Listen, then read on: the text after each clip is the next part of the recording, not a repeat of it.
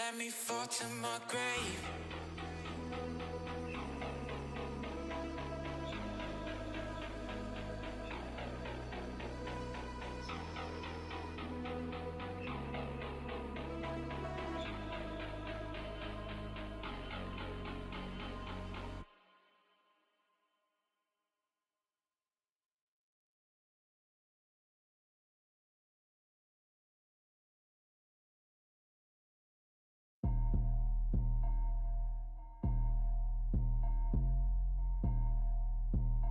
What's up though?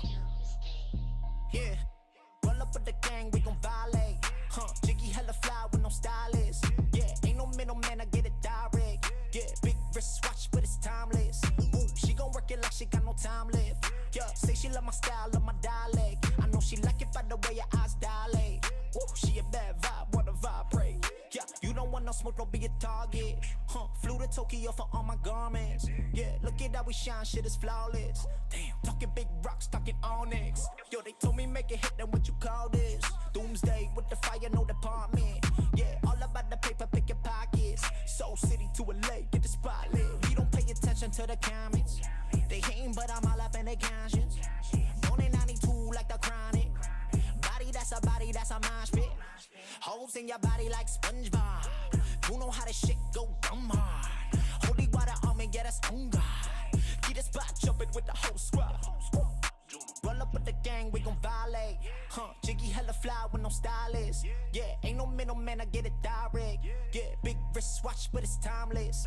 Ooh, she gon' work it like she got no time left. Yeah, say she love my style, love my dialect. I know she like it by the way your eyes dilate. Ooh, she a bad vibe, wanna vibrate. Yeah, I'm back in my element, walking water with elegance. Put you in a predicament if you fuck with a boy. See my word, I'm a man of it. Every dime, every cent of it. I don't split the percentages, they ain't give me no choice. Specialized dope boy from the 213. Yeah, the kicks powder blue like the UNC. All I need is one time and now she won't leave. Girl, this ain't no K-pop, ain't no G-O-D. I fly to Bahamas just so I get a 10. Mark on my bag just like a letterman. Do the hoop, that's the aim one. Everybody swinging, let me know when you land one.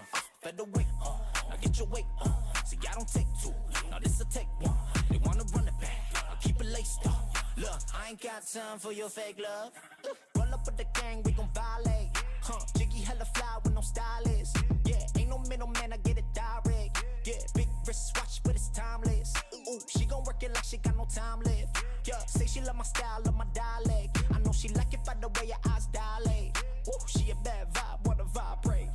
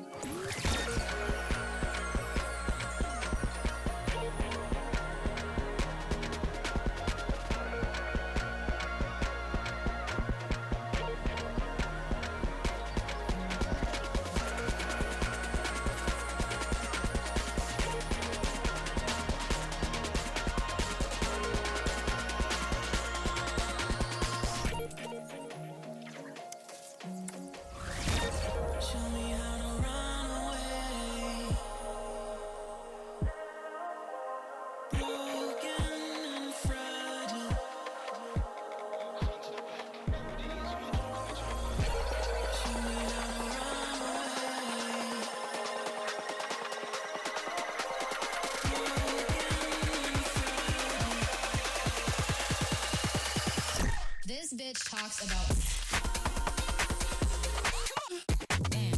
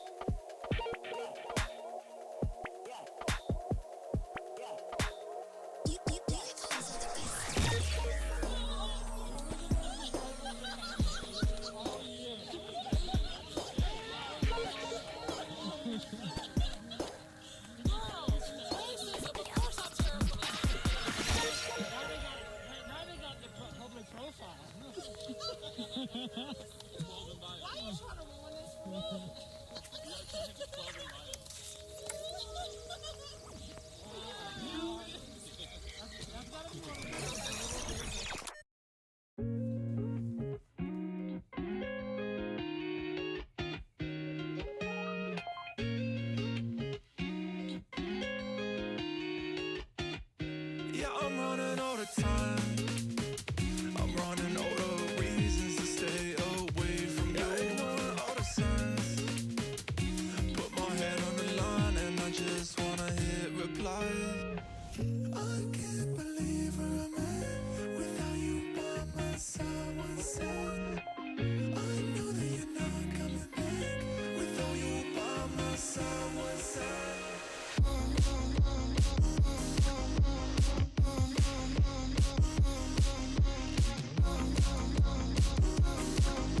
Without you by my side, what's sad? I can't believe where I'm at. Without you by my side, what's sad? I know that you're not coming back. Without you by my side, what's sad? The weather comes in waves. That should beat me to submission. But I know I'll be okay. Yeah, I trust my intuition. You make me lie to myself, feel some type of way. I've been running and running miles away.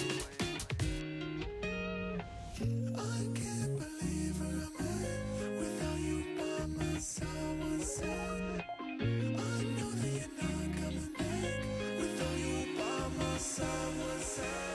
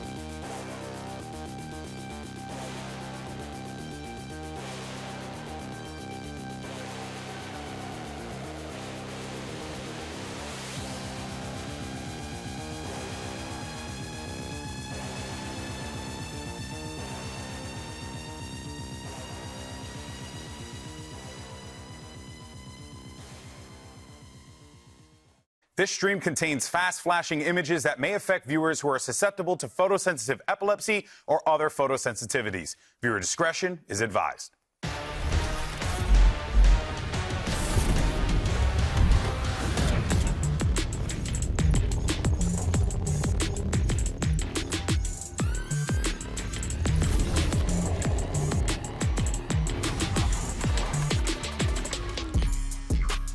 Today, both Masters winners are going head-to-head in a do-or-die elimination match. That's right, baby. Gen G and Sentinels. One of these teams ain't making the playoffs, and we're about to run this thing back. Hello, everyone, and welcome to Day 9 of Champions Seoul, coming at you live once again from the COEX Artium here in Seoul, South Korea. I'm Golden Boy alongside our Elder Statesman desk, as I like to call it, because they put Boomer in the script. I ain't saying that. I'm saying Elder Statesman because we come with wisdom and value. It's Achilles and paper thin. And yes, how you guys doing? You okay? I'm a little intense. I'm feeling good. This is going to be a tense matchup day, but right now I'm feeling like I'm a little intense. I'm the nurse here at the home. I'm about to put you guys down to bed, get you your meds, your apple pie. You're literally like 2 years younger than me. Again, the exponential scale starts coming in high. I'm going to punch you in the neck. All right, well, in any case, so let's go ahead and talk about what happened on our stage here yesterday, because we had 2 EMEA and 2 Pacific teams up for elimination. First up, we had Vitality taking on Talon, and we wanted to see the uniqueness of Talon, but we also needed to see Vitality step it up. And Paper Thin, that is exactly what happened for Vitality. It was a big performance from them. No, they played really, really well. I mean, Kix was playing out of his mind. Got a 6K. Yeah, the 6K, the actual, like, unheard of performance from him. And then Paper X comes in the next match and kind of revitalizes Pacific, and they get a win over Foot, a 2-0, and it's like, it looked like the Paper X of old. It's like Jing's going in crazy, and they're having all these crazy good moments. They're playing together as a unit, and that was a really fun thing to see. Yeah, there was definitely some Paper X moments in there. Oh, we yeah, were plenty. Getting on the roller coaster for a period of time, but the ride, it was a fairly short one. That's normal Paper X. But exactly. It did feel a lot more like the Paper X that we have come to expect. Divide putting up strong performances, Forsaken having that impact, etc. And Mindfreak, I will just say, continues to look absolutely excellent ever since the start of Stage 2. Yeah. It feels like he has just been on one. Yeah. So that is great to see. Feels like everyone had a moment in that series from Paper X, whether it was something on his incredible lurks or it was Divide with the op doing some damage with that. Like, everyone had a moment, and it was great to see. But let's go ahead and take a look at the bracket and where we are right now, because we're down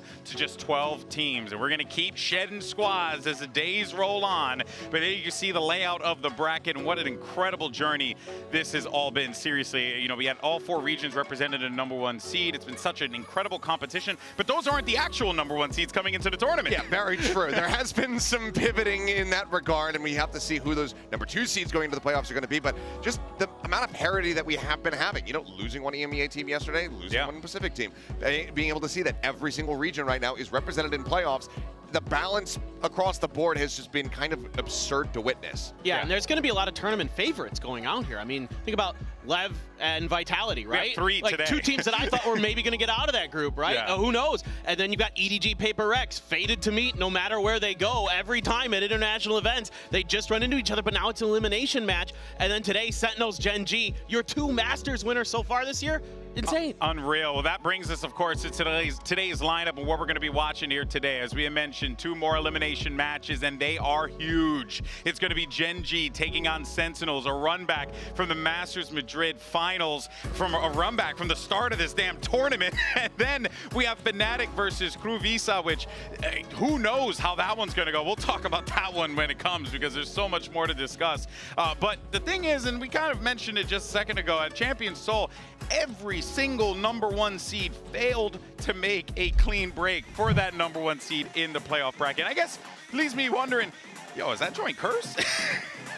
Look, I'm never one to believe in curses. The 9-3 curse doesn't exist. I don't think a first seed curse does either. What I think is that when you have a lot of expectations set on your shoulders and everyone anticipates that you're going to win when you've been playing so many games, we know how difficult it can be to remain at the top. No king rules forever. So having these stumbles, having these off days, it's something that can happen and has happened to all of our #1 teams. Well, and for me, it's just there's so much parity in all the regions and all the leagues right now. There's so many really good teams out there that it's really tough to consistently, perform at that high level. That's why it makes moments like last year with Fnatic, this year with Gen G, what they've been able to accomplish has been so special, because you can see here in this tournament, it's incredibly difficult to keep winning because everybody's so good. Yeah, I mean, look, coming into the tournament, literally no one gave Trace the time of day. They're the #1 seed representing the China region right now out of playoffs. Unreal scenes that we have been witnessing here at Champions Seoul, but it has been such a damn good tournament. Now,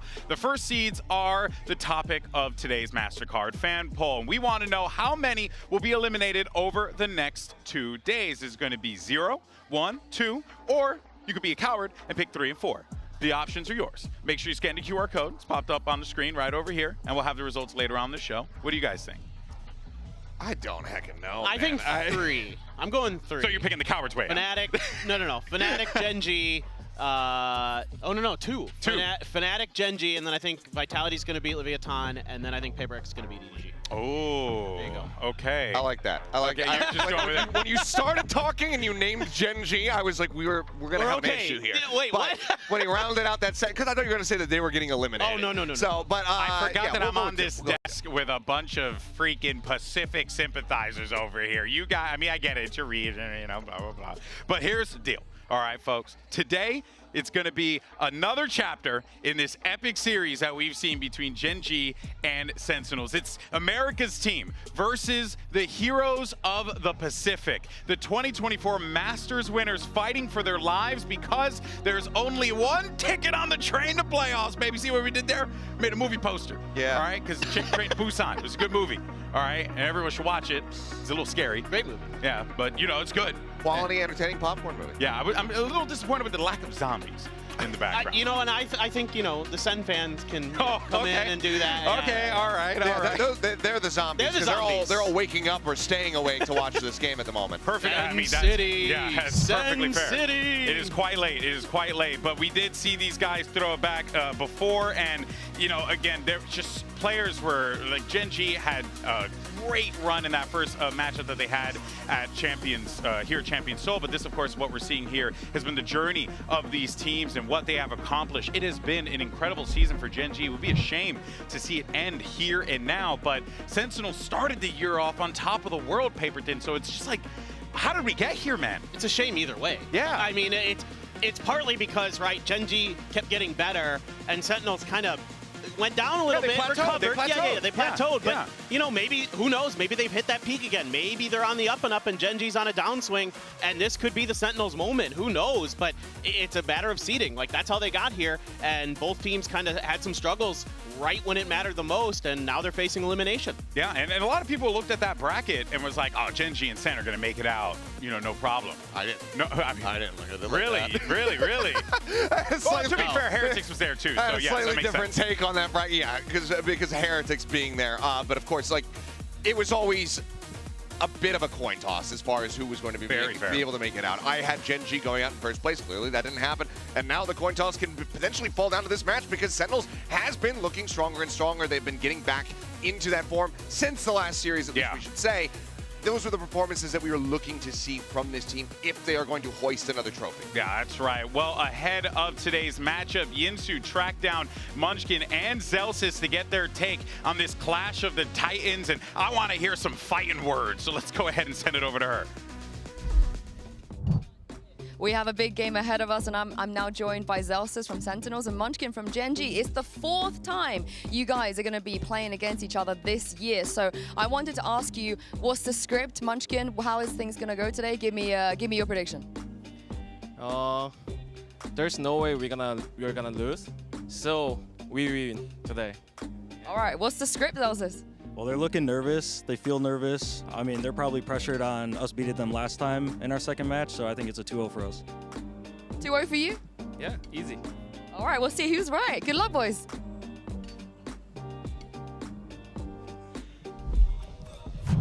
the steely stare of Munchkin in that handshake. Fun fact, they had fisticuffs afterwards. I'm kidding. They did not, but that would have been great content. In any case, so Sentinels, they looked good in that 2-0 win over FPX. It was what you were talking about earlier, Achilles, how this team had found themselves again on the global stage when they needed to most. And FPX were coming into that one. A lot of people were favoriting them, especially what we saw in their first matchup. And Sentinels proved everyone wrong.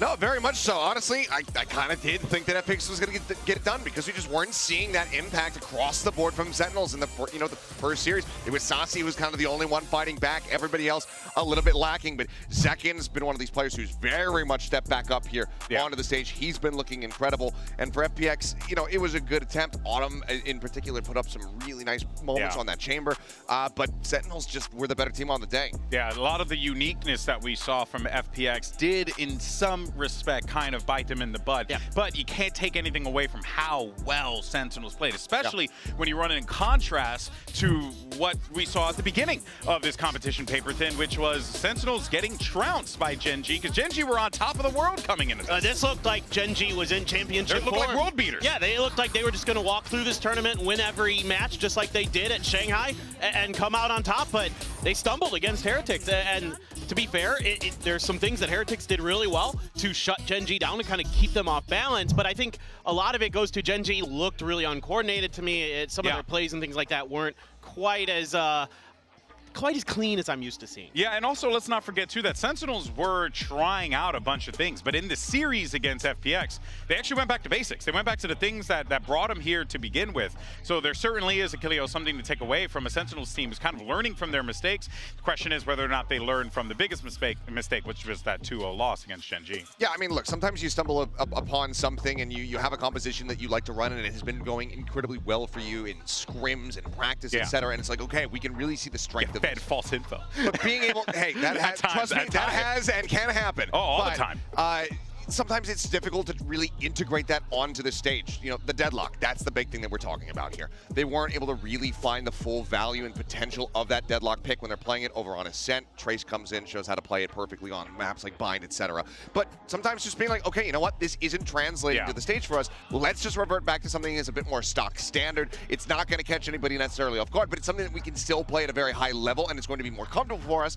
That can be a tough pill to swallow, but it's one that allows for them to get back to just this form where they can start popping off. Exactly. Yeah, no, for sure. And of course, two players you're going to be looking out for on either side of the stage. We're going to talk about them. It's Texture and Zekin facing off yet again. And, we talk about the form and the comfort. Zekin was right back in that form, Paperton. He was feeling fantastic, and it showed in the server. Yeah, it was insane. He looked like a completely different player versus what we saw against Gen G. He seemed a lot more comfortable. The whole team did. Everybody's playing a lot better off of each other. They're able to kind of combo their utility, have those good trades, things like that, and that really favors Zekin because that gives him that comfort to be like, I can go in when I need to, or I can do X, Y, Z, and my team's going to be there to back me up, so I don't feel pressured like I have to have this huge 1v3 play or something like that to really break open space and do some good things for my squad. Yeah, I mean, the difference from what we saw in Zekin's performances from that second series compared to when they played against Gen G, it was absolutely staggering. I mean, the Gen G series, 2 maps played, only 19 kills collectively between those 2 maps for Zekin. Goes into the next one, he almost drops 40 across 2 maps. Yeah. It was a big level up in performance. That's the kind of impact that we are used to seeing from this guy. Yeah, he has been so impressive in that showing against FPX. But for more on the win over FPX, and of course today's matchup, let's go ahead and hear from the pride of New Jersey himself at second in this Omen player moment. Hello, my name is Zekin. I play for Sentinels. Thankfully, we were able to show up with very good form against FPX. I watched a lot of their games leading up to the match, and they have a very, very crazy playstyle, take a lot of gunfights, especially Autumn and Life. They let them fight a lot. So I was expecting a really back and forth game with them being able to get a bunch of rounds and then us, swinging back. Very excited to get our first win and stay alive in the tournament. Now we got to go up against Gen G for a rematch, so I'm very excited for that. If I could describe Gen G in one word, it would be solid. They come in with very strong game plans, and most of the time all of their individuals show up on a given day, so they're a very well-rounded team. 30 HP to his name. And Tens is in such a good spot. Zekin smoked off, but you're still going to have to do a Tens.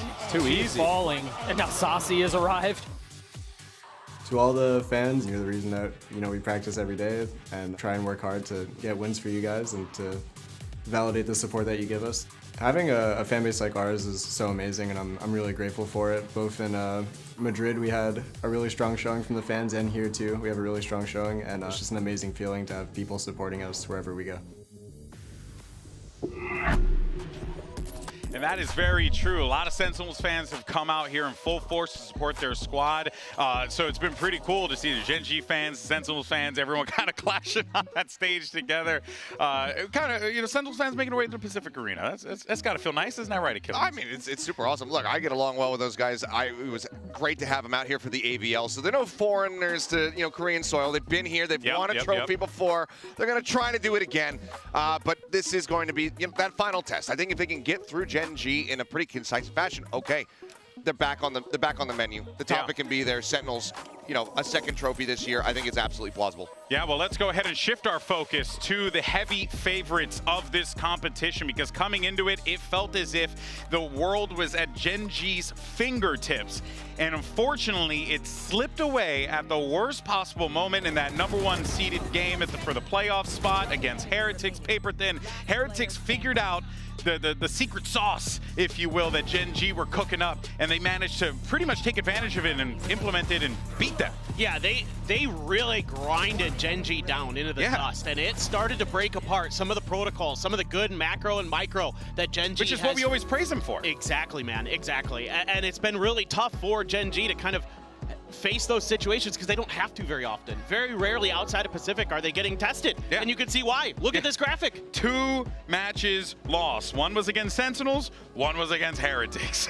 And basically those guys seem to be running into each other all the time. But when I look at this track here, Achilles, what I'm seeing here is a team that is so put together that even in losses, they find ways to improve and make themselves better. I mean, you can even see, like, once you came out from that loss at Masters Madrid, they hadn't lost since. They were unstoppable, man. Yeah, I mean, all the way through Shanghai, never falling that lower bracket, making maximum use of that, that grand finals map ban advantage that you get. They were not, they weren't going to squander it like they did the first time out versus Sentinels. It's been an incredible run from this team to have come together at the beginning of this year to pick up a rookie out of solo queue and say, hey, we think you're good enough, come trial with us, pick him up, and then have him become a Royal Roader with a victory over and kickoff to start things off, then to lift the trophy, after getting already into an international grand final. The year from Gen G has been incredible, and the biggest thing about this team has been the tenacity and the perseverance. They have been nonplussed by everything that is thrown at them. No matter how many games they have to play, sometimes they do look tired, sometimes they play a bit of a closer series, but ultimately they continue to fight. And that's why I'm not that concerned for them after their last showing, because I didn't think that they particularly looked like their usual selves versus Heretics. I'm not that concerned for them going into the series today. Quick question, right? Gen G has had an incredible season here, but I am a little worried because it's like we're here, we're at an elimination game now. Sure. Like, what happens if they don't make it through? Because then does it feel like all that kind of fades to the background? I don't personally think it does, but I'm curious to get what you guys, your perspective. I mean, obviously it would be a monstrous disappointment, and it goes against everybody's expectations coming into this tournament because they were so concisely and clearly the favorite to take this entire trophy. So I think it would sting from that perspective, and there would be a lot of regret and a lot of just like, oh, what if we had done this differently? But ultimately, the year is still insane for this squad to come together in the way that they have, to be able to achieve what they have in such a short period of time, for Karan to hit 1,000 kills within VCT Pacific in his first season. You cannot take any of that away, but this would certainly be a bit of a blemish on the end of the season. Absolutely. Yeah. Well, I mean, look, we'll see how this all plays out, and I'm excited. Look, Gen G have had an incredible season. Sentinels had an incredible start to their season. Both teams now trying to figure out what they need to do to make it to that next stage in this competition. But for now, though, let's actually take a closer look at things that kind of went south for Gen G in that loss against Heretics Paper Thin. I know you have a telestrator you wanted to break down. Yeah, and Achilles has a ton of confidence in Gen G, and I'm usually right there with you, but I have some concerns. Okay. And I want to take a look at this round. This is round 10 on Bind versus Heretics. Gen G has just taken a timeout, and things go very south very quick. Now I want you to look at this setup that Heretics is using. They've got 2 initiators here. They've got the Yoru here. They've already sent a Dizzy through long, and then they're going to launch some util. They're going to throw the Mosh into Garden. They're going to throw a flash into Hookah, and they're going to use a fake out down here. And that's a lot of util, and that's going to buy this rotation. There's already been the quick rotation here from Karan. This is something Gen G is really good at. They want to go from side to side on the map, right? And this is Heretics using that against them. Now, let's zoom out again. Let's watch a little bit of this and fast forward, because this is mostly just util, but you can see that it keeps Gen G planted, and it's going to keep Karan over here. Yeah. But then there's that TP out. So there's that quick rotation that Heretics has available to them, and Munchkin is in an awkward position. Now, he is going to hit a crazy good shot. Yeah. But he's getting, yes, absolutely destroyed with utility right here, and he's getting backed into U-Haul. Once again, I want to zoom in on the map, and I want you to take a look at what's been identified here, and that's Texture's position. You can see the ping there. There's going to be a Thrash that comes through there as well to keep him in that position. But already, look how fast the rotations are here from Gen G. They're on their way. So this, to me, looks like you've got to set up to wait a little bit and play for a crunch and shut Heretics out of this round. However, it does not go that way, as Munchkin feels a lot of pressure. Texture tries to re-clear showers, but instead opts to challenge for the fight. Now, I'm going to rewind it just a little bit, and I want to zoom in on Texture's utility. He has the blast packs available, but he opts to stick in that position instead of trying to get out of dodge and wait for the reinforcements. That's an uncharacteristic mistake that I don't see very often from this Gen G squad. He ends up dying. Now, the reinforcements have arrived, but immediately, Lakia sends in a flash and tries to make a hero play ahead of it. He dies. Karan gets stuck in the smoke and gets spammed out, and then the round's basically over. I mean, that's it. That's round done because of a couple key small mistakes in timings and in decision-making that they have very rarely made this year. Now, do you think that's a result of Heretics, absolutely putting them on the, back foot there? Yes. For sure? That's part of it, for sure. Yeah. I mean, that's what it Their felt utility like usage in that round was crazy good. Yeah. I mean, the misinformation cell at the very beginning to just bait those rotations and then have a really nice, concise push into that site. It was a very solid effort from the side of Heretics, so credit where it's due. But there's an opportunity there for Gen G, is what I'm trying to point out. Yeah, and there is, right? I think, you tying up a few of those things, you're right back in this. You get that confidence, you make sure that you're taking fights with your teammates, especially when one of your teammates is Meteor, who that series dropped a 26 total overall. Absolutely was phenomenal against Heretics. Unfortunately, just did not have, the rest of the line firing alongside with him. And Achilleos, I feel like, Meteor, always going to be an X factor for this team, but the way he has been performing in this tournament has been really impressive. Oh yeah, I mean, Meteor is still going to be in the conversation for one of the best players in the world, just given what he's able to do even in these losses. And I think that, for me, Gen G being able to play this series as closely as they did versus Heretics, while I'd say pretty much everyone other than Meteor looked off, just goes to show how much individual impact he was having, because a lot of the rounds that were won were off the back of this guy coming up with multi-frags. So I think that if the rest of the team are still feeling off today, if they can do 10% of what Meteor did in that Heretics game, they should be okay.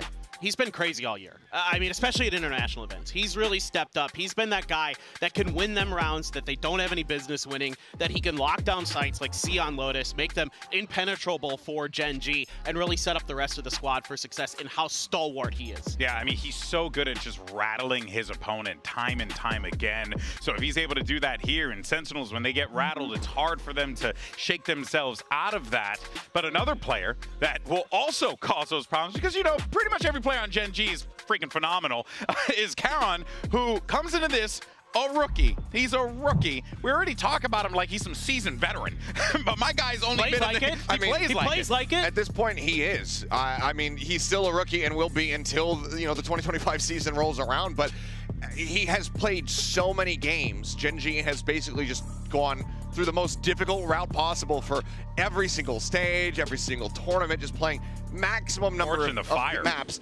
And Karan is just so very seasoned now. He continues to have incredible performances. I think, again, a little bit off in the Heretics series. We were seeing some uncharacteristic mistakes and movement from him. But overall, this guy has had maybe the best year out of anybody globally. Yeah, I don't think anyone can argue with that, paper thin. No, the only other players I can think of are players on this team. I mean, it's like, that's it. So he's insane. Maybe Woot. Yeah. Woot's been incredible. Woot's been absolutely incredible. Sure. But I mean, for Karan, he's like, he's so good in a lot of different ways. He's extremely talented just at locking down a site, being that anchor. He does a great job with his timing, with his play there. Actually, you don't see it on that Telestrator clip I have, but he actually smokes off showers for Texture. Texture just kind of makes a bad decision there. He does a lot of good things at the right time. It's just like, sometimes the team isn't always there, whatever. That only happened really against Heretics. But he has incredible firepower, and he can be set off balance sometimes as an anchor, but it's been very few and far between. Yeah. There's certainly going to be so many stories that we're going to be paying attention to going into this one. But before we get into today's first match, you know, why don't we go ahead and talk about the forecast of what the next 2 days are going to look like and play a little game of what are the chances? Oh boy! We're each going to make a prediction about what's coming. One is a 90% chance, one's a 50% chance, and one is a 10% chance. None of us know what each other selected. So, Achilleos, you're up first, Papa. Good luck. All right, let's see if I can remember what I did. I think my 90% chance was a prediction coming into today, which was that GB would intro the show with a comment about him and Paper Thin being old or bald. And we got that. You called it the Elder Counselor or whatever the hell it was. To be fair, so he got set up for congratulations. that. I was in the script, man. Yeah, it was in the script. I didn't ask him to do that. That's Mike. That's I our didn't ask writer, him to do Mike. it. I just knew that it was going to happen. All right, what else So you got? that's my 90%. That's my sunniest. And we managed to nail that. We nailed it. Quite a bright My day. 50%, which is a little bit of overcast, is that EDG is going to beat PaperX for the second time ever. Where's the? I don't know. Now, where do you lean on that? Where's I don't know. Where's the rain? What's worse than rain? I got paper X going Hurricane. forward. Hurricane force. I don't know. Look. I got a feeling. Right now, I think EDG, as close as they were able to play their last series, I think that they are kind of on the up and up. And while I do think that PaperX will have the upper hand, they can't keep beating them. But let's talk about your last one, your 10%. How about that? All right. My 10% is that I do not get a heart attack during this series, regardless of the outcome.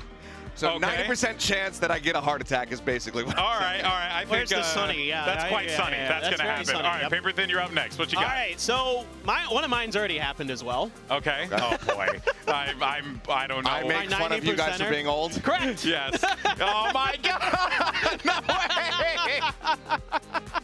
All right. Oh, So okay. next, I say 50% chance. Texture gets a 4K, but Yep. doesn't get the ace Yep. and loses his mind on screen. Yeah, right? no. I think it's actually better than 50, but Yeah. He's getting the ace. he's getting. He's getting the ace to qualify for playoffs. He ain't getting the ace. Oh my! right. To qualify for playoffs. Okay, like Shakespeare.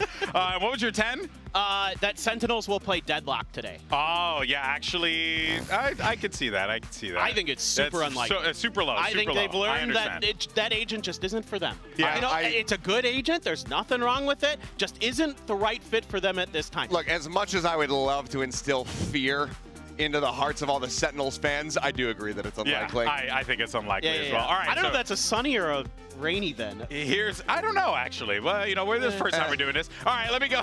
Here's my forecast. I think I wrote it last night. There it is. Lotus is played in Gen G versus Sentinels. I think that's gonna happen for sure. Yes. Texture gets the ace.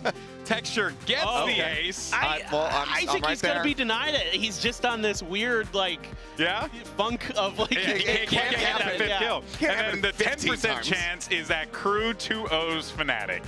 Or 10% chance, excuse me. Well, I mean, I agree it's a 10% chance. That's why I put it as a agree it's a 10%. So that's a sunny forecast for me, boys. Yeah. Overall, I think I kind of nailed this. All right, let's go. Pop off, gang. Better than your earlier prediction. Okay, well, you know what? Again, now I'm going to punch you in the neck. All right, so moving forward here, it's time for the results of our MasterCard fan poll. Earlier, we asked you lovely people how many first seeds are going to be eliminated over the next 2 days of the competition, and the results are in. Survey says...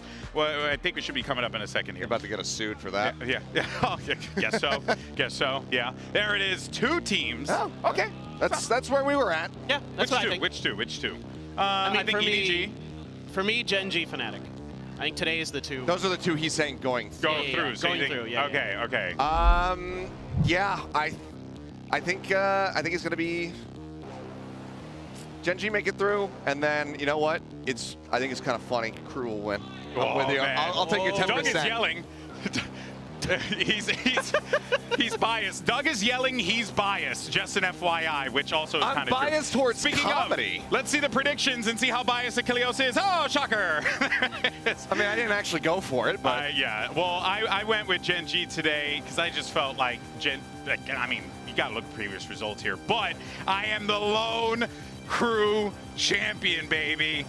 I think they can win. Fnatic did not look They're good. going to contact all over the map. They're not going to run a single play. Yeah, they look good against DRX. They got slapped. There's always a chance because it just happens. Hey, that's what I'm saying, dude. That's true. Crew or Heat. Crew will do something silly at the drop of a hat. I'm telling you, it's so capable. But this day is going to be incredible, boys. I'm excited. We're locked in. This is going to be probably one of the most exciting days of Valorant here at Champions Seoul. So with that being said, we have so much more to break down, and there's going to be so much more to come. But let's get this show started. Gen G versus Sentinels, Fnatic versus Crew Visa. Day 9 of Champions Seoul starts right now.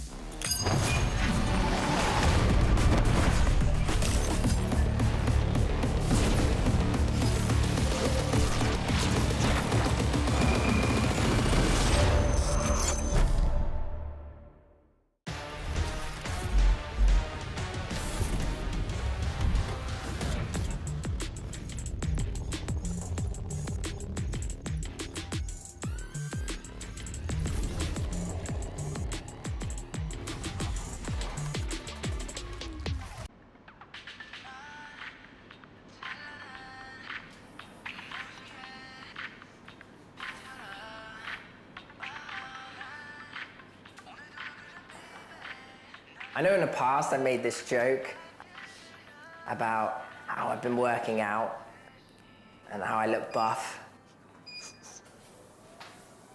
But at this event, I actually have been working out. And I'm starting to look a little bit bigger. You might think you're working hard right now, but we're working harder.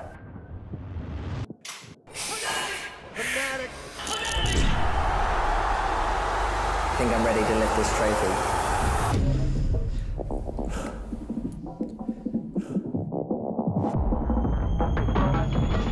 So step aside. We're coming. TRX will get a 2-0 victory over Fnatic. For Fnatic, they still have another life. They still have another chance. Of course it feels sad that we lost, but we're still alive in the tournaments. All we have to do is beat Crew.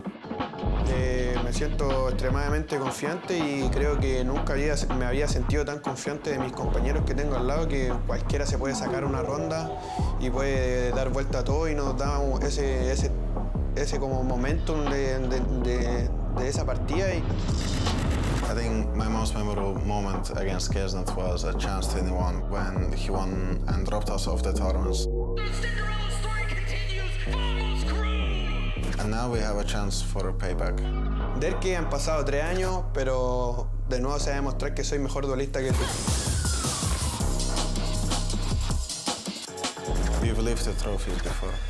We can do this. Sun City, here to play, here to stay. Gen G will take him out. A good close finish, not how they hoped. 센티넬과 마드리드 결승전에서 패배를 맛봤을 때 후회가 되는 플레이들이 마구 떠올랐고, 그리고 저 트로피를 내가 들고 싶었는데 라는 생각과 그냥 많이 후회했던 것 같습니다. 그리고 화도 많이 내고. It was one of the best feelings ever to lift that trophy. I'm very confident that we can make a repeat of the Madrid Grand Finals. I've done it before, I can do it again.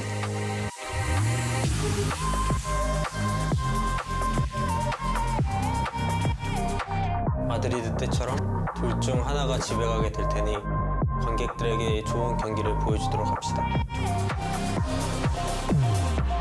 Gen G, yeah, their symbol is the tiger, but I feel like we're the tiger now, and they're the cat, and we're coming for blood.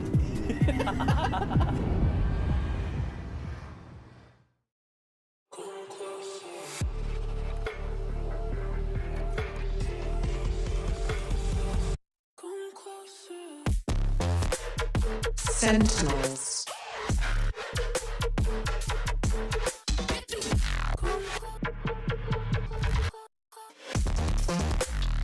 Genji.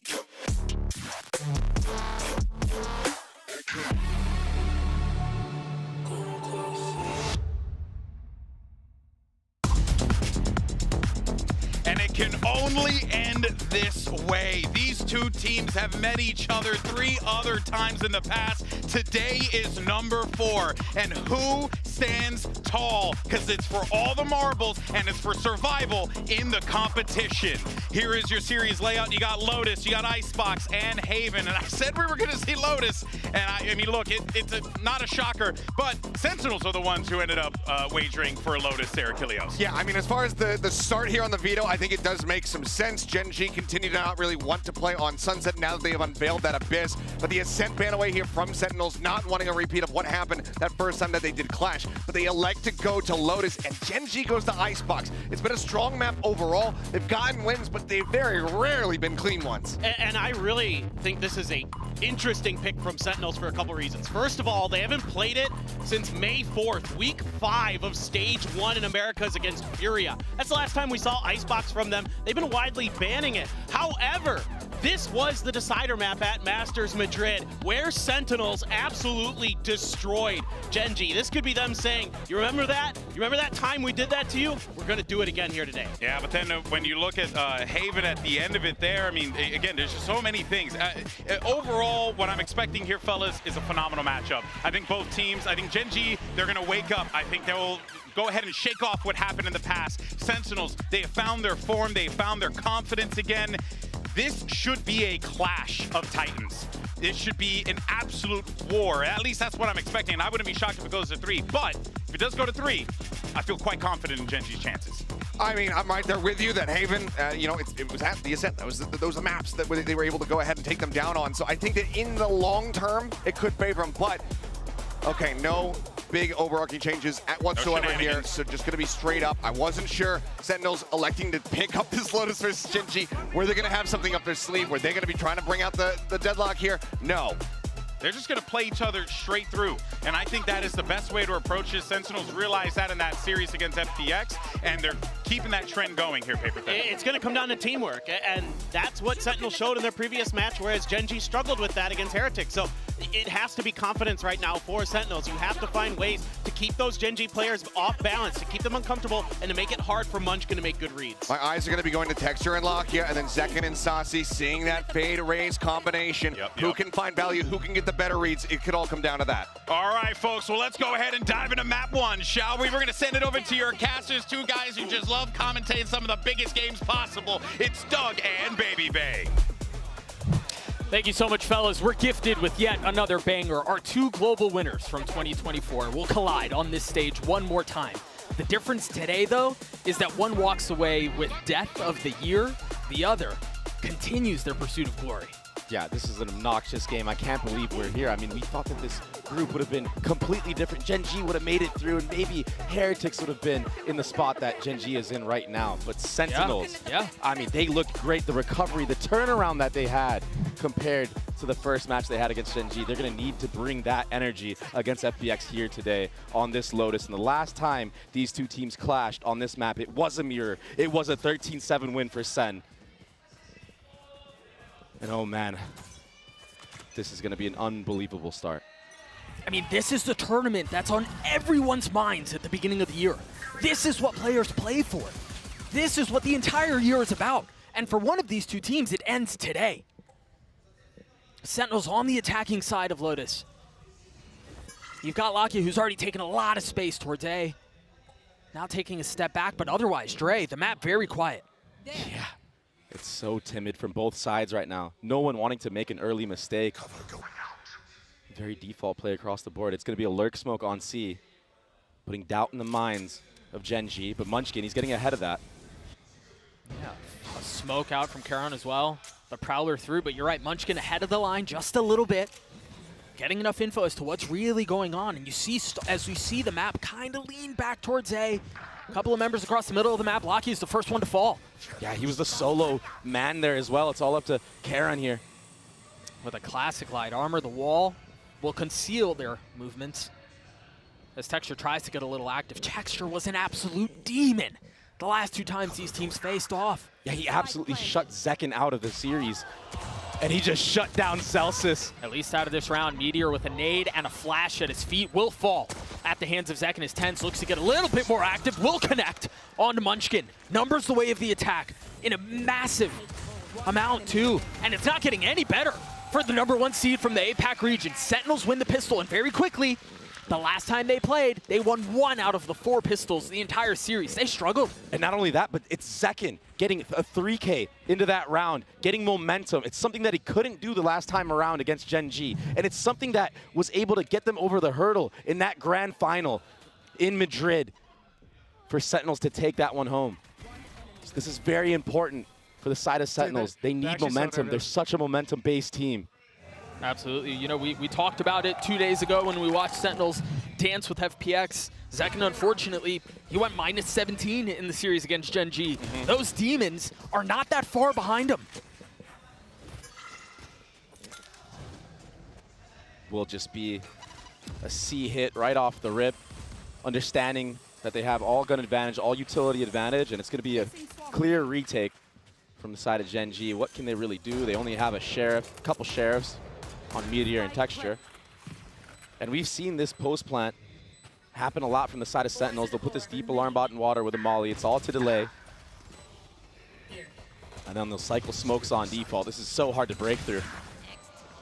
Zekin's having such a map already. Dude, it's the second round, and he's already 1 point away from having his ult online. And he's hungry. He wants more. Here it is. He gets that ultimate. I mean, when you have that far of an advantage, you really want to push, and that's exactly what he does. So massive for 2 reasons. You mentioned Sentinels, you mentioned Zekin struggling and how it's important for him to get back online, get the ball rolling as quickly as possible, and I think he's already doing that, 7-1. But also, the showstopper round 3, huge. Yeah, and they didn't lose a single rifle in the process. John QT, he was sitting on a sheriff the entire time. Yeah, Zekin falls down there, but he got the showstopper like you said, and John was able to pick that Spectre up and now upgrade to a Vandal. And on the other side, it's all light armor across the board. If that showstopper even tags somebody, it's going to do mad damage. It'd probably take out a couple players. But I will say, in the last series, we saw Zekin whiff a couple of those ultimates. So yeah, think about that bind one, that sword. Right past Autumn, if I'm not mistaken. Seems like a lot of pings on the minimap towards B at the beginning of the round. Gen G seemingly wise to it. 3/5 of their team is posted up around here for now. But the mid-rounding, Celsius, while all that front B pressure was happening, took all of C control. And he's farming up his own little orbs right here. Munchkin needs to be careful right here. If he gets carried out, yeah, that showstopper's going to do the damage. And the thing is here, if you're Sentinels, you don't have to fully commit to this. It seems like they might, though. TenZ is already TP'd all the way across. You've got everything back sight, mowing over Gen G. An absolute firing squad that Texture just ran into. I mean, he swings, and it's the most terrifying thing you could imagine. It was diabolical. And so now, as the dust settles and as the rest of the round kind of comes to a close, you see Sentinels with a really big advantage here. They're up on numbers. You've got John, who's going to get a little bit closer to having his ult online. Zelsis halfway to his. Money's in a really good spot. This is the Sentinels that was missing a couple of days ago. This was the Sentinels that was missing in the opening match of this tournament. Yeah, missing in stage 2, honestly. Even in the playoff, they barely squeaked in. Zelsis gets the quick trade, securing the round. Getting closer to that ultimate. And yeah, Zekin wasn't the one that got that showstopper kill. But Saucy doing his due diligence with that Fade Prowler. Sniffing out Munchkin. And yeah, there's not much you can do in a spot like that against a showstopper and a Spectre. No, I mean, you mentioned it. He needed to be careful. That was just that's a brutal one and done spot. Yeah, and losing the bonus round, it could feel so bad. Your economy feels like you can never really get it going. That being said, it's going to be light armors again across the board right now, and a showstopper of his own for Texture. Find you. Still waiting. See if he's able to replicate any of that success. Maybe that's the tipping factor here, because you see the buy. It's not great. 2 Stingers and then Sheriffs. For Sentinels, again, a slow start. Pretty metered, pretty tempered, if you will. Just kind of waiting to see if Gen G are going to get active, if they're going to try to take some space and throw something aggressive into the fold, and that's exactly right. You got the Paranoia that's out, and they're going to give up some of the same main space, trade the Paranoia of their own, but manage to get away unscathed. Yeah, and the big thing here is that all that C control was already gathered. So there's 5 members here, and the rotations can't make it in time. Sentinels are aware of this. Well, but they're getting delayed. You got to be careful here, too. There's a brutal crunch. Remember, Texture has his ult. But once again, fully sending out onto C. Saucy will be the first to fall as Munchkin manages to find 2 on the round. There's the ult popped as well. Not connecting onto anything, but Munchkin continues to farm. 3 on the round now. Oh, I thought he had fired it off already. Celsius falls on it. It's just John left in a 1v4, and they're weak, but not that weak. A thrifty round for Gen G. He may have been in the wrong position in the round previously, but this time he took things into his own hands. He gets 4 into the round, 3 with the Stinger, gets the upgrade. That allows Texture to go in with that showstopper and secure the round win. And what a way to stop the bleeding. I mean, winning an eco round, now all of a sudden your economy is going to be back in the game. You're back in the mix of things. Gen G needed this, and they needed it desperately. And there was never any doubt that a team like Gen G would punch back, right? Yeah. They're not the team to roll over. They're not the team to kind of fall in the face of big moments. So you knew it was going to happen. You knew it was inevitable. The question was when. And it just so happens that the stars aligned on the 4th round. And they're also a team that takes a little bit to get going in series, I noticed. Sometimes, they'll go down, I don't know, 4 or 5 rounds, and then they'll bring it all the way back and even secure out the map if that. But if not, they can reverse sweep at any moment. Sure. Zakin already taking a ton of damage. Just off a spam through the smokes, 21 HP, no armor left to him. These teams play at such a high level, both of them. It feels like we're truly watching like just a chess match right now, just a battle back and forth of the brains. Sentinels will take space here. Gen G will take space there. This tit for tat, blow for blow. The rotations being in full effect. Look, 3 members facing each other in front B. Both teams have such a good read on how each other play. The spike is rotating back towards B. Both Paranoias have been traded. As of personnel on both sides. Yeah, and yeah, exactly. Both players have been traded too.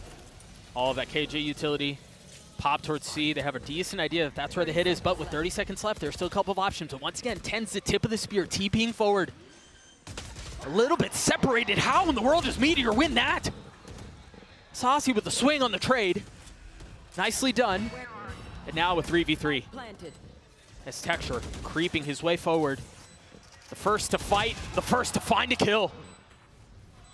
As has been the case, instantly traded right back 2v2 now. Saucy has his eye. Lakia has no health left. It's Karen alone. He's been good. Head and shoulders above the rest. But can he deliver here? Against John QT, no, we cannot. The leader for Sentinels delivers once more. I mean, it was trade for trade the entire way through. It came down to a 1v1. It's that chess match I was talking about. This is going to be such a close series if it continues onward like this. But now, it's ultimates available for the side of Sentinels. Here's the replay of the trading on site. It's so evenly matched, it feels like. Pistol round truly the only difference maker in these rounds in this 1v1. And again, we talked about this when we saw them play against FPX. The big difference was John QT, it felt like, in my opinion, right? When Sentinels have been good, John has delivered. That's a big moment for him early on. Getting your IG on the flow state can be a really big thing, especially early on. If he starts getting the kills, you get more confident in the calling, you start getting better reads. Oh, they've got him figured out. They spotted him. That was a tough one. He was there in the previous round, too. And Sentinels have a good idea of when a player's playing pushed up like that and they're solo to go through the door, the revolving door. No one has met them there yet. They look back towards A. Texture getting through the ult. He's got a big timing here. A wide swing and 2 kills found. Again, heroics from Texture. But the counterpunch comes through at just the right time. Zakin down low, spotting one, trying to switch to the weaker weaponry and not finding a kill. Now 2v2, the pit invested 10s on the prowl. It's an alarm bot keeping him just a little bit further back. His Meteor waltzes into his death, right into the crosshair of the controller. Munchkin does the same. 10's too fast in these moments. Holding the angles. It's a tough, tough round to win if you're Gen G Texture. He went huge in that moment, getting 2, swinging out super wide. Look at this. That's such a wide swing. Dude, and how many times have we watched Gen G and seen Texture do something like that? Yeah. Munchkin, Meteor, do something where they're getting 2Ks and 3Ks in most instances where somebody gets traded instantly. Yep. But that just seems to be one of their strengths, one of their strong suits, and we're already seeing that play out. I think the big difference here is Sentinels are managing to kind of go toe-to-toe with that, where they haven't been able to in the past. Yeah, they figured out the spacing game, right? The problems they had against FPX early on in the first map. Yeah. It's carrying over. They fixed it. They fixed that problem. Their spacing is on point. They're getting trades. Even if a player gets 2, they're able to, you know, bring it all the way back. And it's going to be an early timeout for Gen G. Remember, the only round they've won so far was that Thrifty off the back of Munchkin. He got 4 kills into that round, 1 showstopper kill from Texture. And other than that, it's been very close, right? We had the 1v1. Karen versus John QT. In this case, it was a 2v2, but 10s. I mean, he just held down that opposite side of the Viper's pit that John QT put down. Again, it feels like for Gen G, part of their calling card has been delivering in the big moments. And again, anybody on that roster can deliver. Lakia is a guy that we don't really talk about a ton, but he's just as good, just as stalwart in those high-pressure moments. Again, I think the big difference here is that Sentinels have been able to respond and deliver with a couple of their own. And they're not really getting picked off early either, Doug. Yeah, I think that's huge. That's part of the 4-round difference here. On the other side of the timeout, what are the adjustments? You've got 3 ults on the side of the defense. Got 4 now. Yeah. Got A-Orb gathered. Again, sweeping a little bit further. Munchkin clearing out the turret. And now the round ripe for reset. Shadows traveling. I mean, the approach from Sentinels on this attacking half has been so calculated, so methodical. They clearly do not want to give anything away early on to Gen G. No. Remember, that's that lurk smoke on C that you mentioned at the beginning of the map, the pistol round one, but this one way just sucks to get through. It's just going to keep on being cycled over and over and over. And I think this is going to be an A reclear into a B split potentially. That's why you see an alarm bot from Zelsis put all the way in the back of SC. Viper Wall gets baited out from the side of Sentinels, but a Prowler also out of the mix. Sand in that hourglass continues to tick away. 30 seconds left in the round now as they've invested the lockdown. And now it's going to be traded back for another. A big investment from Gen G. With still a lot of time left to play in the round. The Prowler just got a little bit of info towards A. Second satchel forward and right into his death. Are they going to be able to navigate some of this? As Lakia is going to fall in exchange. Look at the time, Doug. They may have burned the candle down just a bit too low. 10 seconds left. They're trying to get ahead of this, but the reinforcements are already here. Look at Munchkin's positioning. That's the plan stopped. That's John QT dealt with assassination style. The round will go the way of Gen G. What a round from Gen G. What poise. To not make any mistakes. Not give a single inch to Sentinels. Holding all of that A space. Not taking the bait on that Killjoy ult. And what a counter ult from Meteor. What a call. The gall you have to make a play like that when you are down in the weaponry. That's the second thrifty win already for the side of Gen G. If they can get things going on these gun rounds, they could bring this one back. So this time, that cautious approach from Sentinels, it works against them. Maybe we're going to see a change of pace. Here it is. Paranoia already out. The one-way goes up, but they're already past it at this point. Lakia might get caught right here. He needs to be careful. Oh, that Viper Wall gets up right on time. Munchkin, good awareness in that moment. All that's happened. Yeah, Texture took this deep angle. With the op, we haven't seen that yet. Saucy's aware of it now. Is he going to be able to get away? No, Zelsis chases him down. Sentinels right now, they have no other choice. They kind of have to just hold W here. There's still 2 mollies they have to deal with. The showstoppers invested from Zekin. He gets chipped down very low. He didn't have any satchels. Yeah. He couldn't go. Will be a free site gathered. Spike should be planted unless spam. I mean, it might be a free site, but it feels like they're walking right into Gen G's trap. Lakia has his ult. Smoke's already going through. Zekin getting a little bit aggressive, getting the best of Meteor, but again, still, that Nightfall in play, and there it is, right on cue tapped. You've got John who's playing his tight angle, managing to stay alive with the help of the nade, sure. Swinging out into Lakia, but not able to convert. He's now left in a 1v3. He's cutting his losses. He's tucking tail. He's getting out of there. Yeah, he's got to save. What proactivity from Sentinels in that moment. Tens holding on to that paranoia, shooting it through water. Zekin getting aggressive in that moment. And amongst all the chaos, when the retake is coming through, when the flood is actually happening, Sentinels are peaking together. They're not sitting back waiting for the fight to come to them. They're picking really good opportunities to fight together. And the trades are going their way. Full confidence right now for Sen. It was a change of pace at the start of the round. It was. I think on both sides. I mean, yeah, a little bit more aggressive towards A. You mentioned that, but I think, again, Texture taking that aggressive line towards C with the op. Thank you for trading me. I love you so much. That's just a different look, right? We haven't seen that out from them. A little bit of frustration from the side of Gen G. Again, the op in the hands of Texture. 3 ults to play around, light armor for everyone. And I think I gotta go back to what you were thinking there and saying a couple of rounds ago. What is that smoke? Very interesting. Maybe to hide from an aggressive haunt if there was an A fight to be in the mix. Yeah, possibly. And it was a fake TP going into a B hit, so they're trying to condition very small micro things. And you have to do that when you're at this high of a level of play. Zekin was too far out, Tens was too, Munchkin again, delivering. These are the big moments where Gen G has their way with the opposition. They're yet to win a gun round, but it seems like they're going to here. Forget the Thrifties. Oh my gosh, he went for more. Just Sean QT and Saucy left. I don't know that they really have anywhere to go. What a shot from Munchkin. That was disgusting. He's looking for more. And remember, Munchkin was the hero in a couple of rounds ago, the first Thrifty round that they won. Delivering again.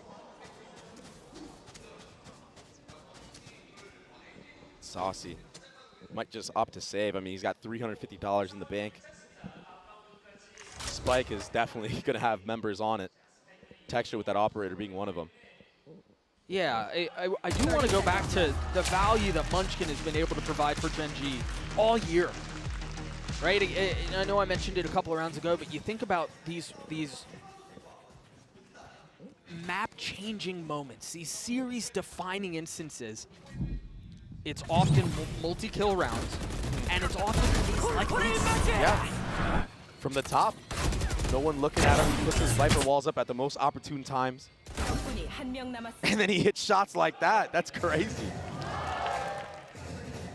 To be IGLing, to be the forefront of your squad at the same time, that is so hard to do. But he's one of those IGLs who, like you said, he's been doing it all year long. Such a big part of Gen G's success this year. Such a big part of their consistency this year. Getting second the first international, and then winning a championship, the second one in Shanghai. A level of consistency that hasn't been rivaled really in the history of Valorant, but has the potential to get pushed here. Texture once again with the op. Looking for any skin, any blood, and nothing found. Oh my goodness. Better late than never, I guess. He's gonna get a third! Teeing off on Sentinels. What a round from Texture, the 4K for Gen G. That was unbelievable. He's so quick with it. And now he's the one at the top. That last kill, what was that?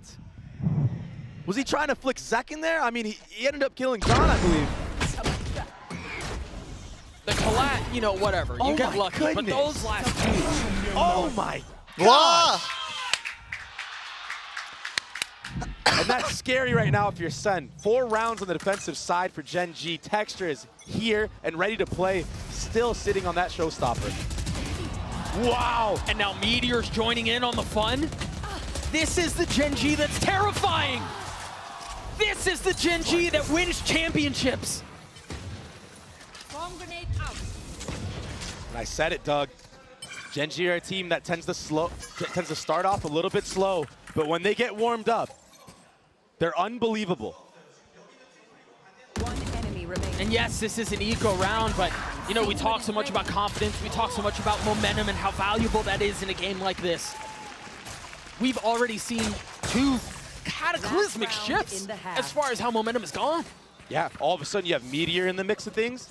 We've seen Meteor on this map play Killjoy and just decimate teams by himself. And a hard read here, perfect spray control. Getting the third on top of it. What a nice flick. Following the tracers all the way back. Nasty just stuff. Perfect.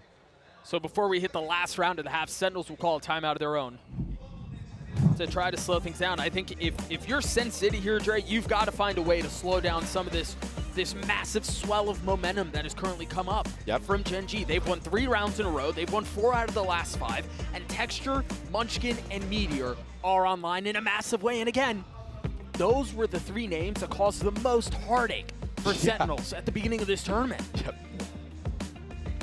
Crazy players that could change the game at any moment. And I want to take this moment to talk through, you know, the desk talked about it, but I want to mention again the global dominance that Gen G has had this year. There was that graphic that was flown by the desk. They're 11-2 in their last 13 global matches. That's obnoxious. That's asinine. That level of dominance is just absurd. But now they both find themselves again in a position where one of these 2 teams goes home today. And it was in a way that nobody expected. You talked about this at the beginning of the match. We thought it might be Heretics that was down here, fighting against likely Sentinels, and Gen G would be the ones kind of cruising all the way to the playoff stage, but I guess that's why you play the game. Unbelievable stuff from both sides right now. Sentinels were up 5-1, Doug. Gen G, they brought it all the way back. Again, this fight for a main continues to go the way of Gen G. There's just not a lot that Sentinels can do to fight back. I mean, that's one way to do it. Latvia gets taken out, but the showstopper, it was short! Nipping at his heels, but not enough to get the kill. Oh my gosh. John QT continues to dance with Tez, just looking for any sort of moment of respite to reload. Now back to full strength, continues to hit the spam, no targets found. Sentinels don't want to let Gen G come back into this round with a free pick. That's why they're grouping up. They're death balling right now. And remember, Karen has had this aggressive angle. Many of the defensive rounds that they've played, are they expecting it here? Even if they are, I mean, it's so tough. He's ahead of this sniper so roll. far Oh ahead, my you're gosh. What was that peek from Second, though? Instas, and they're just going to run through the door like they have been this entire time. Perpendicular walls keeping these 2 teams apart as one of them goes down. Munchkin gets ahead of it. Second on the jump spot, they understand the threat that's on the other side, and now they decide to wait it out. They're beckoning the fight to come to them. Either you wait out the lockdown, or you fight us. It got spammed. Destroyed, and now Texture not able to hold the line, not able to keep up the resistance. The pit invested, Munchkin trying to trace over. Snaps back onto Munchkin, or onto Sasi, excuse me, but Meteor's left alone. Sentinels get to 7. And they needed that one, but is 7 enough, Doug, on a map like Lotus that is attack-sided? I'm tempted to say when it comes to a matchup between these 2 teams, conventional wisdom goes out the window, man. You might be right. Like, it oftentimes comes down to those micro adjustments, pistol rounds even. Clutch plays. See that peek again from Zekin. All through the took, one-way. Oh my gosh. Tiniest of glimpses. Nice boy! Oh, John, wait, look. Who knows? I don't know what they were looking at. Probably flashing the bundle or something. I don't know. 7-5, the way of Sentinels. We've got an interview standing by with Rob Moore, the CEO of Sentinels, standing by right now. Take it away. Hello everyone, it's the halftime interviews with Bella, and I'm joined by Sentinel CEO Mr. Rob Moore. Hi, nice to meet you, Rob. Thank you so much. 네, 센티널 CEO 럽 모어 씨와의 인터뷰 준비해봤습니다. 이제 서울 방문한 게 오늘 처음인지 좀 어떻게 이번 챔스 즐기고 계신지 한번 여쭤보겠습니다. Is this your first time in Seoul? How have you been enjoying the city? This is my first time in Seoul. I think I've already added 5 pounds eating all the great food here.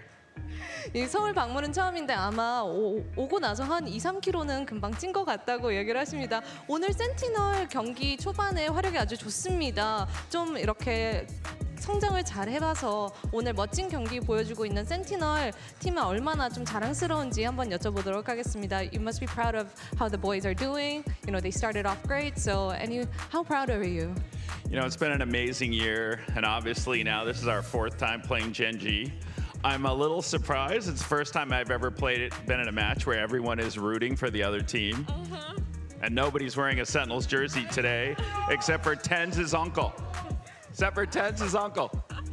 이제 올해 센티널의 성적이 너무 좋았고 그리고 이제 젠지랑 벌써 붙은 게 4번째인데 사실 경기장에 와서 센티널을 응원하는 팀보다 젠지의 관객들로 이렇게 가득 찬 건 또 색다르다고 합니다. 그리고 또 센티널을 응원하고 있는 텐즈의 삼촌분 빼고는 없다고 하네요. 이거는 이제 센티널의 번들 구매. A minute for you. 그럼 저희는 로터스로 돌아가 보겠습니다. Back to Lotus. You know, for as much as that was lighthearted and you know, whatnot, and fun to listen to Rob for a second there, I think he makes a really good point. Sentinels are in a position that they rarely find themselves in. I mean, yeah, they did at the beginning of the tournament, but the stakes are notably higher here. This is enemy territory that they're playing in front of. When they're often used to looking out to the crowd and seeing a sea of red, it's all black and gold now. And it's been just blow for blow this entire way through. Everybody on both sides performing at the same amount. You see Texture and Zekin going head-to-head, same amount of kills. John and Munchkin, same amount of kills. It's poetic. Roll for roll. It's so equal. Gen.G on the pistol, they're already farming the orbs into Lakia's hands. Perhaps indicative of what's in store. Oh, a little bit of spam, Texture plucked. You know, you keep wondering, and you know, maybe this is kind of the feeling for most fans that are watching, is that I think there are a lot of questions around if and when Sentinels will crumble.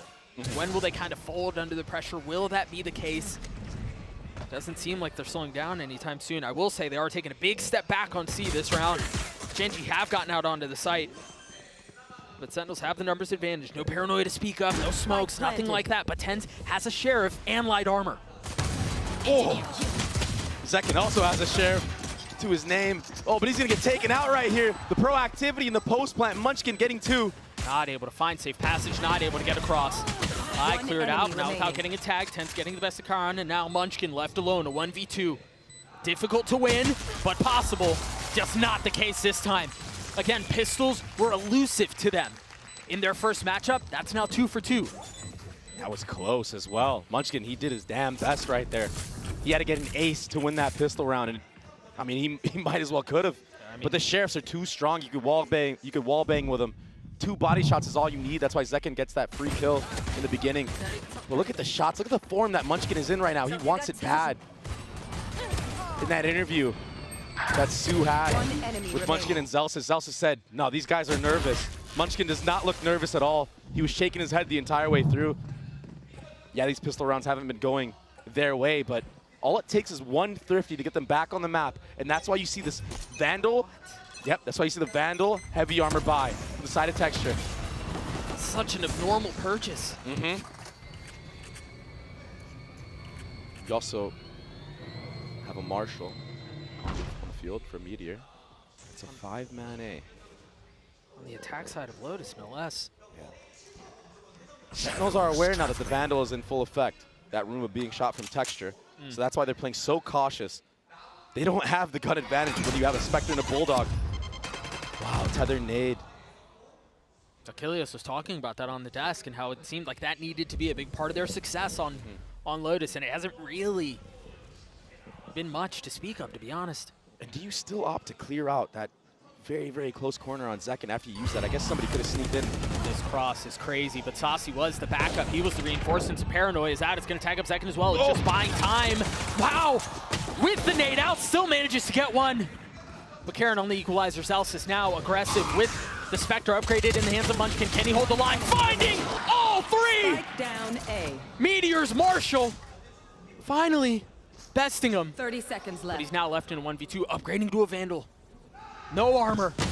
Challenged in the smoke. Challenged in the map. Sentinels get to 9. It was a valiant effort from Gen.G into that force buy, and it was looking promising. But Zelsis, he stepped up huge in that moment. That little off angle here in the spray down, he knew he had to do this. If you give them the sight, if they are able to upgrade, all of a sudden your chances of winning are drastically lowered. Hey, look at him. They ain't laughing now, buddy. What a clutch play. And he stands up on top of it, pumping his chest out. It's a good sign for Sen City. Paranoia out, the spit goes through. Zekin has to take a step back. But with Zealous intense, fighting over his shoulder, it's all safe. Enemy remaining. Annihilated from the very beginning of the round. Bodies littering A main. And it's another song of success for Sen City. It was so hard to make what was going to happen in that moment. Just util for util, shot for shot. It was chaos, pandemonium, but Celsius, he got a kill with the outlaw somehow. And it was just the firing squad set up ready here. And honestly, this was where Gen.G did have success. Bro, I missed my nade and we still won. That was where Gen.G had success in the first half. They were the ones who dug their heels and they drew the line in the sand A main. And now Sentinels are giving them a bit of their own medicine. Telsa still with that outlaw that you mentioned, has his ult to play around. And just across the board, just very default stuff right now from Sentinels. Understanding they have the gun advantage. They don't want to give any picks. It's reminiscent of how they were approaching their attack sides. Playing very, very standard and safe. Yeah, just tempered, I guess, a metered approach, if you will. And maybe that's what the game plan was going into this matchup. Sure. Not giving that much away to Gen.G, not giving these 1v1 exchanges, not giving the contact approaches. Fighting as a unit, using utility. Maybe that's the key. Maybe that was the game plan, the adaptation this time around. It's a cheeky angle there. Zelsis is holding. If he does get threatened, he should be able to get away, unless he's completely overwhelmed. This is going to be an A reclear fight, though. That's why you see Tens out with that paranoia. Yeah, I think it's just noise that Munchkin is making. And it's just enough of noise. It's just enough of a distraction. Very nicely done by Gen.G, but Zelsis is still holding the line on the other side. That's now 2 bodies found. The swing of the classic will not betray him. Back-to-back 3Ks for the Vibe Merchant himself. He played that to near perfection. I mean, he really did. And now Tether nade. I mean, yeah, the spike gets planted. Oh, it doesn't even get planted. Oh. I mean, Tens was still really far away and time was really short, but that was almost almost a Munchkin clip. And remember, last time these two teams played on Lotus, it was a mirror matchup. It was Madrid. It was 13-7 for Sentinels. Gen.G ended up banning that in the finals. Keeping it in this time around, thinking that maybe Sentinels are weaker than what they were, a shell of what they once were. But Sen, if they get confident, they can beat anybody in the world. That's why they're champions of their own right. Some safe pathing out from Texture at the beginning, but Karn was the one who walks away worse for wear. The doors tap, the honk goes up, no target found, Saucy's dead. Oh. Tens. He's playing this crazy. He slipped the net. Oh my gosh. The Fox is in the den and Meteor is dead. They've gotten the spike down, but they've got to realize there's a threat behind them and it's a considerable one. The Paranoia's gonna attack both. Karn's now dead. 2 members trapped in tree. Texture's the only one who's still playing backside. Nice shots out for Munchkin. Equalizing things at numbers. Elsis with the lockdown. Gonna try to flush him out as Texture's dead. What do they have to go off this? They have to respect this. They have to give up the space. Nobody on the spike yet. Oh, he's got the line. He can hold it back from there. Zekin's the first to fall. Munchkin dealing with the aggression. Celsius will have to clutch this out on his own. A 1v2 lock-in. Munchkin both still have ults to play around. And time's got to be so short. Right now. 1 enemy remaining. There's none left. Whew. It wasn't looking too good for Gen.G in that moment, but they brought it back. Munchkin, he has no fear in these moments. He came here ready to play. He's the playmaker of their team right now. Yeah, Texture had that beautiful entry, but the impact that Munchkin is getting with some of these frags and trades, it's been crazy. And Lakia, who's been quiet, he stepped up big in his own right here. Picking the perfect timing to get Zek in there. Well, it's all off of, yeah, it was all off of Munchkin's position and his timing that you mentioned just a couple of moments ago. He had that line from Broken Door. He was able to drop the spit. And again, the double swing out from them was perfect. So Gen.G, stay alive, get to 6. An op in the hands of Zekin, and an aggressive line taken with Zelsis close by. And Gen.G now have 4 ultimates of their own to work with. Meteor, he's creeping up slowly, 3 orbs until he gets his. I think the question on my mind here is how far up do the rest of Sentinels go here?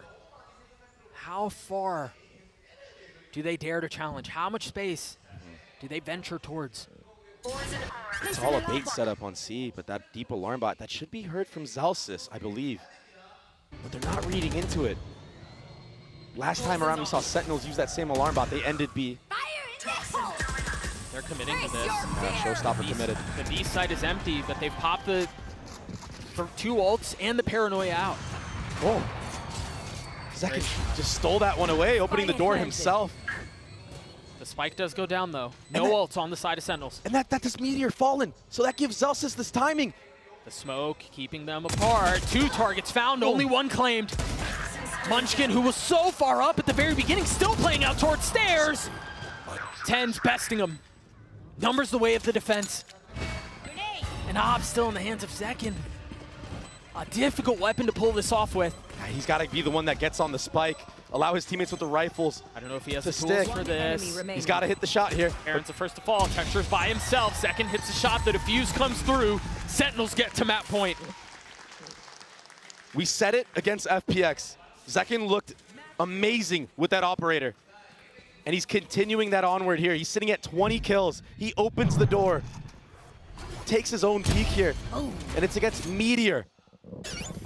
Of all players. And you're right, you mentioned it. That's what allowed the timing for Zelsis to crunch up mid. Yeah, Zelsis was waiting on that alarm bot the entire way through, hoping that somebody would pick off Meteor, allow him to get that timing, and he did just that. Zach!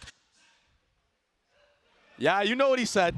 I don't know if any of you are lip readers out there, but there were strong words of encouragement towards his teammate. He said, I love you so heckin' much for taking out Meteor. That's exactly what that was. Gen.G call a timeout in the waning moments of this first map. A best of 3 with elimination written all over the walls. The end of the year for one of these 2 squads.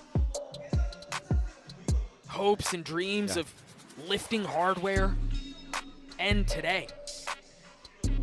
And when you were looking at this map pool, you knew Sentinels had to win this Lotus map. If not, you're going against Gen.G on Icebox, Haven, maps that Sentinels haven't really looked that great on. No, I mean, Icebox was their perma for forever. It's been a while since they haven't played it since March. Yeah, it's been a minute.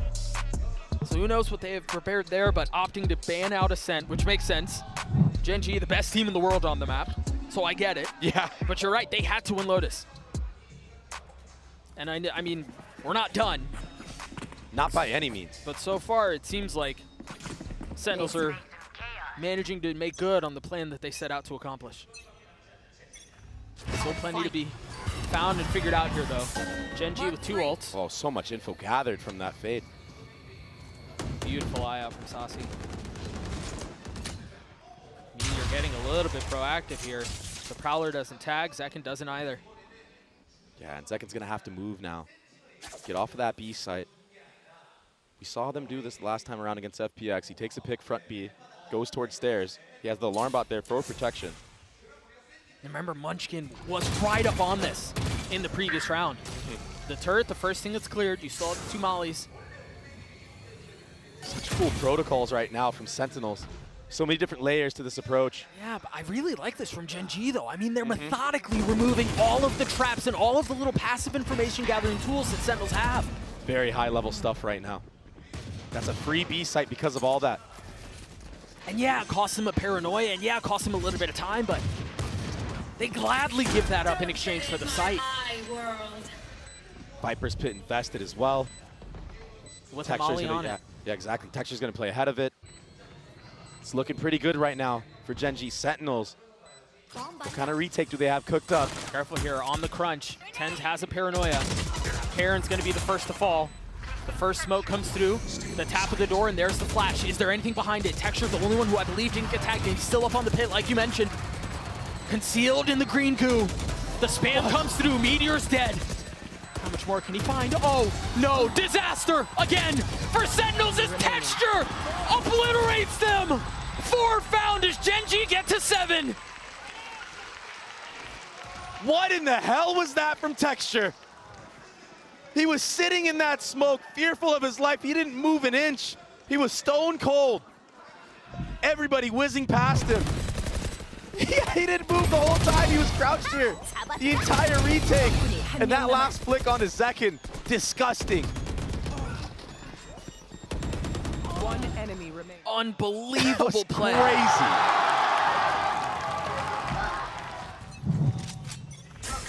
Yeah. The problem is for Gen G, they're going to have to do it again. The deficit that they're facing is so great. But Valorant can be a silly game at times. The calling of Gen G has been really, really good so far on this attacking side. Oh, they're investing heavy into this without real weaponry. Sheriffs and a judge, but they dropped the lockdown, or excuse me, the nightfall. Karen up close. The paranoia's out. Karen's dead. So is Lakia. Texture and Munchkin, the only two that are up. The pit's been planted, but the guns are not great on the other side. Texture's gonna have to clutch again, and he does! 8 for Gen G as they stay alive. It's ridiculous. And a huge investment from Sentinels as well. Saucy using his ultimate. Oh my goodness. Another showstopper online. He just had that 2 rounds ago. What?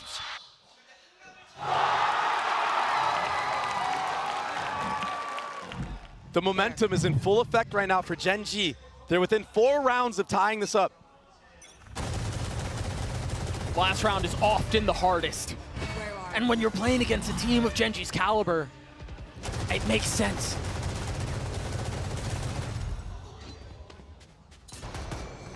A lot of Odin spam being done in tree. But Texture, oh my gosh, he's not slowing down. With ult popped, the tether keeps him back. Zekin's got one of his own. What? But he's gonna have to use it in the next round if we get that far. Doug, I think Sentinels are crumbling. I think they have to save here. You have to. Yeah. But even the way these fights are going, it's so one-sided in the way of Gen G. They're decimating Sentinels in these last couple of rounds. I'll find you. Texture just decided to just wake up and go absolutely nuclear. Gen G with full momentum here. I was a little hesitant to say it in the previous round. Because again, there was a lot, they still were a lot of ults on the side of Sentinels. They're still at 12, there's still a pretty big gap here, but I think we're watching every single brick of that wall fall. And Doug, this is why Gen G are a championship level team. You can never count them out. They never give up. They're gonna fight till the very end. They're gonna push you like you've never been pushed before. And the way they've won these last 3 rounds, Texture, his performance, it's been off the charts. This is such high-level play right now. Oh my goodness, 4 HP, and this kill as well. Unreal. Reckless abandon on the swing, and it works. 23 and 14 for the Duelist, and it looks like we're due for a Clash A main again. It's a force. This could be a mess. I mean, almost everyone is here. Both Paranoias traded. Texture's down. Raid boss falls, and now the ult popped, but it looks like it's a little short. And so both teams refusing to relent on this area of the map, but Zekin looking to take us to Icebox. And barring a miracle for Meteor, that's exactly where we're headed. Gen G decided to take the fight where Sentinels have succeeded this entire half, and it was ill-advised. Wow. 13-9 as Lotus goes the way of Sen City. Wow, what a map so far.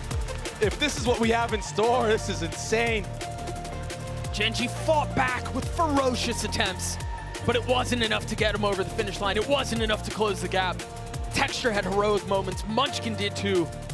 But the guys on Sen City, they're starting to shoot back as well. We're in for a good one, folks. Icebox on the other side of this break. We'll be right back.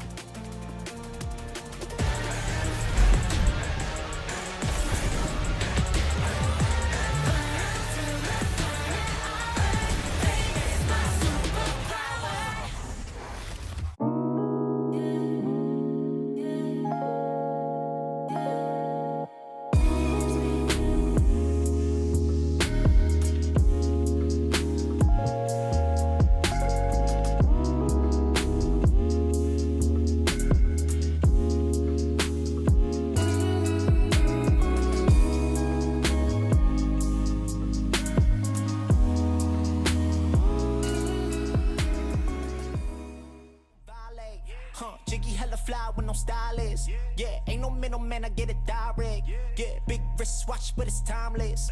Ooh, she gon' work it like she got no time left. Yeah, say she love my style, love my dialect. I know she like it by the way your eyes dilate. Ooh, she a bad vibe, what a vibrate. Yeah, back in my element, walking water with elegance. Put you in a predicament if you fuck with a boy. See my word, I'm a man, but every dime, every cent, every down, split the percentages, they ain't give me no choice. Specialized dope boy from the 213. Yeah, the kicks powder blue like the UNC. All I need is one time and now she won't leave. Girl, this ain't no K-pop, ain't no G-O-D. I fly to Bahamas just so I get a 10. Mark on my bag just like a letterman. Do the hoop, that's the aim one. Everybody swinging, let me know when you land one. Featherweight, now get your weight, see I don't take two, now this a take one. They wanna run it back, I'll keep it laced up. Look, I ain't got time for your fake love. Roll up with the gang, we gon' violate. Jiggy hella fly with no stylist. Yeah, ain't no middleman, I get it direct. Yeah, big wrist watch, but it's timeless. Ooh, she gon' work it like she got no time left. Yeah, say she love my style, love my dialect. I know she like it by the way your eyes dilate. Ooh, she a bad vibe, what a vibrate.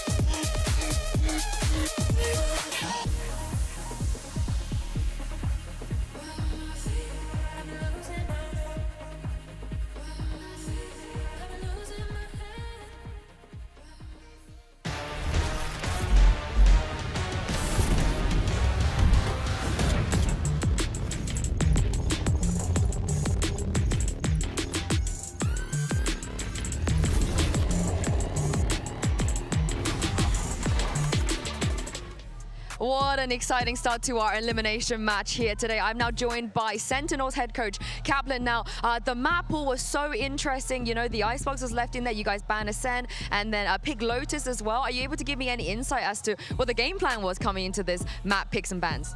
Yeah, I mean, we just wanted to start on a map we were comfortable on. So while they have a great Lotus, we're really feeling it lately. It's just been a home ground for us, so we picked that. And then for the Icebox, instead of Ascent, honestly, it's out of respect to them. Like, they're really good on both maps, and I think Ascent is pretty deep strategically, and it's been a bumpy one for us.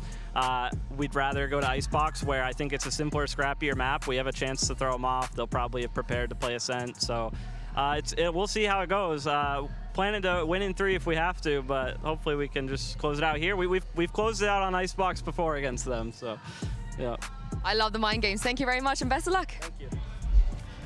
In the saga of Sentinels versus Gen G, in this iteration, Sentinels strikes first on Lotus. They pick up the win, but man, let me tell you, Gen G had us believing for a minute there that there was a possibility we could be going to overtime. I do want to get some quick thoughts, though, on that map, because, yeah, I mean, you heard Coach Kaplan saying, you know, they know they're good on that map, but it's one that they felt good, very comfortable with, and it showed on the server. No, it really did, and, I mean, excellent prep work here for them. But I mean, we got to see the attempted run back there from the side of Gen G, but I felt ultimately there was too much damage dealt early. That was the Gen G, those last couple rounds that we were coming into this series kind of expecting to see. So it feels like they started to get locked in, but just not being able to make that a 6-6 half, having that fairly devastating start. Because I mean, you know, 7-5 overall not bad, but given how things had begun, it was a very poor showing. I mean, to me, I really feel like Sentinels just got a lot more value out of their util usage. And so, yeah, there were some explosive plays on both sides, some hype moments, those things like that, but little things like, for example, Gen G's round where they go to B and they use the showstopper and the nightfall. Nothing. And then they go into a post plant and they're not really prepared for the angles that and the timing that Sentinels are coming from. So you're going to use those big ults and you can't even convert the round. Things like that, and there was a lot more to it. Like Saucy in particular was doing a great job on the fade, really nailing some important util for the side of Sentinels. Those things really threw Gen G off balance versus Sentinels. So that's like he was singing the opera. It really was. But these two guys absolutely lit it up. You were seeing some highlights there from Zekken and what he was doing in that game. We were talking about when was Zekken going to be back in form. He definitely is here. It is showing. But Texture as well right there with him. I mean, you can't ask for much more from your aces in those situations, right? Like, Texture's hitting some wild shots. Zekken is opening up the map for his team. I mean, genuinely speaking, Achilleos, like, this was a war between two titans on each side of the field. No, it really was. And the parity between the players is actually kind of astounding to witness, because at the half, they're both there, 12-8, only one assist separating them. At the end of the game, they both have the pretty much the exact same scoreline, same amount of kills there at 23, one fewer death, 3 less assists for Texture, and then both of them with 5 kills. They both went 5-3. These guys were operating on very similar levels. For Texture, though, it was a bit of a run back for him in that second half. Zekken had taken that lead. Texture comes in, overtakes him, and then Zekken's able to capitalize and catch up at the very end. Yeah, well, you know what, though? Texture was just absolutely on fire in some of these rounds. That takes us to our HyperX Reflex moment of the day. This one, of course, you got Texture, who, you know, look, we're still hoping that Texture gets the ace, but I'll take a collat. I'll take a collat any day of the week. I mean, you take a collat and you take that flick. That flick was absurd. I mean, he first picks up the collat onto Zelsis Intense, but then he goes back for more. He's a little hungry. He wants a few more bites of the pie. Finds it there on Saucy and looks again, and he figures, you know what? Let me go ahead and disrespect this fool right here. John QT had to take a lap, had to take a seat. That is exactly what you want to see out of your star player on this team, Paper. And he had a couple of those moments that could have been that HyperX replay. Hit another 4K in there. And that could have been it too. I mean, he was frying. He was doing everything he could, but the back line behind him, Munchkin played pretty well in that map too. But, you know, surprisingly, Karan and Meteor in particular really were struggling on that. Karan getting called out a lot in moments that he typically doesn't. And this is kind of one of the things I was talking about, where sometimes you can pick on Karan when he's anchoring a site solo, and you can make him uncomfortable and get those easy first kills, kind of convert rounds off the back of that. Yeah. Now, of course, this takes us to Icebox, and if you remember history, Icebox was the map that Sentinels closed out against Gen G, but this is Gen G's pick. We have not seen Sentinels, you know, play this, and when they did, it wasn't that great. You know, they had a few wins. But that kind of is the same story for Gen G internationally, globally rather, I should say, on Icebox. They're 2-4 across the year, and as Kaplan just mentioned in that interview, this is the map that they were able to close things out. They said, you know what, we have ended a series against Gen G with this map before, and it was fairly dominant, 13-6. Regionally, Gen G has been very, very good on Icebox throughout the entirety of the year, but it's still, they've never really had those big, you know, blow people out of the water type performances on that map. Yeah, other than like towards the end where they kind of destroyed DRX on it, but that was like towards the end, and like DRX is looking really good for what it's worth. But yeah, okay, so basically similar comps here. It's just the Sova versus the Gecko, right? Your info gathering initiator is going to be the change up. So Sentinel's throwing a little bit of a difference in there. Saucy going back to his Sova, the classic agent he's so well known for, has such impeccable timings on this. So you never know, man. Sentinels look great right now. No, they really do. And one of the things that my eyes are very much going to, and somebody that we didn't get to really talk about too much, is Lakia. Was not finding that much impact. Was able to put up a couple of assists. His util was there to try to escort players forward or force Sentinels back. But here with this Gecko, Echo. I'm looking for big impact from him, not just in the util usage, but also in his rifling, because he has proven on the global stage, proved it there in Shanghai. This guy still can shoot, but we were not seeing it on Lotus. And this is a map where he generally thrives. He's really good in the mid to late round about using his util well and finding those clutches, finding those high impact moments when Gen G needs him the most. Well, the last time these two teams played, it was Gen G with a 2-0 win. Can Sentinels now return the favor to Gen G, or will we be forced to go to a map 3? Let's send it back over to your casters for this one. It's, of course, Doug and Baby Bay for the call. Thank you so much, GB. Dre, I think one thing that stood out as we were listening to Kaplan talk was the immense amount of respect that he showed towards Gen G. He didn't want to go towards Ascent. He felt like it was a little bit too strategically deep. Wanted to go towards Icebox instead. I think there's a lot that he's showing there. It's like, hey, we know where you're good. We don't want to take you there, bro. And it also showed in the server of how Sen approached that entire map in the beginning, right? All the attack, it was, you know, the slow, methodical approach, not trying to give any kills. And the pistol rounds is what stuck out to me. In a 13-9 win, that's 4 rounds. That's 2 pistols that Sen won. Yeah. That's how evenly matched these teams are, that it comes down to who can hit these shots right here. Icebox very well. It might be a different story. Wow. A couple of sheriff shots already traded and kills found. Texture slips all the way back. But John QT is trying to do a bit of the same, not able to settle shots on the last kill as Gen G manages to get the spike down, manages to get away. Now it's on Sentinels to attempt to retake this. Have a little bit of util to play around. They have the drone, they have the Viper Wall, and they have a weakened Texture, a weakened Munchkin. John QT is not much better off. Do they have any lineups? Do they have anything like that? No spits, nothing to speak of. John's not able to stick around. The one Malia that they had, Saucy with 2 big ones. Munchkin left alone. Had the knife, drops down, spots 1. Saucy on the defuse, gotta get it to half. Pauses for the fight as Saucy gets 3 and the defuse. It was blow for blow the entire round, a 3v3, but Saucy just turned up. And those honestly, sheriff shots were so clean. And honestly, that was a guy we didn't talk about a ton on Lotus. It was relatively quiet. I mean, yeah, we talked a lot about Texture and Munchkin and Zelsis, and for good reason. But this Carol was quiet. Oh my gosh, him and Lakia both. Yeah. This roll for roll, these teams are so evenly matched, but it's another pistol the way of Sentinels. Right here. Texture, he will get a Stinger purchased for him from one of his teammates and a light armor invested. Might be the only saving grace. There is threat here. It's not all safe. Munchkin will fall. I cannot use that. But again, it's Texture who can bite back. Oh, good damage done on the 10s and Saucy. Actually might find the timing here, just like he did on Pistol, but second, he's so ready for it.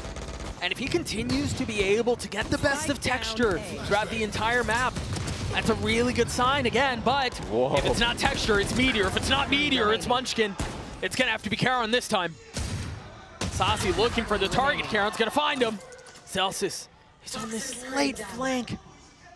And as time continues to tick, you've got to have a decent understanding where he might be coming from. The one problem, though, is Karon is 10 HP.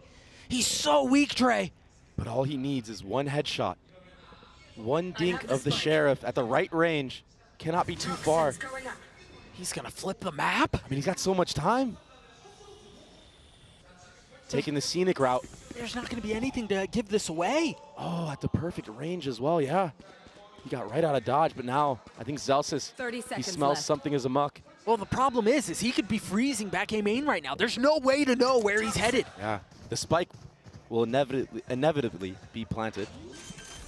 And now, Zelsis will understand Spike planted. that Karon's out. He's planted towards B, and now the gunfight begins. All of these minor pieces, all of these minor movements end here. Karon taking a step back. As Zelsis continues to push forward. He has a turret, he has an alarm bot.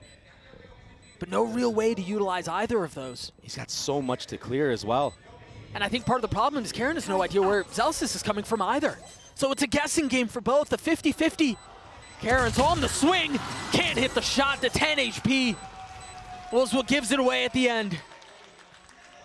Talk about a saving grace. Zelsis winning that 1v1. Meteor went nuclear on site, getting 3 kills with that Sheriff, making it extremely costly from the side of Sentinels. These shots were disgusting. Oh, what a flick.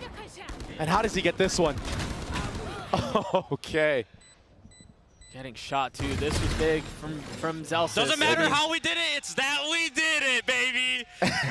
And the truth is, nobody remembers how things play out at the end, right? I mean, to a degree, he's absolutely right. It doesn't have to be pretty as long as it works. Absolutely. Now Gen.G with clear gun advantage. Going into this round, it's another A default. A nice tag from Zekin. Gets a little too greedy, gets taken out by Lakia. Yeah, swings in way too many. So that weapon will sit up in heaven. Out of charges. Gen.G with no real intentions of the rest of the map. They're all here towards A. Tench trying to get back and stay alive as Lakia is pushed so far already. He's in a deep mix of things right now. Oh, Hunter's very invested. But there are only sheriffs left. I don't know that it's going to be enough. There's a lot of players low right now. Yeah, they are. You're right. And it's light armor on John and Saucy. Can they settle this? Gen.G are playing so far up here. Munchkin has a knife too. Dark tags. Oh, can't connect. Texture, 49 HP. As the wall goes down, John QT segmented off. Texture again found success from this very position. Saucy on the reposition. They've gotten it down to 1. Texture's weak. Can he find it? Down to a 1v1. 7 bullets left. Saucy with the sheriff. He gets up top and Saucy drops him. The 3K is Sentinels win the bonus. What was that? Another big round from him. I was wondering why he was investing the Hunter's Fury with such a disadvantage, but they're so confident. At a level like this, it's those crazy plays that make the difference. Unexpected things that happen. And phenomenal execution. What great awareness. Bro, I missed the easy one and I hit the hardest one. Saucy showing up in a way that we haven't seen in a really long time to deliver the MasterCard Thrifty to get Sentinels to 3. Gen.G on this weird hobbled buy now. They've got a Vandal, a Guardian, light armor. But Sentinels did just show us it doesn't really matter the size of the gun in the fight. Second so far up, but he's been caught, he's been had, he's been found. A life donated here. Very risky play from Zekin there with no real support. Johnny didn't have an angle. No, he had no way to help him. Yeah. And that's kind of uncharacteristic from Sentinels with the way they played the last map. They didn't really go for risks like that on the defensive side when they knew they had a clear advantage. So maybe a little bit too overconfident, a little too overeager, but a lot of info gathered from TenZ. Yeah, that little pixel angle, calling the rotate back A. Zelsis will have a lot on his hands. And that knife tagging means the utility's not going to be a part of the equation for a little bit. But in and out behind the wall, finding lethality and getting away. Even numbers it is. Yeah, they've still gotten out towards the site. Spike should be able to go down. I don't know if there's anything that Sentinels have to deny this. And now the lockdown early. Yeah, this is going to create chaos for Zelsis, but he's still going for it. Seems like he's just going to try to get a parting gift. Even if he gets detained, he's got help. The problem is, what he doesn't have a ton of his time. Meteor's down. Crispy shot out from TenZ, and now the rest of the defense starting to creep their way forward. The flash over the wall. Gen.G giving so much respect and giving so much space here. Again, all of the post-plant utility gone. 2 Vandals in the hands of Gen.G. Lakia 1 away from having Thrash online. They're waiting for the swing, and there it is. Lakia down. Zelsis will get it to half. Munchkin's by himself. Can he stop it? No. Sen City gets a 4. These retakes from Sentinels are so good on A site so far. Complete control and patience in the approach. And then they're fighting together. I mean, it was a firing squad that everybody in that post plant had to deal with. Munchkin, had he taken a little bit more of a step out, that spray would have connected, but it just wasn't quite there. And Zelsis, what a big impact kill. A lone warrior on site, dipping out, making it even numbers after a great entry from Texture. Thrash popped at the beginning of the round. clearing out a little bit of that B-long space. And then the knife, too, confirming where Zekin is. That's actually a really nice combo of utility. Yeah, just no follow-up from the side of Gen G, so Zekin can hold his ground, keep all this info. Yeah, but I don't think they wanted that. I think they wanted to find where Zekin was and then hit the other side of the map. The problem is that may be part of Sentinel's plan. They've got so much more utility out towards A, but it's all been cleared. It's all been recalled back. Oh. Texture finding high ground, but not finding a kill. And so they've gotten out onto A. They should be able to get the spike down. I thought it might go over to Karam because he was one away from the pit, but it's Munchkin who sinks the spike into the soil of the site. Knife out, understanding there is a little bit of presence. Zelsis further up, but the rest of Sentinel's not far off behind him. Again, these post plants that you mentioned, they've been so effective for Sentinels, but they're at a numbers disadvantage here. Can they convert again? Oh my goodness. That's such an aggressive lockdown. They've got to fight it. I don't think they can hold this back. JunQT has already gotten it to half. Tens pushing forward, just the threat, just the distraction, getting the kill too. Lockie and Karen left alone, and it's another round the way of Sentinels. The retakes of Sentinels. Need I say more? It's too good. That's 5 diffuses, 5 spikes being planted for Gen G, and no conversion. And they're trying to swing together, but that aggressive lockdown, it created too much chaos. It creates a disconnect. My brain is completely off right now. Peak. That's him with brain off. I mean, I guess he doesn't really need it on when he's just playing aim labs. Yeah, when he's holding the diffuser. Swinging out 410 like that, trying to take the fight into A main, sure. And it's slipping away right now for Gen G. Nightmares, flashbacks. Yeah, but I still think, I'm very curious to see what things look like on the other side of this timeout for Gen G. Because you think about how effective they've been on the other side of timeouts throughout really the entire year. I mean, this is not an area that they're unfamiliar with as far as trying to implement a plan in, as far as trying to change the tides in positions like this. I think the one problem is this might be the most important timeout Gen G will call all year. This might be the most important timeout of the year for them. It is. And on the last map, that timeout brought them back into things. It got them back in the mix, gave them a chance, brought it to 13-9. They need to convert around. They're doing a great job of getting the spike planted, but it's the post plants that have been faltered. A disconnect sometimes, you know, Meteor playing too far up, Ten's getting a free pick on him. Then the numbers advantage sways the way of Sentinels. Maybe they all need to fight back sight together as a unit and be cohesive in the post plant. Again, heavy presence towards A. Karan has his ult. Munchkin 2 away from his. Another A hit. They understand that they've been getting the spike planted, like I said. Yeah. But this time, a change of pace, though. It's a flood. Oh my gosh, they're not ready for it, Doug. Ten's ahead of the play. He really might be brain off, but it seems to be working. I mean, they just continue to crumble. It's just Texture and Munchkin left. You were just talking about how this has been successful for them. If you think about the equation for Gen G, this part has been fine. They've been able to get into post-plant positions, but they lose the post-plants. This time, all of the resistance was met ahead of that. It's not over yet, though. The wraparound from Texture, he's got 3 to the round. He's going to have to win a B2, though. The ever-elusive Ace will have to deliver here if he wants to get Gen G on the board. He's getting it down to 1, and there it is! An Ace at the best possible time! Gen G are on the board.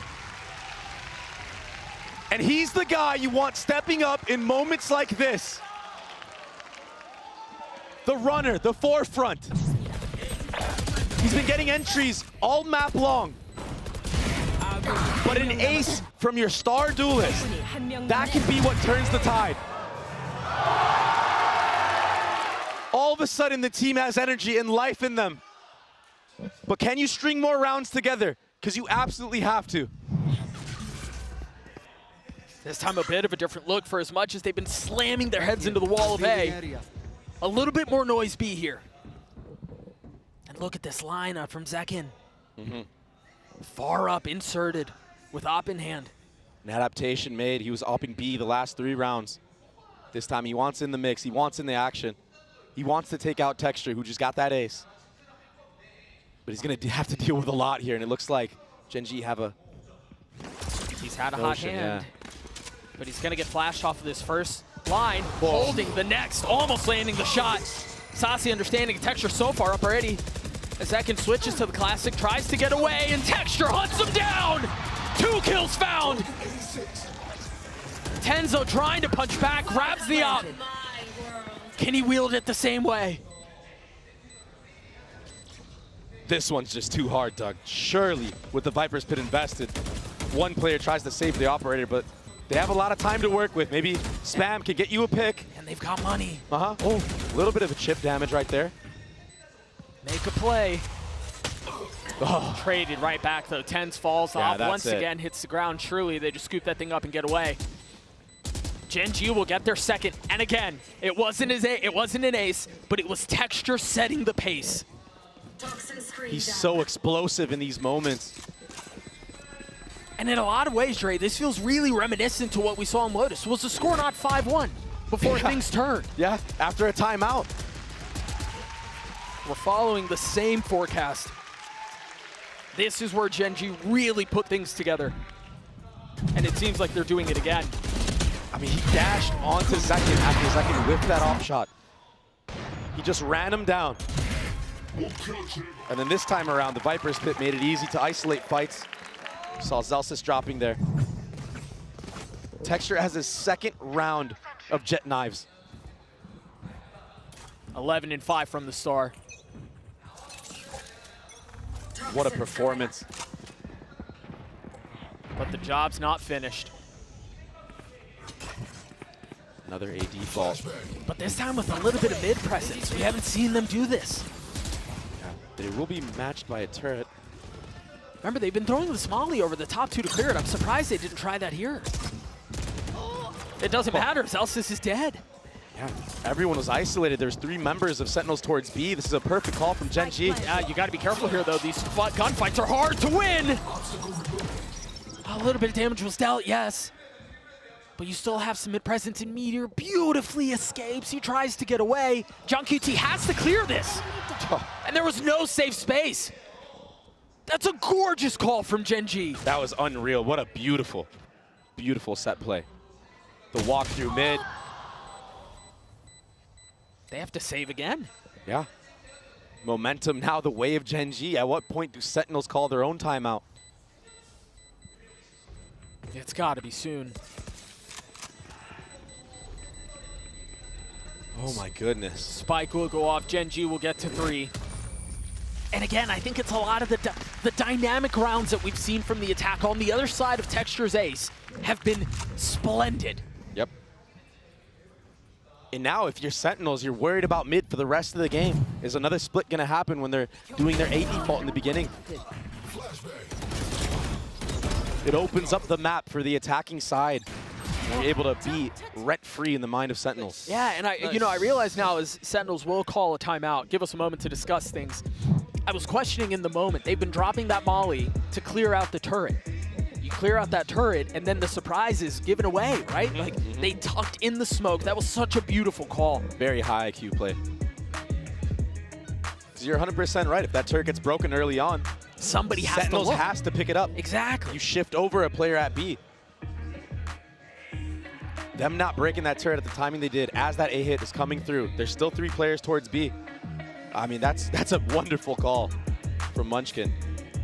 He may be sitting at 1 kill, but his calling right now is phenomenal. And what a comeback into this half off the ace of Texture. Very similar to what we saw in Lotus. 2 rounds now between these 2 Titans. It's kind of insane, like Sentinels, with the way that they won all of those rounds in the retake scenarios and whatnot, their economy has lasted 4 rounds. It's the 4th round, they still have money. But right here, it will be broken if Gen.G can win this round. Finally put Sen on an eco, perhaps. Such an uphill battle that Gen G had to climb. And they're just one step away. It seems like they've crested the mountain, or close to it. Almost at the summit. Look at the respect mid. Yeah. Look at Sasi's positioning. You're absolutely right, Dre. Rent-free. Absolutely rent-free. Second holding B-line with the op. Gen G a much slower approach to this round. Yeah. And this is Munchkin's highlight of IGLing, his changes of pace. I mean, the pace in the first 5 rounds, it was A hit, A hit, A hit, A hit, A hit. Now a very, very slow approach. But there's 4 members of Sen here, and that Viper's Pit is invested as well. You kind of have to flip sight in this moment.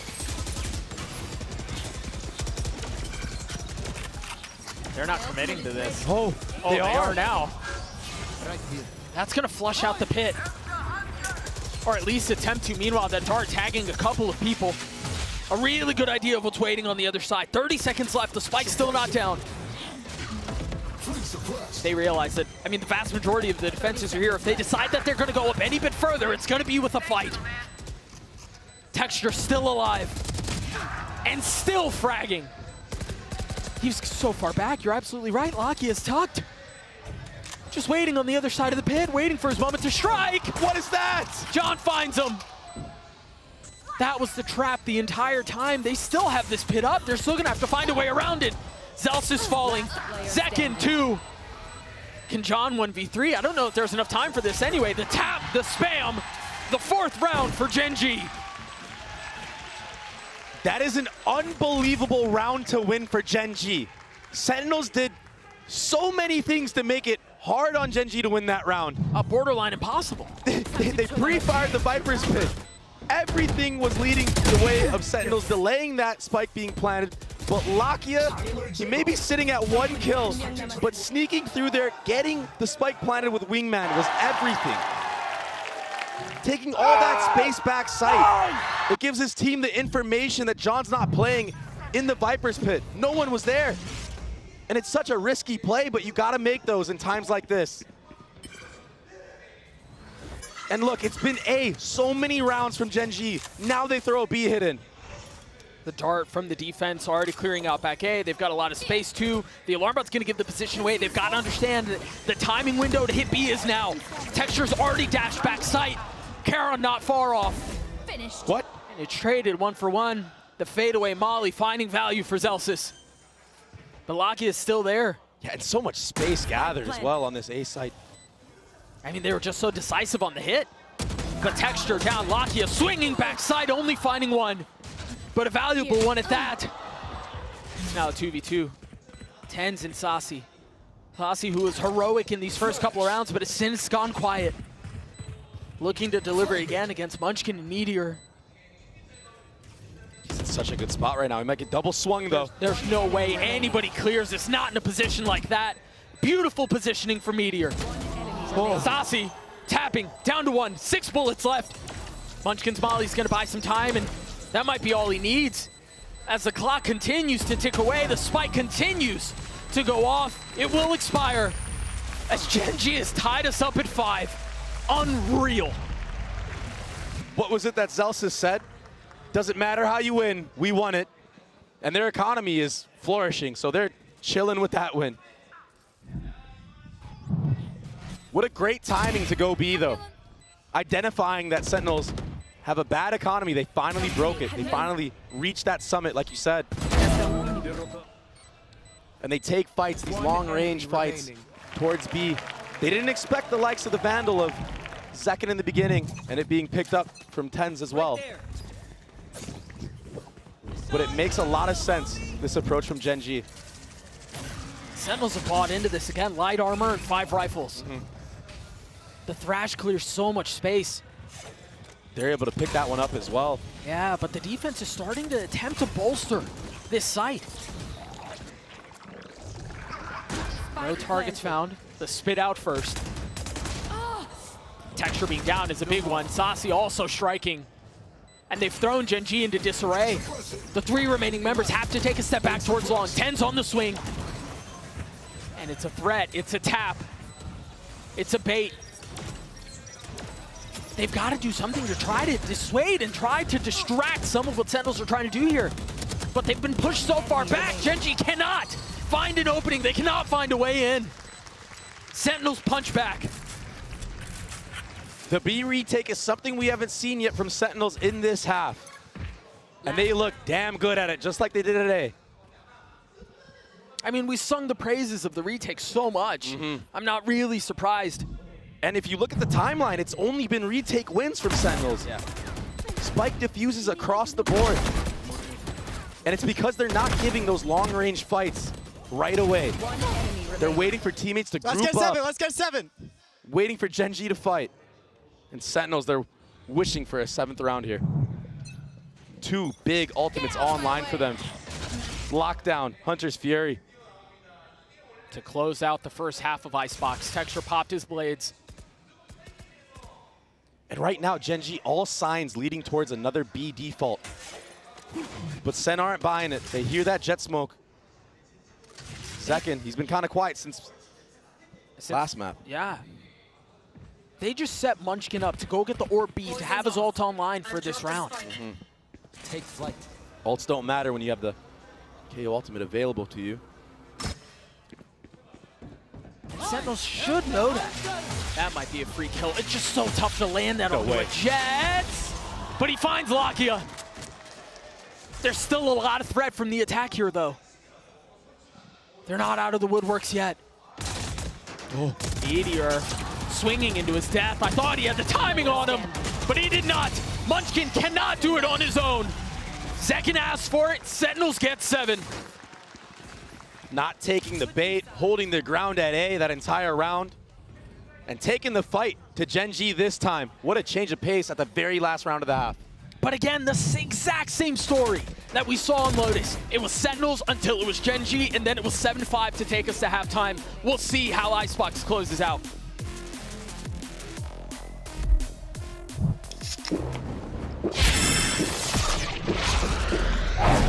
Red Bull gives you wings.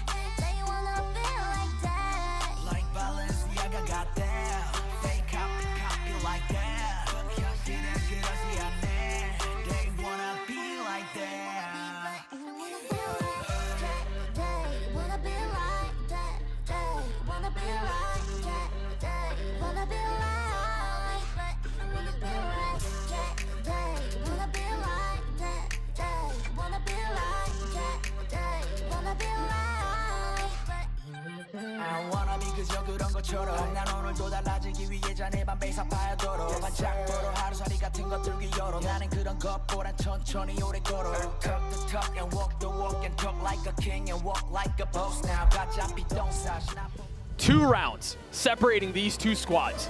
Elimination on the line. We've talked about the stakes and we're going to talk about them again because this is the year for both of these squads. This is where either you punch a ticket to playoffs, to the big dance where you're in top 8 and you're still in pursuit of the hardware, or you go home empty-handed. And that's a long off-season to think on. And not only making the playoffs, but probably being a favorite going into playoffs as well. Both these teams champions of their own right this year. Sentinels, Madrid winners, Gen.G, Shanghai winners. The only 2 teams to have tasted international glory in 2024.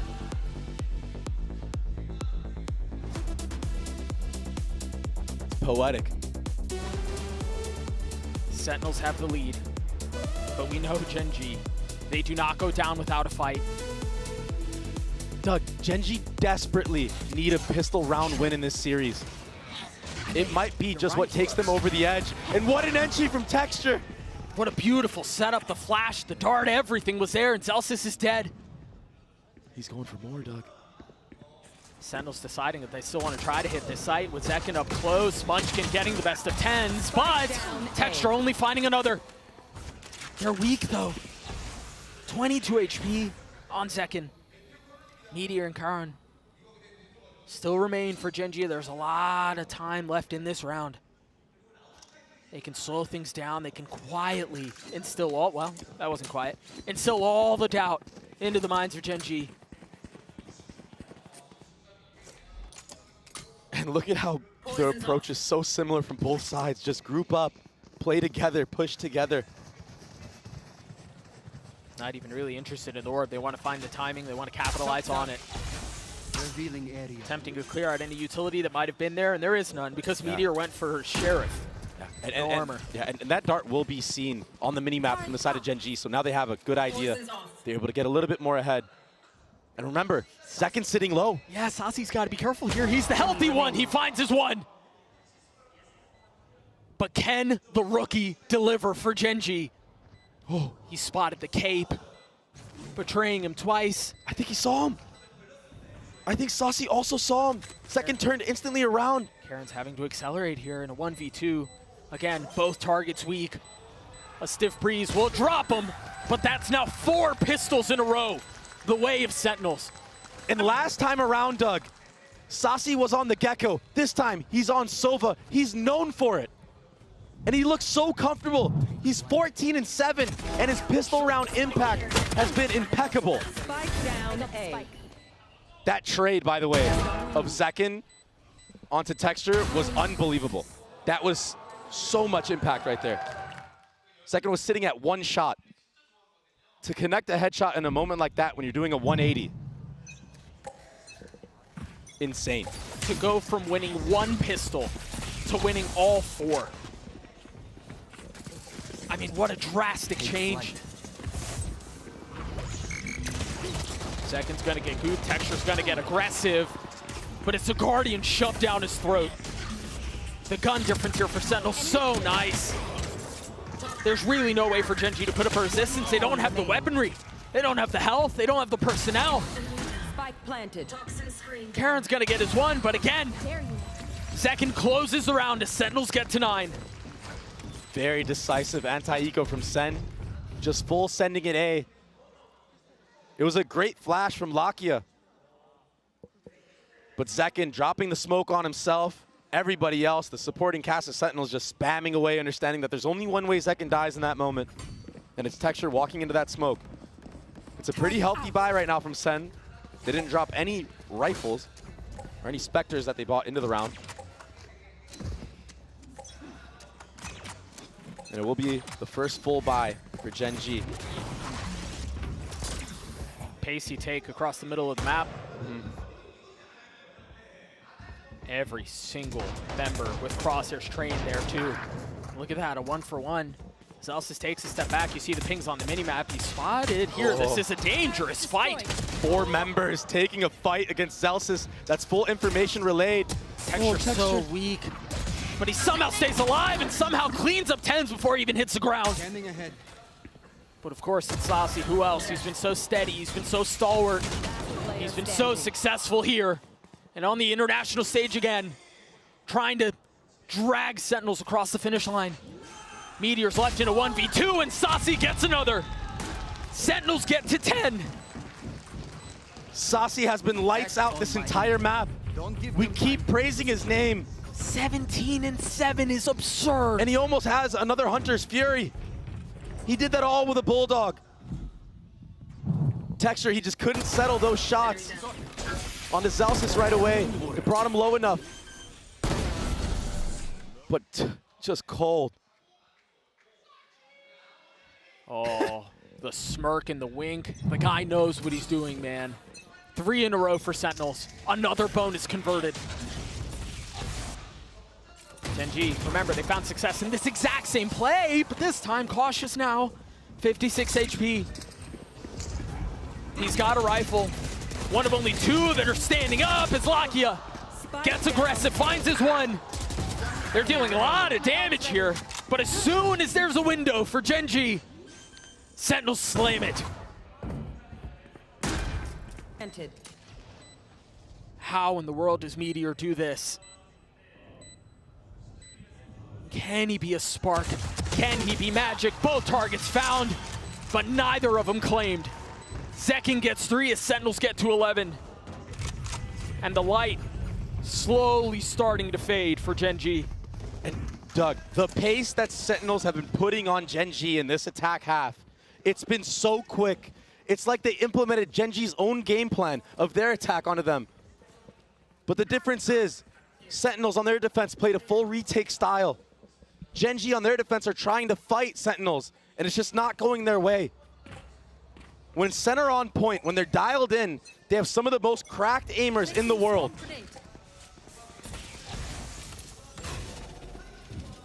Different look early on. Sentinels again with a lean towards A.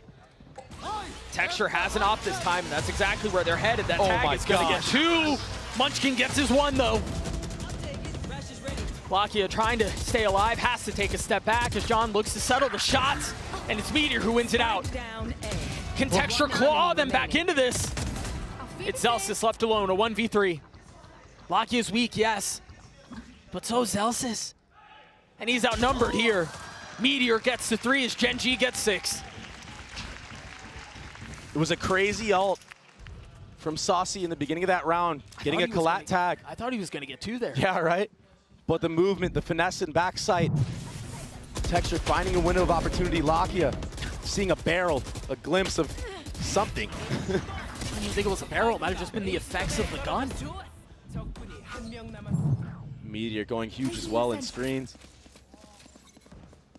And I think that's the question now, right? Is who's going to step up for Gen G? In that round, it was Meteor. Texture still has the op.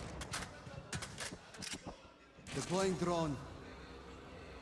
And a different look from Sentinels. It's been all A, all day. Drone will get a tag. Saucy is truly in a flow state right now. He pre-fired that.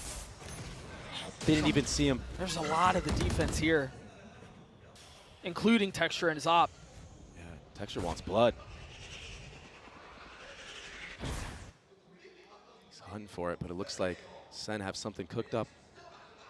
A little pop flash play, perhaps. Will he find a target? He's taken the line. Nothing found yet.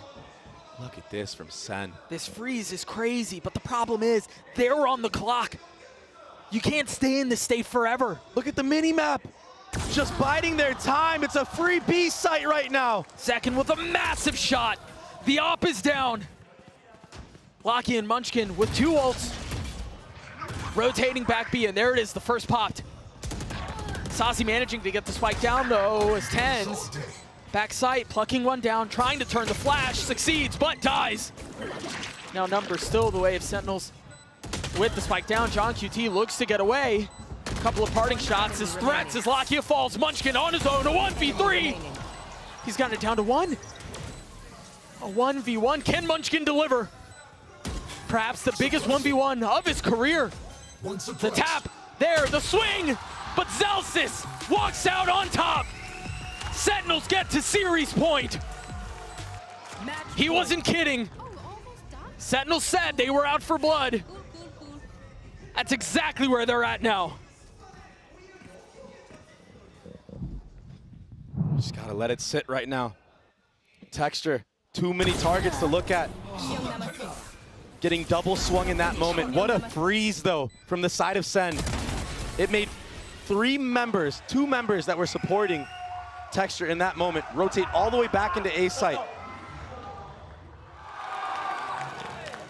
No info was gathered towards B.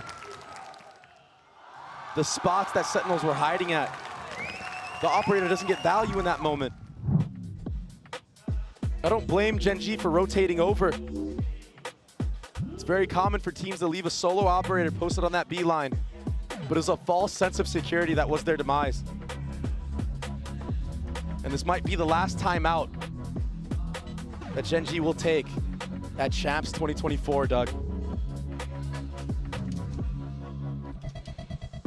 Economy not looking too hot from the side of Gen G. And the ultimate economy is off the charts right now for Sentinels. You guys will all see it when this timeout ends. I mean, what do you say to your team in a moment like this? If you're Gen G, what do you say if you're solo here? You gotta pray. All you can do is band together. It's exactly what you just saw the coaching staff do on the screen. There's the ults that you were just talking about. 4 of 5 the way of Sentinels. They've got everything they could possibly want. Remember, on Lotus, they got to the 1 yard line, and then Gen G put together a ferocious comeback, but it wasn't enough. Can they do it again? And can they close out the map here? Sentinels are wise to something. Yeah, the Dizzy going up. They know. And you can't recover that either, Doug. Exactly, that's not a Dizzy. They're gonna be able to scoop back up. Sentinels understood that they're at match point right now. It's elimination for Gen G. Players get desperate at a time like this. They want to force things, make things happen. That's why you see a red wall across the board. Nobody has really pushed past the barrier. That desperation can be a fine line, though. I mean, look at the mini-map. From the start of the game, it was 3 players towards A, a shift towards mid now. There was a dagger used. Texture's going to be called upon to deliver. The hour has struck. Can he arrive? No! Saucy overwhelms him. With the rest of Sentinels behind him, they push forward, looking to take A. Can Karen hold the line? The flash in his face. He will crumble too. Now just 1 rifle up for Gen G. Hopes and dreams of a year potentially falling short right now. Yes, they raised the trophy in Shanghai. But it would have been so much sweeter to do so in front of a home crowd. But now, Lockie and Munchkin doing their best to keep this thing up, to keep it competitive. They're gonna have to navigate the pit. Every single member crumbling. Tonight, Seoul burns red. Sentinels survive.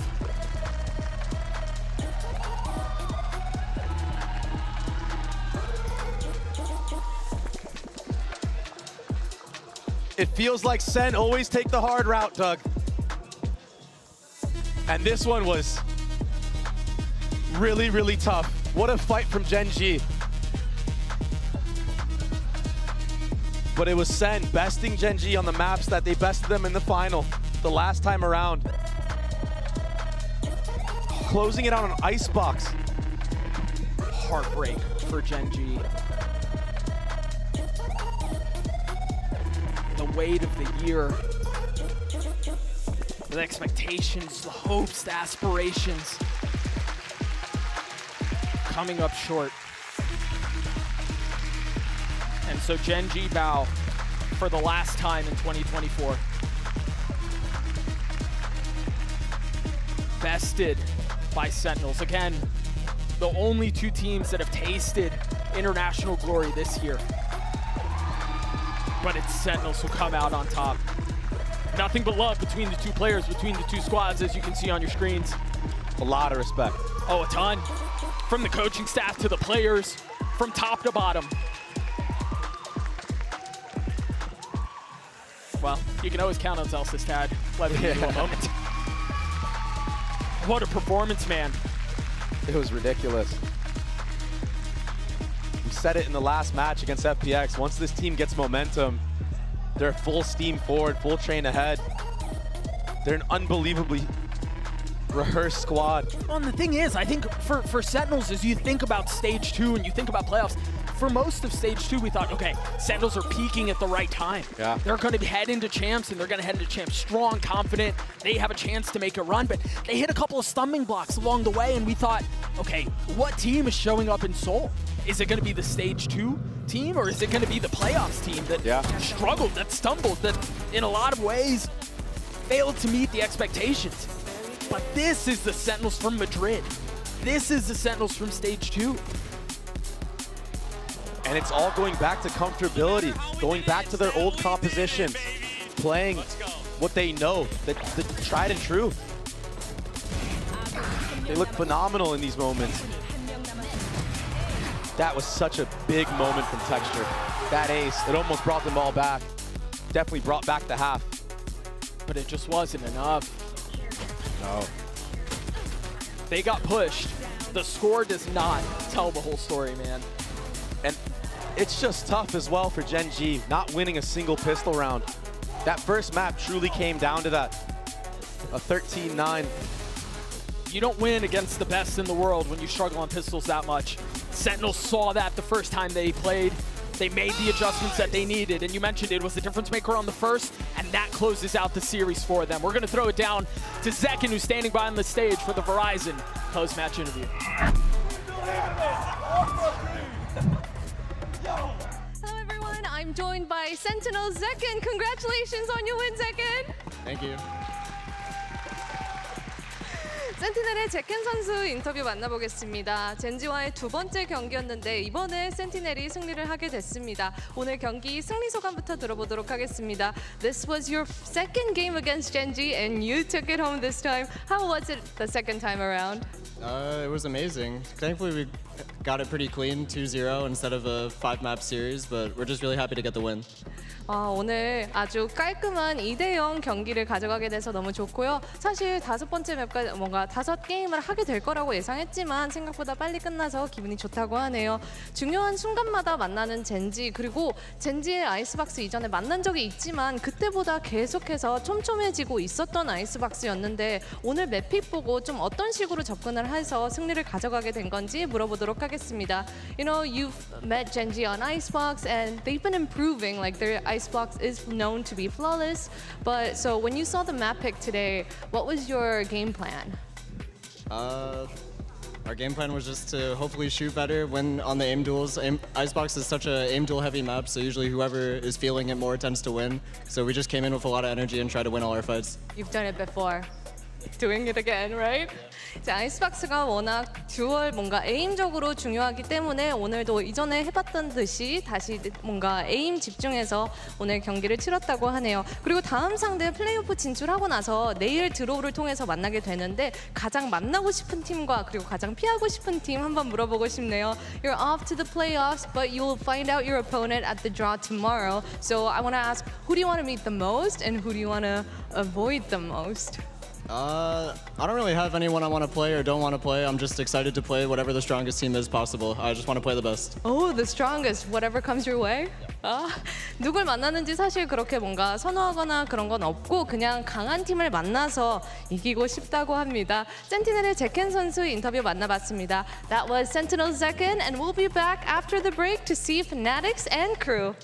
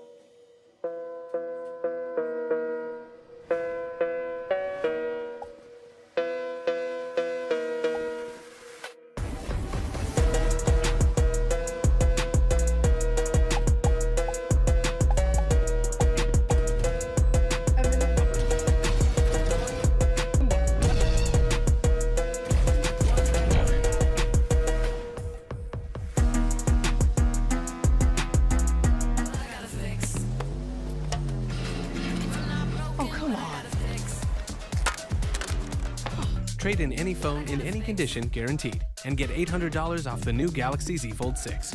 Only on Verizon. Red Bull gives you wings. History.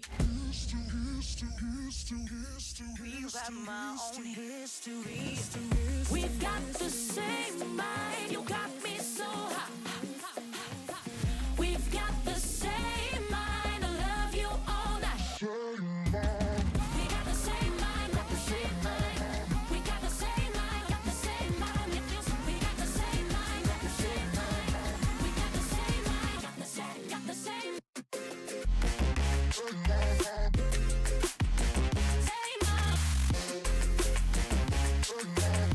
We got the same mind, got the same mind.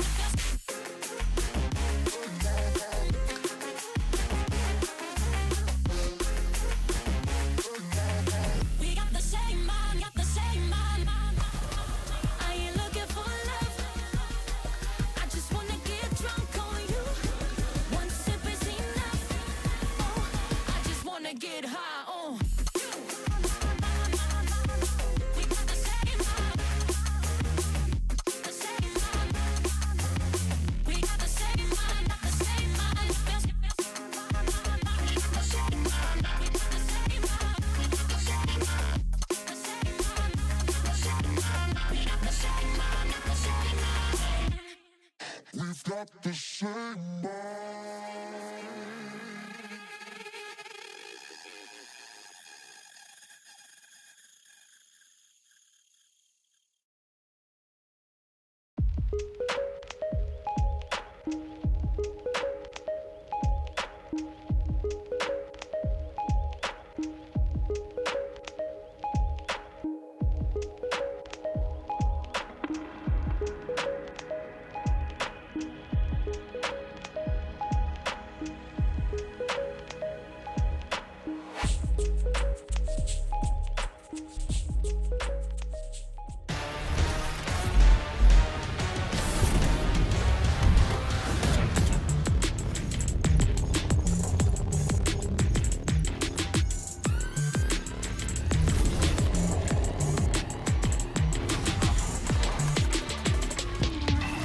Welcome back, everyone, to day 9 of Champions Seoul, and what a result we just witnessed after losing in the opening game of Champions Seoul 2-0 on what seemed like an easy clap from Gen G. Sentinels bounced back and sent the home team, well, home. They're eliminated. Gen G's out of the competition. This whole bad boy is wide open, and the winner of the train to playoffs, it's Sen City. They stand tall today, of course, here back at the desk with Achilleos and Paper Thin, who, you know, molding a little bit, but it's completely understandable. That was honestly an incredible showing from Sentinels, but man, I did not see that coming at all. Not like that. I think unfortunately around the half is when we saw it coming. Yeah. It was looking all right. We had that ace from Texture. It's like, okay, there's some good moments happening here. That's when Texture's gonna get fired up. Expecting, you know, that run back, like when he got that ace on Lotus versus Paper X all the way back and, you know, the beginning of stage 2, like, okay, this is where he's activated. They're gonna come online, and then we got to the second half, and I'm just like, it's not coming together. Yeah. No pistol wins, no bonuses. Yeah, picked up. Miserable. Yeah, I mean, you're giving 6 rounds off the break there. I mean, it's kind of hard, you know, to like bounce back over that. Gen G were at a deficit. This was Gen G just not looking like the Gen G that we had come to expect coming into this tournament. It's not the Gen G that we saw when they were able to take down Sentinels 2-0 at the start of this group. This was a completely different look, and it's unfortunate, but it is what it is.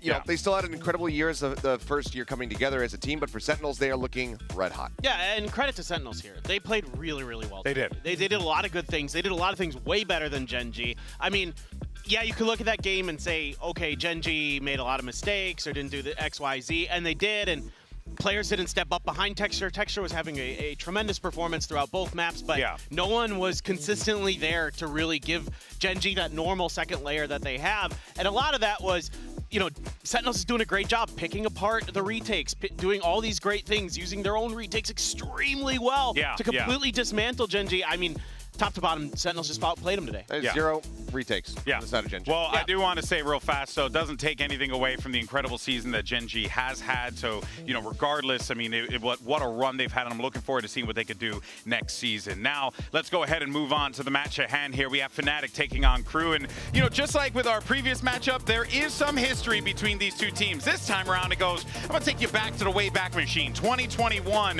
when Crew went on a run at Champions and eliminated Fnatic. Now, granted, you know, both teams looked a little different back then. Some looked way different than others, but Crew, they've been undersold time and time again. Fnatic have been hyped up time. I would say oversold, but hyped up time and time again. Ooh, feels like on landmines. you know, it's perfectly fine. I don't pay attention to social media anyway. So, you know, that being said, kind of feels like we're back in an interesting position here, Achilleos. Yeah, this is a little bit of a time capsule, I think, and man, would it be wild if Crew could do it again, because then the stage is set, and I have to beg the question, could Crew, do they face off against Sentinels again? Oh, yeah.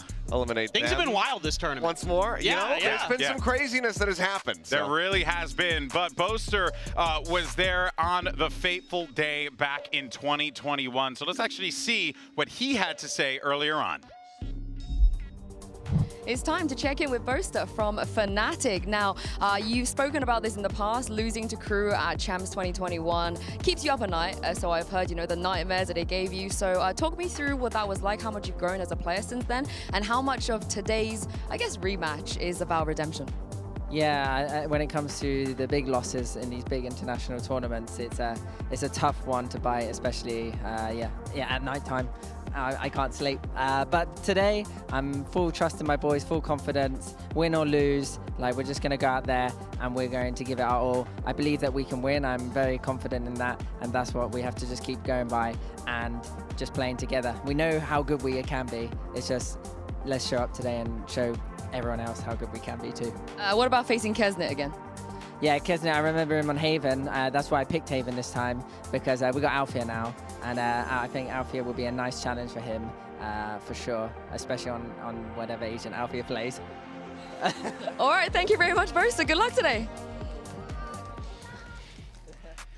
We got a little bit of a spoiler on that one for the map draft, but we'll talk about that in a little bit. Now, let's actually reflect on that DRX Fnatic game, because in a similar well, not necessarily in a similar fashion to what we saw with Gen G and Heretics, this time around DRX were absolutely in control. Once they won that Abyss game, Lotus just seemed to be their bread and butter, and Paperton, you know, like DRX looked great in that. Fnatic, definitely, you were starting to see the cracks in the armor a little bit there. And Fnatic said it was one of the worst games they've ever had. You know, so take from that what you will. I think you can say that DRX just came in with a really, really good game plan on Lotus, you know, kind of changing up their comp a little bit with some players swapping roles. You know, Foxy9 came out hot on the chamber. Yeah, he didn't have a ton of impact as the map went on, but DRX just read the map really, really well, shut Fnatic down in one of their best maps, at least historically. Yeah. And now you kind of got to wonder, well, Lotus no longer maybe that tried and true kind of map that they can go to when things are going sideways for them. What's going to be the backup plan? Is it going to be Haven, like Boaster just said in the interview? I think we got a little bit of a spoiler there. Yeah. But is that going to be good enough? I really don't know, and I think that one of the things that we need to see is a hot start from the side of Fnatic. That Abyss, it was very contentious, but then things just really fell apart from them after dropping that map to the likes of DRX, because we talked about it on the broadcast. Every single time that those two teams had played against each other previously, it had always gone to 3. It was never easy, but this time, Fnatic very quickly ran out of steam, and they couldn't really do much. It was another 13-6 scoreline there on that second map. But one player that Boaster did big up in that interview was Alfier, who, regardless, was putting up great numbers against DRX. And, you know, this team, in the past, right, Alfier was that impact duelist. He was this young player that was shocking everyone, you know, really elevated Fnatic to another level. But it seems like here now, Fnatic are kind of living or dying based on how well this guy is performing. So it makes you wonder, right? Like, if Alfier shows up today, it could be trouble for Crew. Absolutely, and it's kind of like, well, but the concern is it could be kind of like what we just saw with Gen G, right? Yeah. Where one player is stepping up and nobody else is there with him. I mean, he had almost 20 kills more than anyone else on his team in that DRX match, Alfier.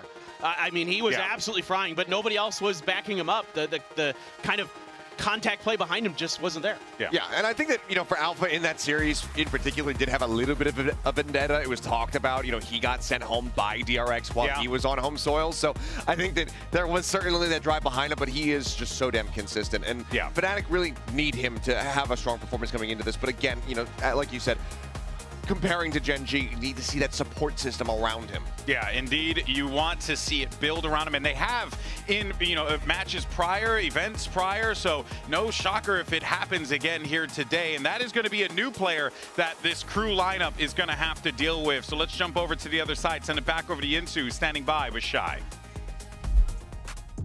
I've got Shy from Crew here with me and Dan to do some translations as well. Now, when it comes to the map pool between you and Fnatic, it is very similar. You guys like Haven, you like Lotus as well. So what do you think, in your opinion, would be the difference between the two teams? What is it that Crew is better than Fnatic on? Siento que lo que vamos a destacar más va a ser la hora de la presión. Siento que nuestro equipo se maneja mejor. Hemos estado en muchas situaciones de presión al borde de quedar eliminado y siento que eso nos va a dar como ese plus. Y también el hecho de que ambos equipos juguemos nuestros mejores mapas va a ser un espectáculo para la gente. Así que nada, quedar el mejor. I think where we're going to be shining the most is the pressure situations. We've been in a lot of situations where we're about to get eliminated and we need to come through. So also the fact that we have a similar map pool is going to be like just a show, just an amazing show for everybody. Oh, see who's better today. Thank you very much, Dan and Shai. Good luck. Ooh, boy. All right. Well, look, to quote the poet of our time, Nelly, it's getting hot in here. I crack myself up. And here's the thing. I'm not talking about the weather because I'm dying. Okay, real talk. Yeah, you are dying up here. I'm sweating my butt off all over the place. But real talk, though, you know, cringe aside, Heat was genuinely that guy this week. He has been on fire for this team. And again, his story this year has been so incredible. Coming in as a substitute for the team, you know, having been in a Brazilian team last year, not really finding much success in that regard, changing up the role, not playing the duelist anymore, being more of an impact player. I mean, guys, this dude has been an X factor for this team, but can he do it here today against Fnatic? I mean, I think he absolutely could. I mean, this is another one of those names that is very storied and has been around the block, has been in international competition, global competition in the past. And I mean, if he can get heated up, not to make the dad joke here with the dads, then it is going to be a scary thing because this is somebody who can go toe-to-toe with the likes of Alpha here on the opposite side. Neither one of us are fathers, by the way. Just wanted to stress that, unless I don't know anything about it. You know? Unless I found something out and my wife didn't tell me. But in any case, now here's the thing. For more on that win over BLG, here's Keznit with our Omen player moment. You're okay, Seth? Yeah, I'm doing all right. Yeah? Buenas, soy Kenny Deus, duelista de Cruz. Obviamente se siente demasiado bien y demostrarle al mundo que tenemos nivel. Me siento extremadamente confiante y creo que nunca me había sentido tan confiante de mis compañeros que tengo al lado, que cualquiera se puede sacar una ronda y puede dar vuelta a todo y nos da ese como momentum de esa partida, y creo que nunca había sentido algo así, como que todos mis compañeros pueden carrear o hacer una ronda demasiado buena. Teníamos que jugar bien, no extremadamente bien para ganarle, y es bueno igual porque te da, este partido creo que nos va a dar un poco más de momentum y seguir disfrutando igual un poco más de Corea. Está bonito. Isolated the players further back. Heat called upon, does well with one. Keston and Heat in unison, somehow outdoing them here. I thought Billy got everything right, and K-Knight sadly the one who took all that damage early on, the one who suffered from that outlaw, can't handle them all. Hoy día tuvimos un mental demasiado bueno, así que creo que deberíamos llegar con esa misma mentalidad, y si es que se pierde un mapa, no debería bajar. Para probar nuestro nivel tenemos que jugar contra los mejores equipos del mundo. Obviamente uno se siente bien porque está demostrando que nosotros también tenemos el nivel y podemos lograrlo. Entonces obviamente se te viene todo encima y es como un montón de emociones buenas que nos da. Now this crew lineup, they are genuinely the ultimate underdogs. They've been the underdogs since inception, it feels like, but I feel like coming into this one, Paper Thin, you know, they have to have a lot of confidence because the pressure is on Fnatic here, right? If anything, this is, you know, one of the best teams coming out of EMEA, a team that could very reasonably win this event. So you got to wonder if your crew here, you're like, hey, I'm playing with house money. Let's see what we could do here. I mean, in some ways, I think that's true. But I think for Crew, there's a lot to prove, right? Like, they had a really rough go of it in the middle of the year, right? They lost, what was it, 6, 7 matches in a row? Or, yeah, they've been 6 in a row, or 5 in a row. And I think that ties to what we just heard in the interview, right? Like, you really want to bounce back. Like, have that mentality that no matter how bad it's going, we have that ability to come back and play good. And they have shown that this year. And it's just, this could be a real test of that. Fnatic's a very good team. And even though there's been a lot of 2-0s in this tournament, which is kind of crazy, but look, today may be a little bit different. I expect this to be 2-1. I think Crew's really going to push Fnatic today. I really like what I'm seeing out of this team in terms of their fundamentals, the coordination. They just need players to step up a little bit. Yeah, and of course, when we talk about both squads, you got to highlight the impact players on each side of the field. We just heard from Keznit just a second ago, but also let's not forget about Durka, because he always in the conversation, you know, such a talented player, has always brought his A game, but these two have squared off against one another before, Achilleo, so this is going to be a little bit of a rematch here as well. Yeah, I mean, Keznit, the last time out, that 2-1 victory for the side of Crew, he was able to outdo Durka. It wasn't by a significant margin, 4 kills separating them, I believe, at the end of that set, but it was Keznit coming out on top, having played Raze and Reyna in that series. Do I think that's going to happen here today? No, probably not, but it could still come through. Every now and then you get that stray Reyna thrown into the mix. But Keznit, both of these players are players that when they are on, they are absolutely on. They look like world beaters. They look like some of the best duelists in the world. And I would just love to see that peak be hit here in this matchup. It's elimination. Leave nothing on the table. Let's not have another 2-0 series to determine a team's fate. Let's just watch this clash go all the way to 3 and have these two leading the charge. Yeah, I'd really prefer that, to be completely honest. I mean, it's been a while. It would help me forget. Yeah, let's wipe clean my memory from what just happened a few moments ago. Doing that later tonight as well, so. Men in Black, you know, you got the device. Please, if you have one in your pocket, I'll look for it. I think I left it in the back. Sorry about that. We'll get it later. No, but seriously, I mean, I really think these are really good teams. I think Keznit can take over matches, so can Durka. Heat can take over matches, Alfier can. There's a lot of players on both sides, but it needs to be a team effort for both of these teams. When they've lost, sometimes it's been relying on one player to kind of just try to carry them over the line, but nobody else can really step up with them. Yeah, well, you saw the fan poll there. The fans are saying Fnatic could walk away with this win, but Crew have proven time and time again to be the ultimate underdogs. It's Fnatic and Crew Visa. They're ready to fight on the stage for their lives. Let's send it over and make this bad boy happen.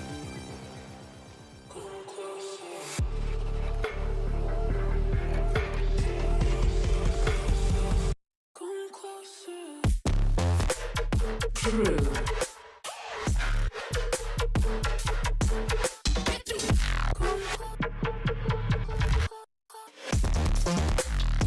Gymnastic.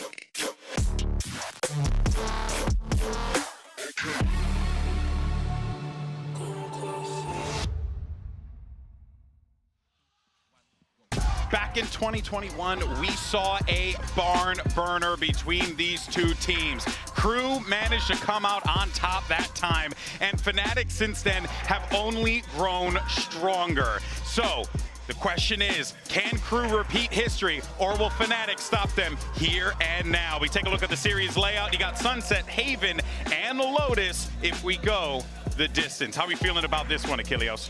I think that this one's actually quite intriguing for the side of Crew. I think that this is actually a pretty decent shout for them to be able to potentially get this victory here. I mean, we heard it from Boaster, kind of spoiling things ahead of time with that Haven coming through, wanting to go back to that map pick and get a little bit of revenge, rewrite that history. But will that revenge mindset, I mean, sometimes you could be chasing ghosts here, you know what I mean? And that's where things get a little concerning, because you really want to try and, you know, get back at them. But honestly, you let Keznit go wild on Haven, I don't know what will happen there, Paper Thin. That could be problematic for them. Yeah, well, I mean, I think at the other side of the coin, Fnatic's comp with that Yoru on Haven is really tough to deal with. They're really smart, really cagey. That's true. They maneuver around the map so well. The calling's phenomenal from Boaster. I mean, I know Crew likes this map, Veto. I think that in general, a lot of fans are going to look at that and lean tightly Crew, but I don't know, man. I have this feeling about Fnatic right now where they've been so good on Lotus. They were 6-0 on it coming into this stage. 5-0 on Haven coming into this stage.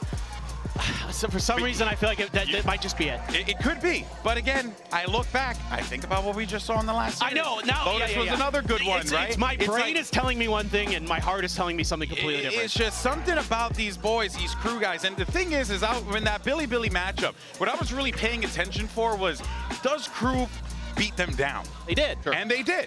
That's what you needed to see. That tells me that this is a team that is punching at the weight class that they need to be at, and I think there could be a strong possibility here that Fnatic might not be ready for the smoke.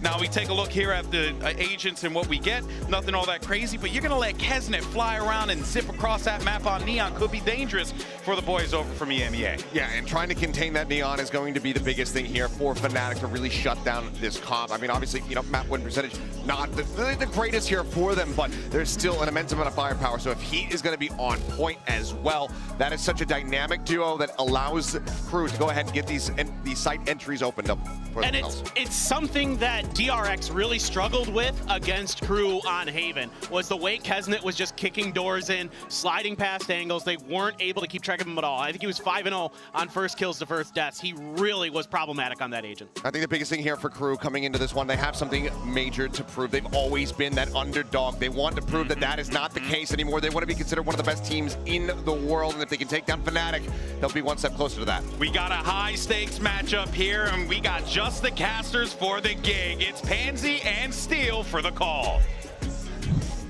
Thank you, GB and the desk. And genuinely, you know, the phrase chasing ghosts really stood out to me there that GB was discussing. And the fact Fnatic are haunted by the history of this matchup, a messed up Veto previously in 2021, still so present in their minds. But Josh, now we've got a totally different Veto, very different maps coming through here. I mean, Haven's still lingering, but let's start on the first. Where's your mind going to? We've seen so much of this in the EMEA through playoffs, but only playoffs. We might have a fast opening here, so I might have to hold that thought for a second as crew does their, you know, that contact walk in on pistols. They love it. I think the last match they might have gone A side with this. Now they're towards B, just here on the defense.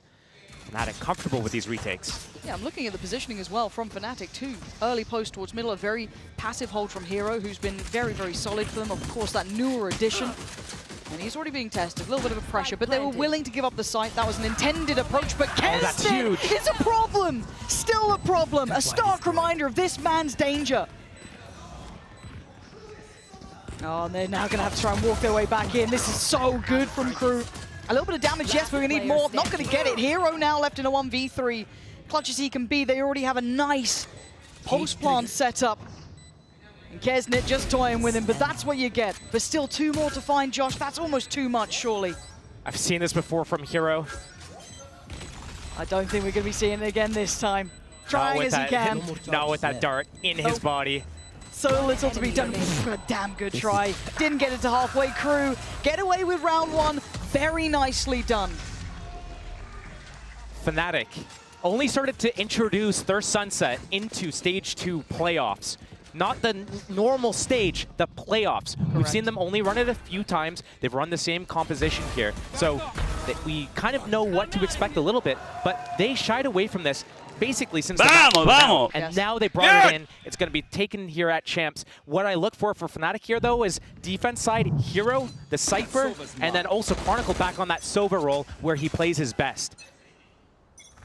Keep your eyes on him going forward on the other side. Of course, Kesnet even said earlier in those interviews that he is one of the players that caused them so many problems, and maybe on Haven will expand on it further in regard to what they intend to do, but a little trap set up here.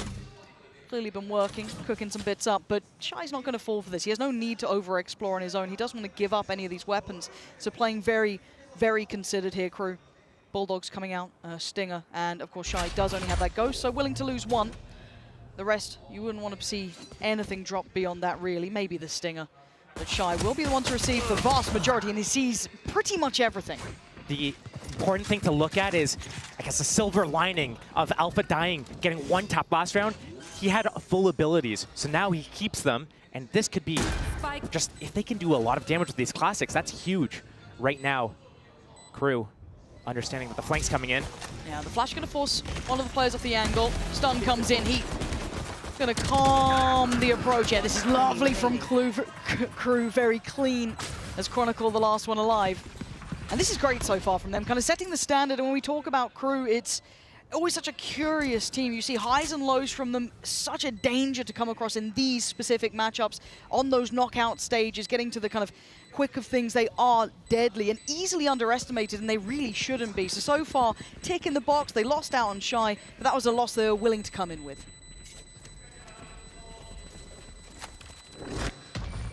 Going into that first gun round here, this is going to be a big test. Crew so far has been going pretty slow, contacting their way in.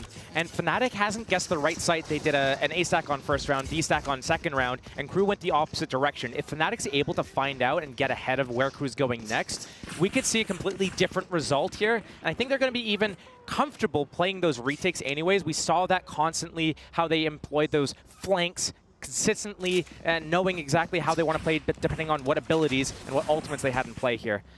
Crew starting with maybe a little bit of a fake towards B pressure. Both sides with a very early start, and Kesnit is happy to pressure. It's a little risk on the line, but he gets away and they remove that initial trap. Orb required, trip broken, information. They know Hero's towards B now, and Hero's gonna have to think about how he wants to use his trips in the future. You can already see one of the kill trips is on B site for that extension. They did this extension on pistol round, but the grouping towards B, know that Hero likes to play Hero a lot by himself. What the entrance trip is gone as well, dealt with. But Hero is usually so good to get a couple of kills and back away with his life. Kesnit, the first man to step forward here, committed. Oh, almost, Easy. almost. Yeah, you can see them trying for it, but Hero not going to get the reward he wanted. And once again, Crew contain the site. Fnatic playing quite deep off-site, though. They've really only had Hero taking a couple of steps and easy to slip back towards CT. Still going to maintain some control towards Market, but Crew already in that deep post-plant position, sitting happily towards B main. We've got to see what the pressure looks like here. What do they have to disrupt this? What do they have to push it out of position? Hero going to find Kesnit, but the trade's there, and the spam through the smoke begins. Just a messy battle now to start with, and Hero is claiming bodies. Halfway not achieved, though. Ult going to come through. Information is free-flowing, and Shy is doing some serious damage. This is the bonus, and it looks like it's going to be converted. Boaster can't do a thing about this. This post-plant is so devastating. Great shots, but it matters not. Crew going to get that third, and the bonus goes in the bag. They will be chuffed to bits with this. It's a good start from Crew. Now, can they build on this momentum? That would be big. They cannot let Fnatic start getting into the game mentally. They can't let them get into the game with their ultimates. The first one going to come online is probably from Boaster. That's going to help with some of these retakes, deny the ability for Crew to be able to play the spam battle from B main on another such round. Getting close to some ultimates of their own for the side of Crew, but the first ones to come online are Cypher, Omen. They don't really help that much. We're looking at that one remaining rifle in Boaster's hands, Sheriffs to supplement, but Crew looking to extend their lead now. Big damage? Nope. But an early note of where that rifle resides. Going to find that top middle. They now know where that is going to be positioned. And Crew taking their time, playing out this default, maybe looking for any of these stacks, any aggressive plays coming through from Fnatic. And Crew with the right read so far. Could be some danger over towards Tiles, though. Once again, Shy. So much weight on his shoulders here, and he's found Boaster. The rifle going to be filtered back through towards Alpha, but still information's there. They've got the whole game plan read and almost dealt with, but Hero does deliver a shot, can't do much more. Crew are in control here. Now, Durka and Chronicle, the last two to collect, and they just shift back towards B. Lovely from Kesnit. This is nice from Crew. And again, this is when we start asking those questions, maybe a little further into this. This wasn't a map, as you highlighted, that Fnatic lent on throughout the regular play in EMEA. This came out purely in playoffs when Abyss started to hit the rotation. We were questioning, is this just them sandbagging to make it look like they have a full map pool? But they've willingly walked into this, Josh, and so far, I mean, Crew's looked substantially better. Only one gun round has been played so far. Fnatic don't have to start stressing yet. Crew looking to be really confident with how they're moving around the map, taking the sites, going for those duels, winning a lot of them. Seems like Fnatic might be a little bit asleep at the moment. Crew changing their opening, taking middle first here. Smoke top mid, dart, clear it all out. Shy inching up in B main, finding out that they got the Cypher versus Cypher battle here. Trying to just deny this camera. Baits out the stun as well. That's a good read on the setup. Crew might shift over towards A off the back of that, knowing that it might be a little bit less defended, but also... Ooh, a miss from Durka. You can't be having that. Melza is going to be so happy. Done great deals. Can just back away now. They've got a man advantage above a minute. These are all ticks in the box. Still got full utility as well. Smoke's there, Paranoia's there. MTA just got his util back off cooldown TP. Just for info, finding out what the setup is here. If Crew commits to B, they cannot forget about this Astro Wall. They need to understand how it's going to be played. But without the paint shells there from Durka... Oh, a little bit of a stall on the way in, though. And now I'm going to know that Alpha is at least present here. Chronicle now considering middle in case there's another layer to this, but it is through 30 seconds left. Boaster just cleared out all of A as well. It's big. He sees this trip. He's trying to get past it.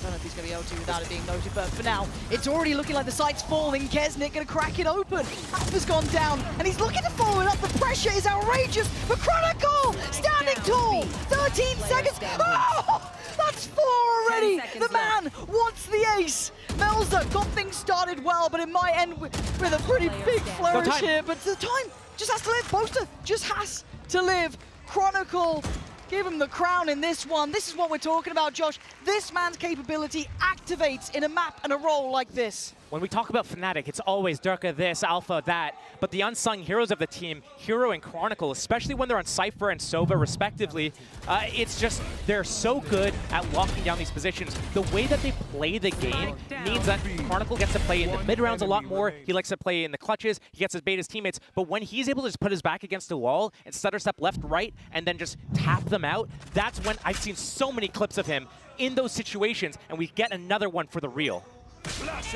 But that's an individual round of impact from a player, not the team.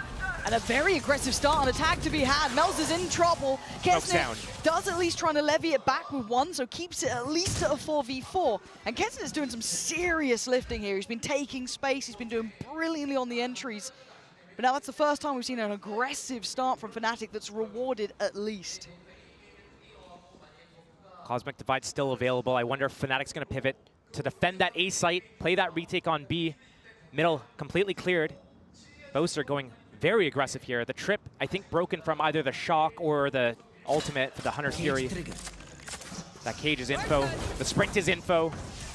A cleared site. Alpha just trying to control towards CT because, again, Kesnet is just doing wonders, taking all of this space, securing it perfectly. Plant is in.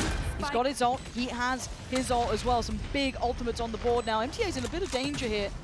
Eyes on the Chronicle flank as well. As soon as Boaster shows himself at A link here, I think that's go time for Chronicle. Oh, but Shy's been on the money. Had an absolute heater. Looked like he was a little asleep at the wheel, and now he's seen a whole lot. He's in trouble. Gonna get pinched here. Pressure starting. Chronicle on the way. Not gonna have the same sort of reign as the last round. Falls away from this Crew, though. Starting to feel the pressure on the site. The flood coming in from Fnatic, but Hero's fallen. Crew still standing, still holding. MTA denying any steps towards that spike. And it's just Alpha, and it feels like a formality. There's nothing more he can really achieve here. The double swing, Crew in full control.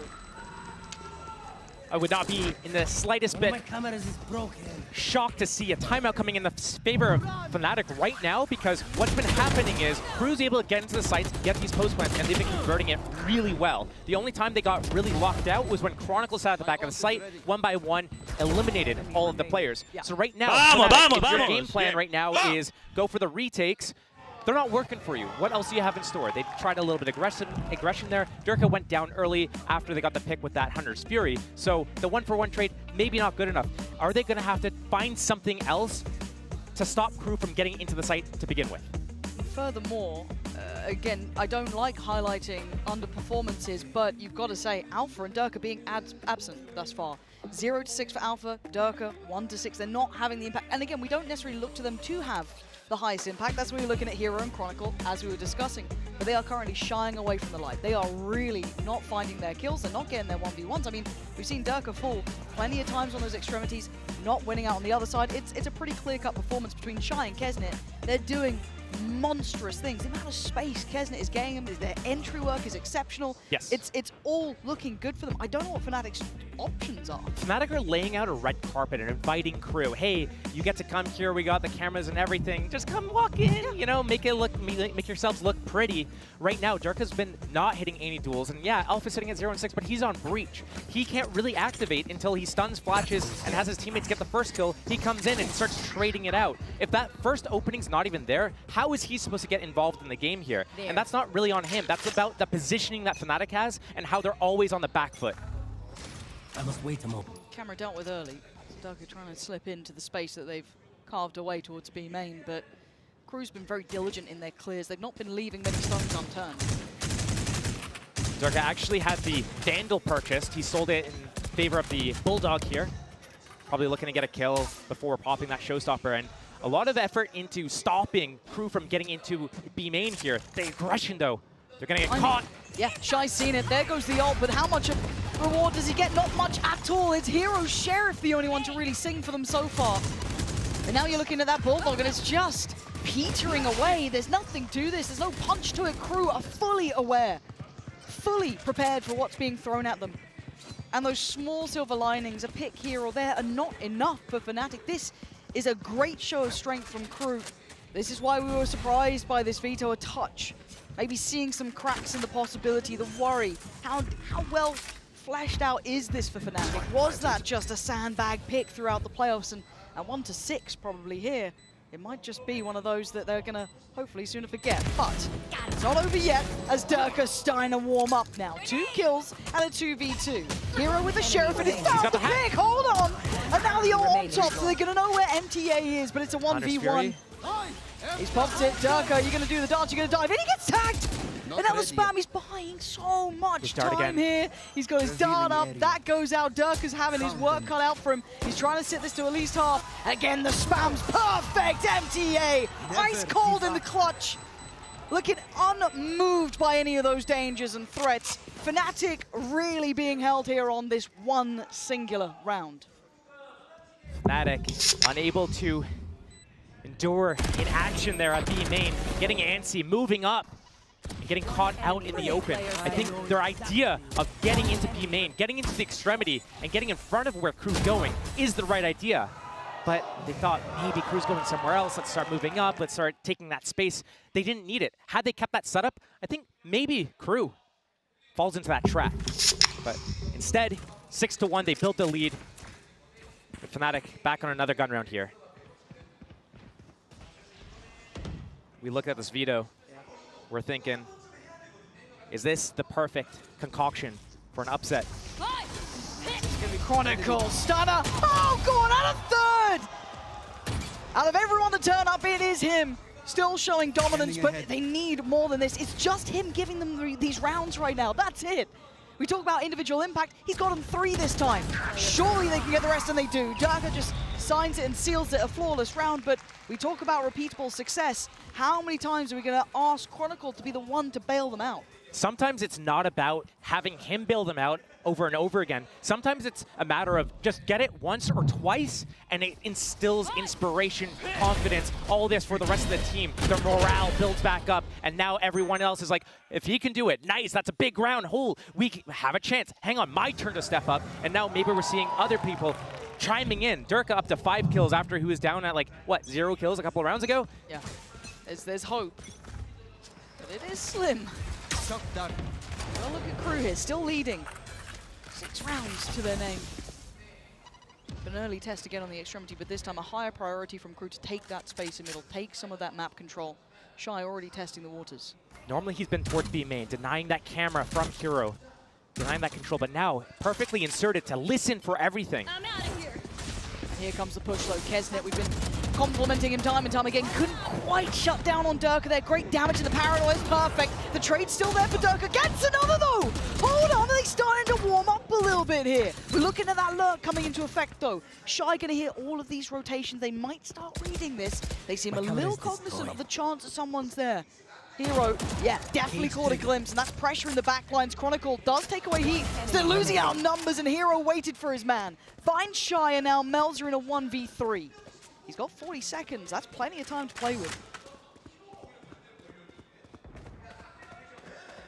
Lots of time to play with. Hero hears it into the trip. Oh, that's a problem. Hero. 30 seconds left. Gotta be careful. You don't want to give Melza those chances. This guy, sharp as attack. Smoke just about back up now. Gonna opt to commit it towards, just behind him over towards Market, maybe focus towards CT.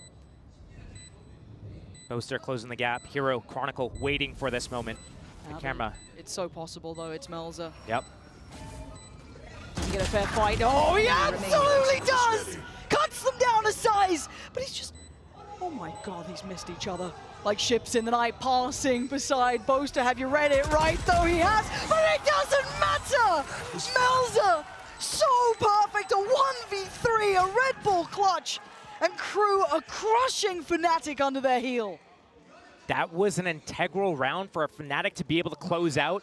They needed Boaster to go and find out where Melzer was. He was alone. He is the one that can get the information. These guys can double peek, get that trade. But right here, the disjointed double peek. Melzer isolating, kill after kill. And now that lead gets built upon and built upon. Crew definitely feeling it.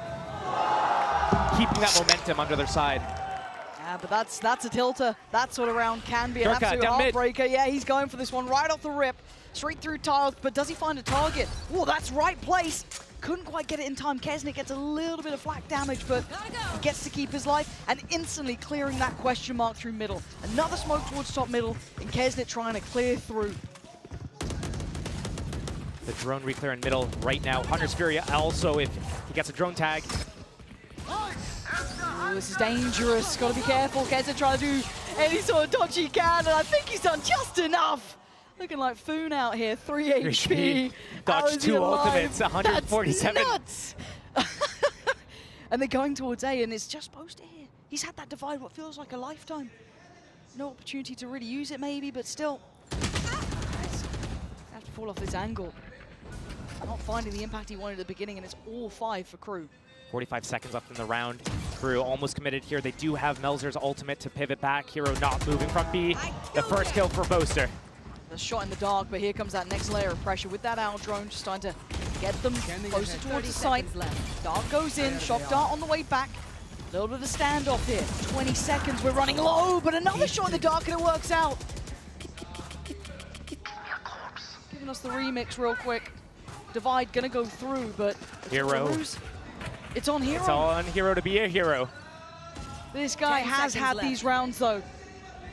He has stood tall in the face of adversity, and can he do it again? That's one. The second is needed. Oh, that's not good enough. The plant's now in. A 3v3, the smoke towards CT, but Boaster finds a body. Takes down MTA, leaving Melzer and Shy to dig in deep. And Melzer trying to be a little audacious, play through the smoke.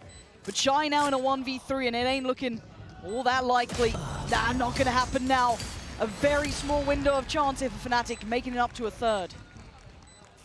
Alpha looking like he's starting to warm up ever so slightly. That was a nice couple of one-taps that he got there. And remember, if we're going into Haven and he's on ISO duty. I was going to bring this up because if you're looking at this performance, that's his second kill of the whole series. Yes. And even in the interview, they wanted to give Alpha that fight up against Kesnit back in their man. One enemy remaining. Absolute nightmare of a map. One, you're not backing yourself, you're not confident, you're not feeling you're going to win that 50-50. So hopefully he can mentally reset. But yeah, seeing him warm up here might put him in better stead, but still, that does worry you. Only 4 rounds separate them, and keeping in mind Crew got the pistol and they converted that bonus round. That is the difference here. Fnatic still has time to catch up. Rolling Thunder in play, and an eco round from Crew. Guardian, Stinger, a couple of pistols and another Stinger, and looking like they want to take through middle here. Maybe with that Neon splitting on A, getting in that backline area. Oh, it could work really well. Paranoia down the lane potentially as well. Here comes the smoke, but they're going to go through it. Here comes the Paranoia in the back as well. Yeah, perfectly timed. Boaster, the timing on this swing is sublime from Fnatic. Dealing with those threats, I kind of liked it from Crew. I could see the space they were trying to take for themselves, but as it stands, Melzer and Heat kind of surrounded. Nowhere to go from this one. Durka looking to just try and clean this up. Melzer, yeah, comfortable in the end. 4 now. Fnatic starting to find their feet here, starting to get back in the game a bit. I like the idea from Crew. Wasn't bad. They had an eco round. They wanted to get a little bit tricky with it. You know, use a little bit of subterfuge, go through their own Omen smoke, Paranoia in the backline. Alpha, great timing with that Breach ultimate to deny it. Boaster coming through market at the same time with it, and really shut that down from Crew. Crew maybe trying to do something a little bit different now. They've been going slow all game. They've been using middle a lot at the opening and then pivoting to the extremity. Here, 5 gathered towards B main. Hero, you gotta be really careful. Only Alpha to back you up if you get caught and run down by this Neon after the stun. I don't think he knows the trouble he is in. Kesnit so close by, and here comes the danger, here comes the stun, and there's the body drop. Kesnit, again, set into motion, set up for success. And he takes that with both hands. Plant's going to be down. I don't think much is denying that here. And the early man advantage is just glorious for Crew. Kesnit, you can see the confidence, and you can see why. Still going, that's a third. Maybe hunting for some more. Yeah, he fancies it. Why not? Go, Adam. Absolutely. Let them know this is your map. Oh, he tried it. Hold on. Secrets. Chronicle. Are we? Time. Hunter's Fury. No, that's Yeah, and then there we stuns go. up in as well. As soon as he taps it, stun. Hunter's Fury dead. Let's stun. And there's the Hunter's Fury. Oh, yeah. Welcome to Sunset. It ain't so nice out here. Crew gonna just sign, seal, and deliver so far. This has been an exceptional display from them. 8 rounds to their name. Fnatic clawing back 4. But I mean, this has been shaky, Josh, from start to end. We have to wait and see how this looks on the other side of the break.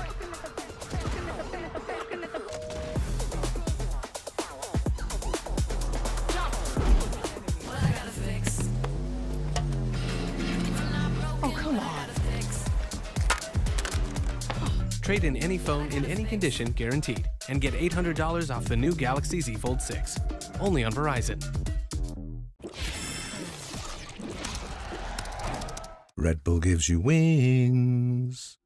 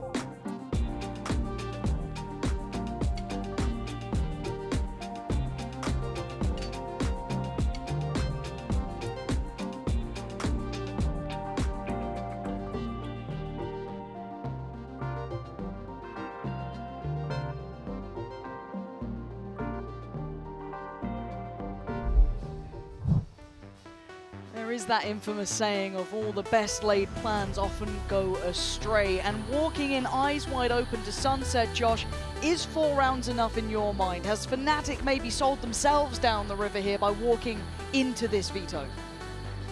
It's definitely looking like Fnatic are dormant at the moment. They need to wake up. It is only 4 rounds difference. That is a pistol round. This is going to be super important, vital for Fnatic to be able to close it out. Crew looking really good. Kesnit fearless. And what they like to do is they're going to probably move around a lot, stay ahead of where Fnatic's going. But Fnatic is a really good team at slowing down the game on their attack side, finding out where they want to go, disabling and disarming these traps. But it's time to see Durga and Alpha start to show up now. It can't be all on Hero when... Hold on. And Cron. Boaster slipped by. Kesnit doesn't want it though. They're backing away. Oh, that didn't go as we planned. Looks like this is a retake camera at B. It's at the top of the entrance, so they could look down and find out whoever's in. Breach stun is going to come off cooldown in about 15, 18 seconds from now for Alpha.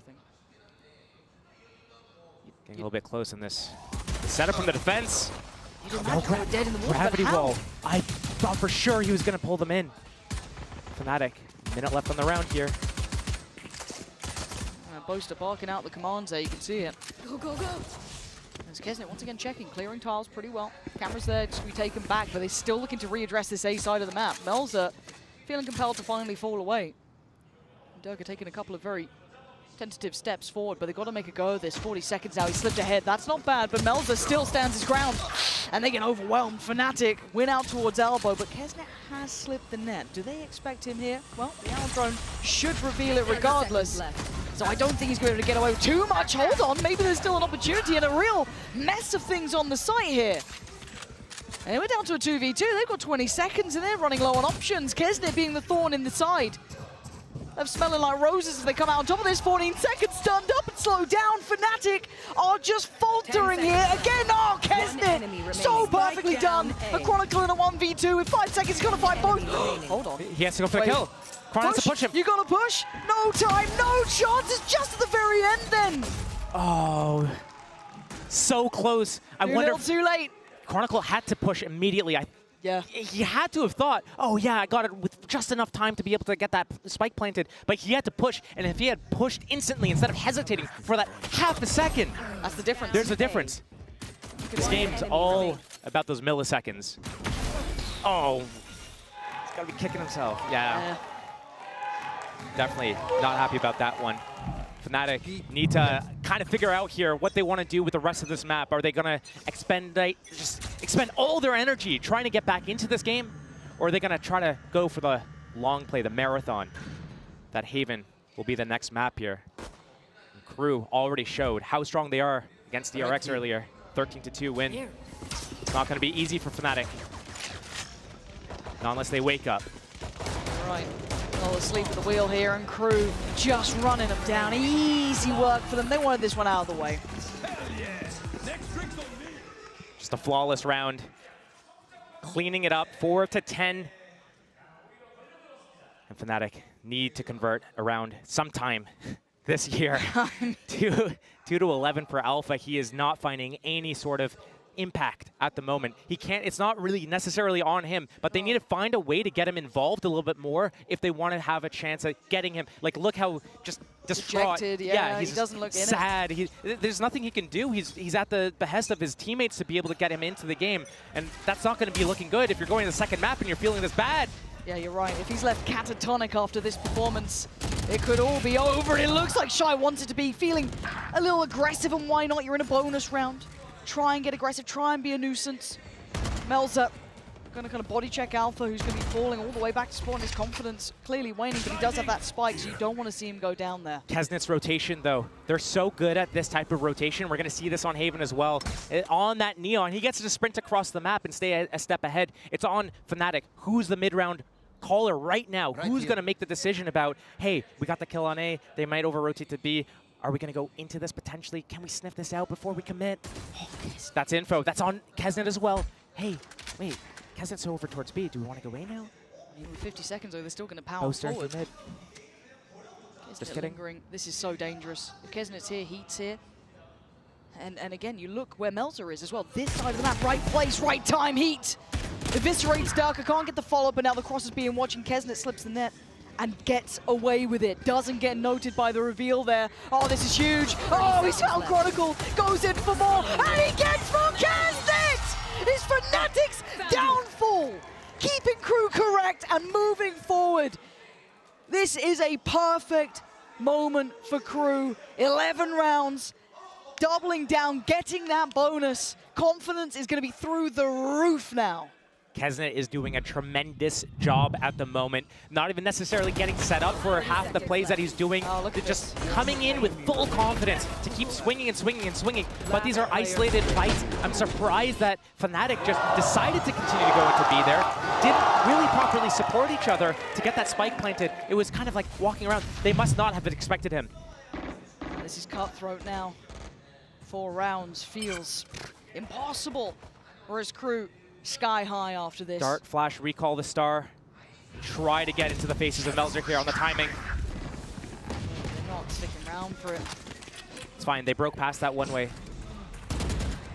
That's more utility used from the side of Crew. Pivot from Fnatic back into middle. But Crew, flexible, pivoting as well. Yeah, matching them almost step for step here. 2 players now going to keep note towards that top side. Make it 3. Kesnet, you can't avoid him. He's omnipresent. Everywhere you go, he's not too far. MTA, the one to probably get the first contact, and he falls. There's the swing. Perfect. Fnatic finally find a way in. Felt like a drought. There. Noting Shy at the back of the boom bot. They don't know quite about Melza yet. They decide to go towards A. They certainly will. But now there's going to be a problem. Backline going to be pressured by Melza, but Shy is in danger. He's got players coming through market. He's still got the test towards that CT side. My ultimate Shy going to find Chronicle, bring this back to something a bit more bite-sized. Dirk has just missed the cross here. It's fine. Is it? Not fine. It's not fine. You're getting nervous. You're getting the old going. You're starting to see it all go wrong, all fall down, and Shy and Melza, as said, their confidence is going to be... It's on Spike. That's an interesting choice here. Have the stun just to make sure. Second tap, and they wait. Shy biding his time, and then he strikes so perfectly. Just look at these guys, so confident. They finally fall. I think they're running out of time here. Alpha. Easy, Tiger. Time is fine. 5 rounds of Fnatic, but I mean... I got a question. Go on, then. When the hell did EMEA become good with stingers? What's going on here? I don't know. I think this, I mean, what else have they got going right? Oh, true. Actually, true. No, they got to have something. Factual. Give them something. Lots of ultimates coming online for Fnatic here. Even Zen, though, like Shy is hit. One enemy remaining. Good job, bro. Nice round. Nice. It does feel like a bit of a death rattle, that sort of round, right? You're facing 11. Look, maybe I'm being the cynic here. Maybe those ults will hit. Suddenly it all starts making sense. They can get back to it. But you're looking at the fundamentals Crew are playing with. It's an outclass. This is a very good side. And Crew, they're easy to underestimate at times. But this, again, should be a very clear reminder why you don't. Strategically, I think Crew has a little bit of an edge this game so far over Fnatic. But when it comes down to the players, Kesnet and Shy have been just instrumental in this performance at the moment. And without them being as good as they are, and with Fnatic sleeping on their side, I'm not sure if it's this one-sided. You go again with this. Hero denying that camera at B main. Durka finds the opening. Smokes are down. It's going to help with those post-plant situations. Rotation coming in from Crew. Kesnet. Steady. You're going to have to deal with him, but the showstopper for Durka, he's going to pop this. They need these rounds. He needs to get something going. I mean, that was a dangerous cross even towards CT. It's the Hunter's Fury they opt for first. And okay. I don't like it. This is an opening for Crew here. Yeah, he's going to be the counter. Hero trying to save the day with Chronicle. You saw Crew then trying to work back into it, almost on that pre-take there. But Heat now going to be left a little out in the cold. Divide goes up. Shy does claim a player prior, but it is only on Shy now in a 1v3. Plant's going to be in. I don't think Shy's got much to say about this. Looking to do the save, repositions his trip, give him a little bit of buffer space. My read on the situation is that Crew needs to close this out as early as possible. One, it's their map pick. They want to win this. But two, the amount of time that they give Alpha to find his footing and get back into the game mentally, emotionally, physically, everything, spiritually. No, you're right. The worse it gets, right? The worse it gets. There are moments in this where you do start thinking, okay, you want to see how well Crew close out in these regards, you know, with the upper hand, seen as the team genuinely on paper, at least in this map, are the favorites. I think that's a very clear way to say it if you're looking at the history and the results coming through. Bigger picture, though, that's when it gets a little bit different, right? You start talking about Haven, Lotus, where do you see that landing? Yeah, that kind of evens out a bit more. Maybe Fnatic even take the upper hand. EMEA's #1 qualifier, keep in mind, obviously, against America's 3rd. So if you're looking at it in that regard, this does eventually even out. So if you are a Crew fan, if you are Crew themselves, you want to see them close out cleanly, quickly. Don't let Fnatic take those steps to close back into this game, and let alone build confidence for map 2. A little bit of mix buy from Crew, budgeting for that full buy next round, but still, Guardians, Phantom Vandal in play, a Sheriff as well. Definitely a good enough buy. Alpha has Rolling Thunder, Durka with the Showstopper, and Fnatic, another slow opening, making sure that they deal with what, yeah, we saw this yesterday actually, right?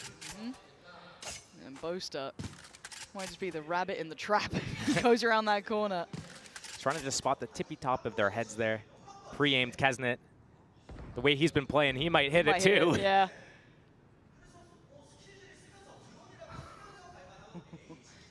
It's all a little quiet on the Western front. Right there. Slow walk up. They got that one way on that tall box. Durka got the opening kill here last round, walking into elbow. Drone to clear. Showstopper still in hand. Again, you're putting Sights full clear. You're questioning what's going on though. You felt no resistance thus far, right? There's not been a mid-walk. Yeah. Maybe you're just getting a little bit curious. Is it a stack? Are they going for something a little weird and wonderful? And they were, but it's Chronicle to connect through the smoke. Plant's gonna come in. And that smoke's down for the defense. They're gonna make this retake a little bit harder. Crossfire's unable to be broken. Hero far away, securing the round. You guys got this. I got your backs. Yeah, this is where it gets scary though. This is the pressure coming back in towards the site.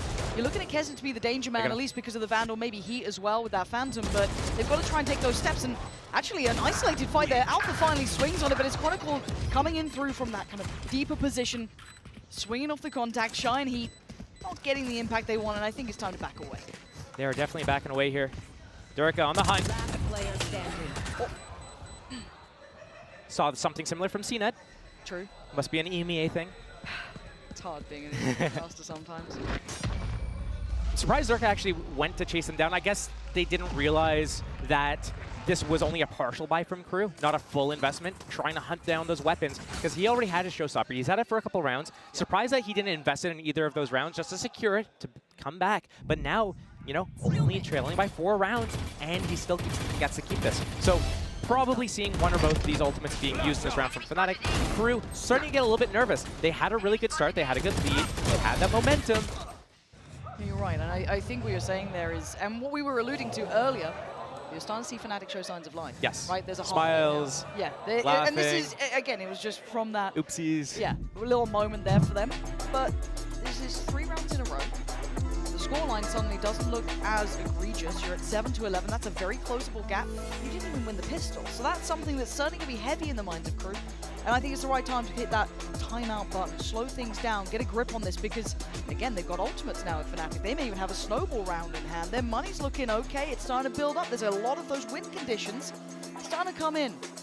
And again, when you're looking at Crew, we discussed the idea of even letting them get confident for map 2, let alone the pressure that could come through from maybe dropping map 1. But it's 7-11. We shouldn't be that worried yet. But for Crew, they're worried enough to have hit that timeout. As you're talking about snowballs, all I'm thinking about is maybe the sun's not setting on this map. Sun's out, melting that snow, because Kesnet, he's slowing down. He's been sitting on 17 kills for a few rounds now. Shy's caught up, Heat catching up. Crew maybe losing their steam a little bit here. Need to find some sort of way to revitalize themselves in this round, in this game. They want to be able to close this out. Does feel like a death by 1,000 cuts here. That slow grind back in. Fnatic taking a couple of steps, but it could all go wrong. It could all be taken away in the blink of an eye. But for now, Crew taking space. The first time we're taking really deep B main control. One thing I noticed from Fnatic a lot, especially on maps like Haven, we'll see it next map, is that when they lose space, they love to go back and re-clear it. And if Melzer sits close up, and Durka comes back with that showstopper, things can be really tricky for him. Full trust right now on Shy over on that A site. Yeah, got that camera, got that info. He's gonna spot Durka here. Yeah, early info too. No risk behind it either, not for now. Taken out. Instant rotation from Kesnet too. He's already coming over. They do have Heat on this side of the map. Trying to re-clear middle with the Owl Drone as well. So Crew trying to get the full picture here. Fnatic take flight. Still just progressing slowly. Spots 1, spots 2. That's got to be a showstopper kill coming in. They're looking for it. Hero's the one to find Melzer though. The paint shell goes in and it's just a clear pickup. This is looking far too clean. How are Fnatic doing this? Just dismantling Crew player by player. And now the last 2 players noted, look at the lurk from Hero as well. If Chronicle could just play his life, he doesn't need to overdo anything, just sets up Hero here. And Chronicle's always been ice cold. He's never gonna overheat. And Fnatic, hold on, Josh. That was a picture-perfect round, it feels like. It feels like. I'm gonna say, but I am shocked that the only ultimate used in that round was Hero. Kills the B pusher, gets that hat off, becomes a pinhead in the round. Showstopper, Rolling Thunder still in play. Fnatic are winning these rounds without it. And it's yes, they're hitting their shots now. Yes, like Boaster's getting involved. Alpha's getting a couple kills here or there, slowly catching back up to the rest of his team. But like one small slip, and they might be kicking themselves for not using them. Another eco, 4 Sheriffs and a Stinger in the hands of Crew. Letting this game potentially slip away. Fnatic. This would be 9, the slow march. Boy. March, but you don't, come on, Crew, we don't drop these, right? We don't lose these sort of situations, do we? 11 up. You had Durka looking down and out, Alpha barely fragging. It was all looking wondrous. Speaking of looking, camera. Yeah, look Stun at that. ready as well. They're going to catch these guys. Yeah, that's a trap set and a half. Durka going to get away, and no one able to close down on those kills. Still over a minute. Fnatic has time. They can decide to pivot if they want to, or they can come back, or they can fake pivot and re-hit A. The full rotation from Crew, trying to stay a step ahead of Fnatic here. Gonna guess on that B site. Fnatic looking to use middle here, though. I like that. I like the Crew trying to be proactive here. And that's going to be a little bit of an alarm bell ringing, though, because they're up middle. They're up the guts here. What on earth is going on? Already the Boombot going to go in. That's going to spot out at least 2 players. They now know there's 2 different players up here. This should be yet a back away. Nice read from Fnatic to not overdo this, but they're still going into the stack. This is where the dangers could begin. Gesnit now in the right place, but Boaster going to remove Shy. You're looking at who's holding over towards B main. He's the only one to connect so far for Crew. And Fnatic again, starting to clear through methodically. Is this the slow march back in? It might just be. 9 rounds now for Fnatic. And Crew watching this game get far too close. I can't pinpoint exactly which round it was, but there was the genesis of Fnatic's comeback coming back in. That's 5 rounds in a row, bringing the scoreline to 9 to 11 right now. There's no way, right? Come on. Boaster's up, he's giving it. What are we having here? We're coming back, boys. What are you doing? What? Oh, God. That's the guy you're currently getting 5 rounds in a row by. Boaster, if you've pulled out your headphones, if this is you, kicked the table. If this is you, I'm going down there. It's a hero issue. All good. All right. He's young. He gets a pass. It's fine. He's, But let's kind of just pause for thought then. Let's kind of talk this through, because on the half, I think it was a fair assessment that this was looking like Crew are going to close it out, right? Yeah, and then absolutely. they got the pistol. You're like, the odds of that, the odds that Fnatic would come back in. But here we are at 9 to 11. Well, it's been now 5 back-to-back rounds and quite good-looking rounds. What would be your solution? Put yourself in Crew's shoes here. You're facing a Fnatic who's slowly building back in. What do you do? What's your cure, I guess, to this We have to keep in mind the rounds that Crew won, where they got both pistols. True. Converted round 2s where Fnatic ran 5 classics, won the bonus. That's 6 rounds big. That's right there. Big. Yep. Then in there, 6 rounds, and then 7 and 8 because Fnatic has the eco right after. Right. They only really have 3 gun rounds. Maybe if you want to include the bonus rounds on top of that, they have 5 gun rounds. So right now, it's very one-sided in the favor of Fnatic. So what happened on those rounds that Crew was able to pick up? Well, partially it was that Durka, Alpha weren't really shooting back a little bit. That's a big problem. But also, Crew got to set the pace, set the tone of everything. On their attack, they got into the sites, they forced the retakes, and they shut it down. They were constantly jamming up Fnatic, not letting them have any space into the game. And on defense as well, they started pretty aggressively, taking that space down middle, taking some early fights. But right now, they're kind of shook. They're playing back. Yes, they had that trap setup with that camera. Cheeky setup. I like it. Weren't able to capitalize on it. Get over to B. They guess the right site. Fnatic goes into it. Not able to get the kills because they don't have the right weapons for it. But now, pull out an op. Stay ahead of where Fnatic's going. They've been doing all this B main control with that one-way smoke from the Omen, taking that space, denying Hero the ability to lurk up or anything. But I still look at these ultimates from Fnatic as well. They're still in play. And maybe if they lose a player because Crew's able to get one early or change something up, that's when Fnatic pulls it out, says, you know what, nope, not happening, and go back into the game. Stun ready for tiles in case there's an aggressive push by Kesnet down middle, but it's the B main control again from Melzer.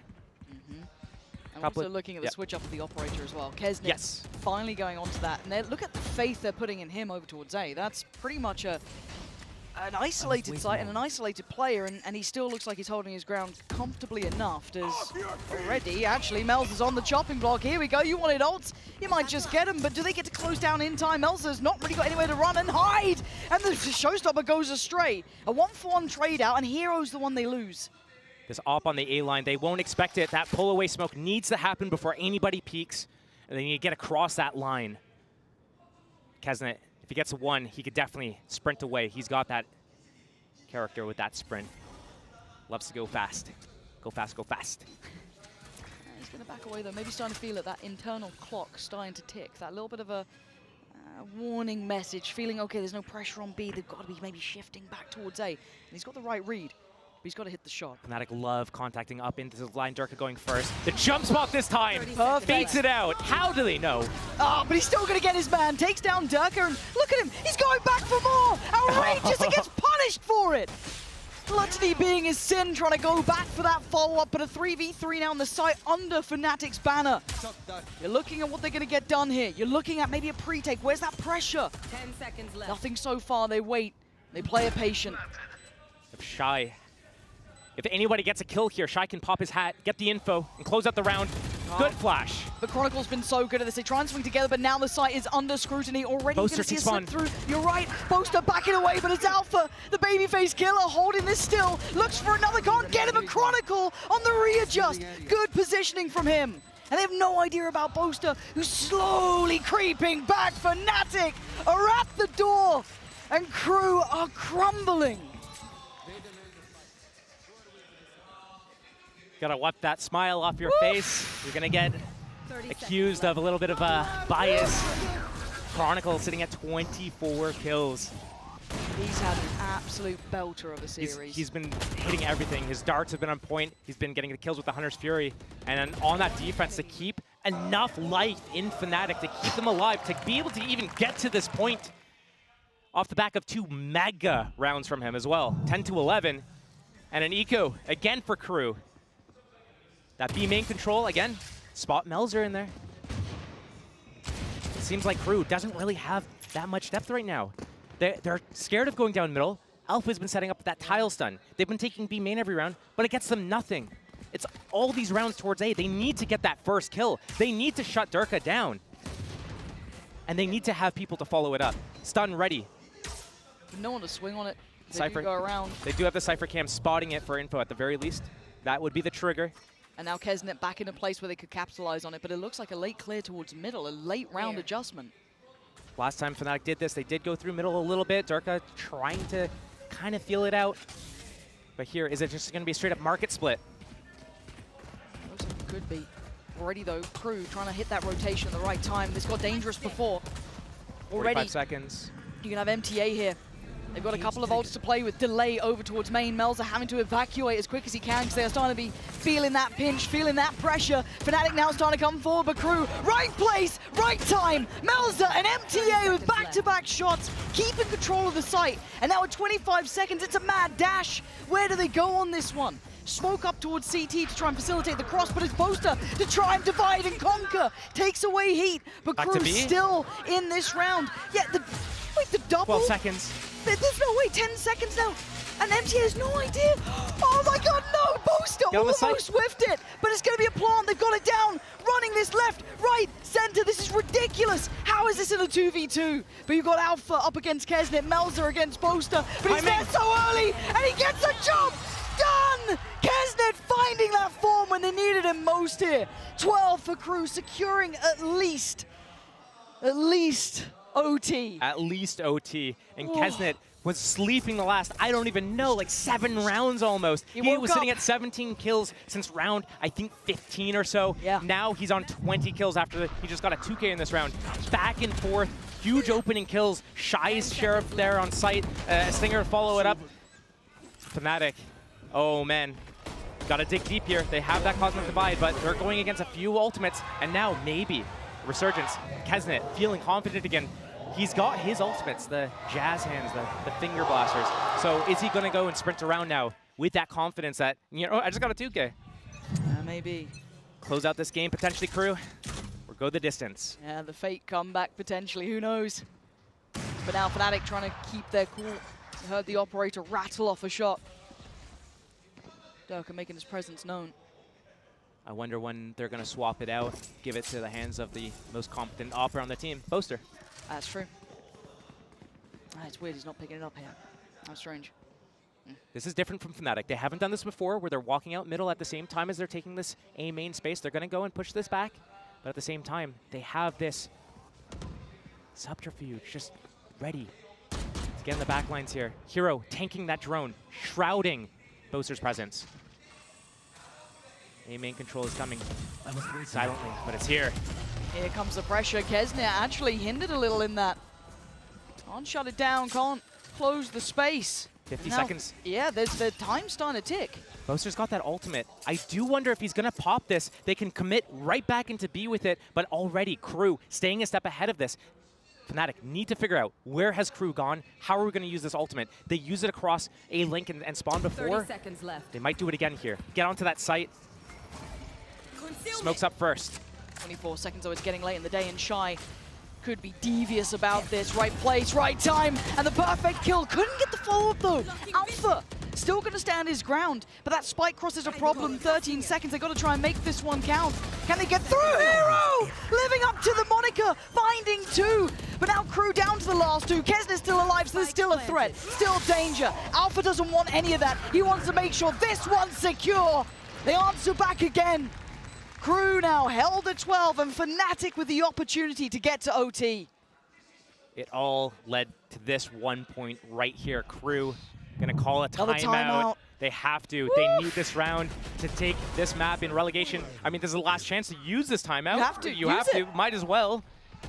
Closing this game out 13-11 is going to be way easier than going the distance in overtime, getting Fnatic the chance to be able to close out this first map, steal out the map pick from Crew after Crew had such a big dominating lead. Going into Haven after losing this, that's going to be all in favor of Fnatic. Oh boy.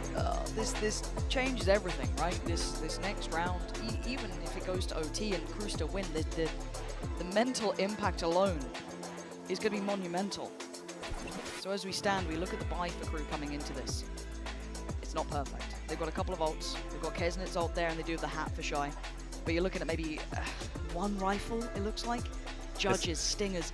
It's not what you want. To be fair, tell me about it. The last time they conjured up a round, it was off the back of the Sheriffs and the Stingers. It was? If there's any round that they're going to win, this is the type of round. We've been seeing it today. We've been seeing it yesterday. We see these rounds. The times when you're like, well, you know, just buy whatever, make something happen. That's when the miracles happen. That's when the magic happens. So will it be another magical round from Crew to be able to close out 13-11? Or is it going to be Fnatic crawling back, making it a real comeback, not just a fake one? Chronicle with the ult? What's the starting line? Maybe to almost kind of feign that it could be Durka, and then he closes the gap. I'm curious what the plan is off the rip. Just allows Durka to be able to move up with it. Yeah. They need to hit the shot on Melzer if Melzer does push up this angle right now. Whoa. That's info. That's the setup spotted again. Can they punish him, though? I don't know if they can. Cover going out. With the stun line from Alpha, they can if they want to. They just don't know what's behind it. Yeah. And Melzer's been good at this. He, as we've highlighted, he's consistently taken that B lobby space. He's generally held his ground incredibly well, but as you said, would you risk it here? You're probably question marking that for now. As Fnatic drifting away from it.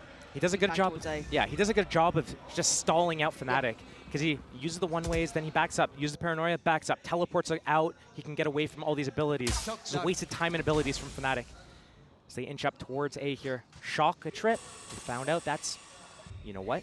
That's going to be the Cypher on A. That's going to be pressure. They're pivoting. Are they going to get caught here, though? The 4-man mid-walk from Crew.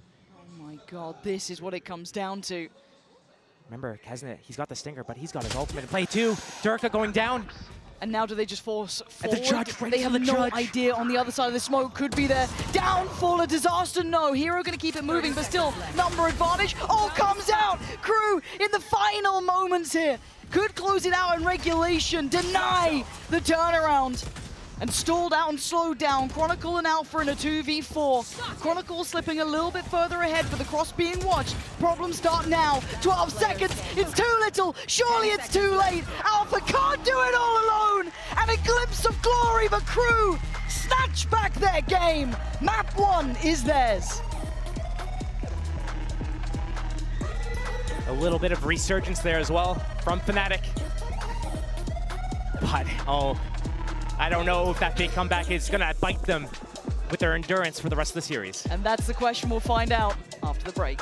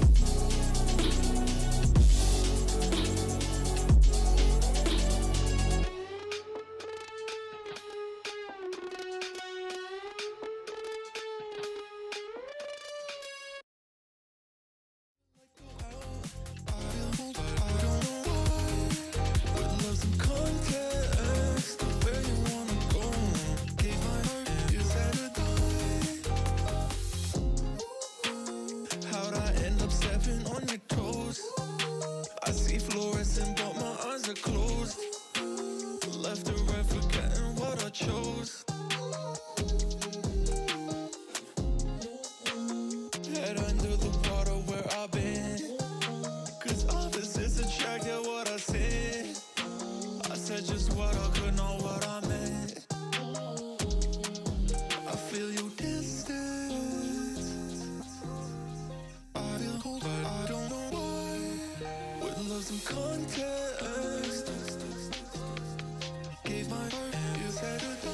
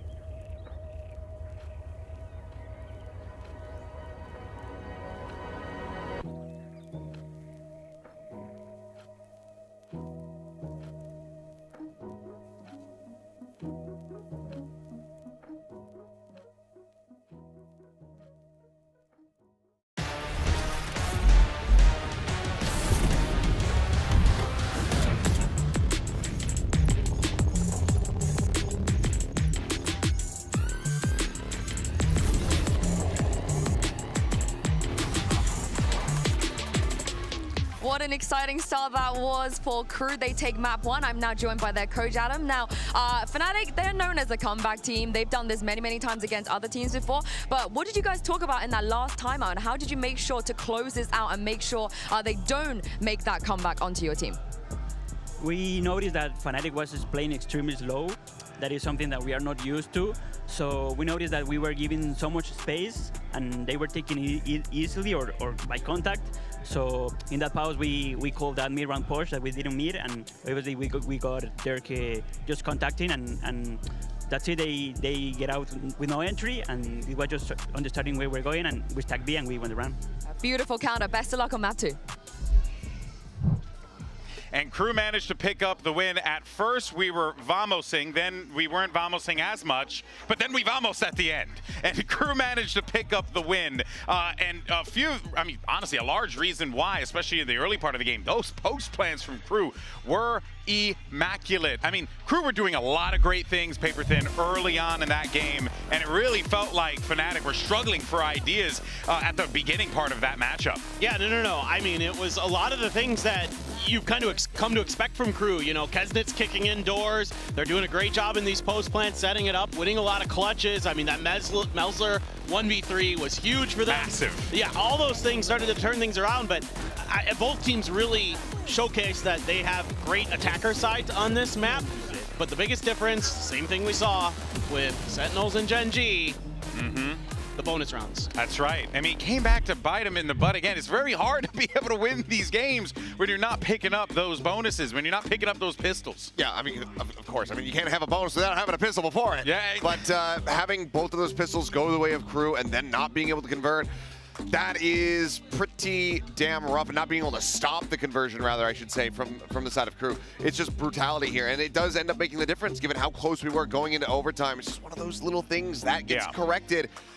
You have a completely different story. Yeah, no, for sure. Now, of course, one player that was certainly standing out in that one, Kesnit on the Neon. We said it was going to be a problem for Fnatic to deal with. My guy was trying to break some ankles out in the streets there, man. It was impressive to see him really get going on this agent. When he has that agency to move around the map so freely, Achilleos, it's really difficult to stop this man, especially when he has that cracked out aim. But then, of course, you had someone that was causing a lot of problems for guys like Kesnit, which was Chronicle, who also had an absolutely phenomenal game too. Yeah, I mean, we can't not highlight Chronicle just because of the performance that we saw there. Yes, Fnatic did not win that map, but Chronicle was looking like the raid boss. Yeah. This guy was absolutely insane. I mean, 2 of the rounds that they were able to get in the first half basically only obtained off the back of Chronicle's efforts, the multiple 4Ks that he was able to have, the clutch to get them on the board in the first place.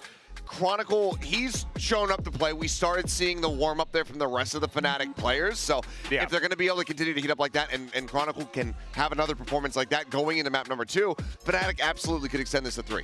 I mean, for me, he was the player to watch out for Fnatic. He was playing so good in EMEA, the #1 rated player in their region. He can do it all. He's got multi-kill potential. Incredible. He has unbelievable utility. He's playing on his comfort pick of Sova. I mean, he is absolutely the real deal, as we know, right? Multiple trophy winner. The guy continues to perform at such an unbelievably high level. Yeah, they're not able to get the win, but he's a big part of why they came so close to coming back and sending it to OT. Yeah, he had incredible plays, just like this one for a Verizon high-speed moment. Chronicle hitting a wild 4K. I mean, this guy, again, you heard Paper Thin, you know, really giving him his flowers here, but it's plays like this where he just has such a calm and steady hand, and he's taking these fights. You know, he does have a little bit of help there briefly, but then after that, it's one after another, and good luck trying to take a 1v1 battle against Chronicle. 9 times out of 10, Achilleos, he's going to come out on top. Yeah, and I mean, as you can see right here, it doesn't really matter how many people you throw at him. Yeah. You know, granted, he does manage to isolate all of these into those 1v1s, be able to get the individual pickoffs,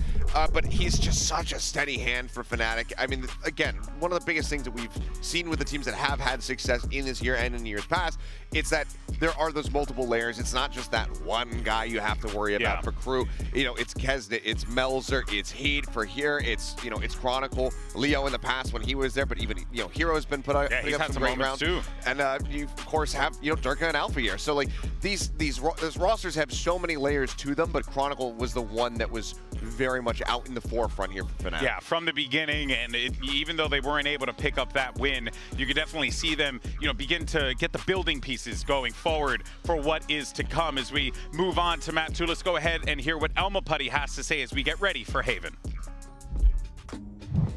I'm now standing by with the head coach of Fnatic, Elma Putty, ahead of map 2. Now, if you want to progress to the playoffs, you have to take Crew on Haven and Lotus and win them both. Normally on paper, that looks pretty good for you guys. You guys are comfortable on those maps, but it's also 2 of their best maps as well. So what do you got to look out for to make sure you close this one out? I think we should have played together and stick to our game plan. I think both teams knew coming to this series that both Haven and Lotus were going to show up. They're both good maps, both of us. So just stick together, play together, close out man advantages. That would be nice. And how are we handling Kesnit? It's all right. I think he played well, as always, but I don't think he was devastating or anything like that. All right, we'll see how it goes on map 2. Good luck. Look, at the beginning of Sunset, I felt like Kesnet was quite devastating in a few of those rounds. But I think that cool, calm demeanor is certainly going to be something that the Fnatic camp will need as they get ready for Haven. If we take it back to 2021, this was one of the maps that these two teams have played on in the past. I believe Crew was the one who picked up the win on Haven, if I'm correct. Yep. Yeah, so here we go. We got our agents coming through here, and nothing really changes on each side. You got the Yoru for Durka, and Kesnet's back on that Neon. Yeah, and now both of these teams, they come into this map with some win streaks behind them. Fnatic throughout this year over in EMEA have won and on it 5 times. Crew 4 times, I believe, over in Americas and into that series versus DRX, where they looked incredibly strong. That was a 13-2 scoreline.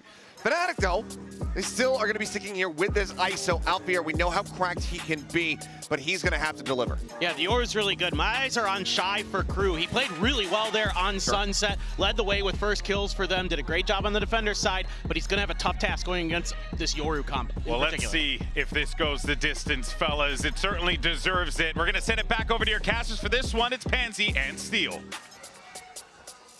The stakes couldn't be higher now. Fnatic having to come back in this after facing such a close affair on map 1, but Crew pipping them to the post. Crew looked good after that real drought of rounds. They came back, resurged it, and closed out in regulation.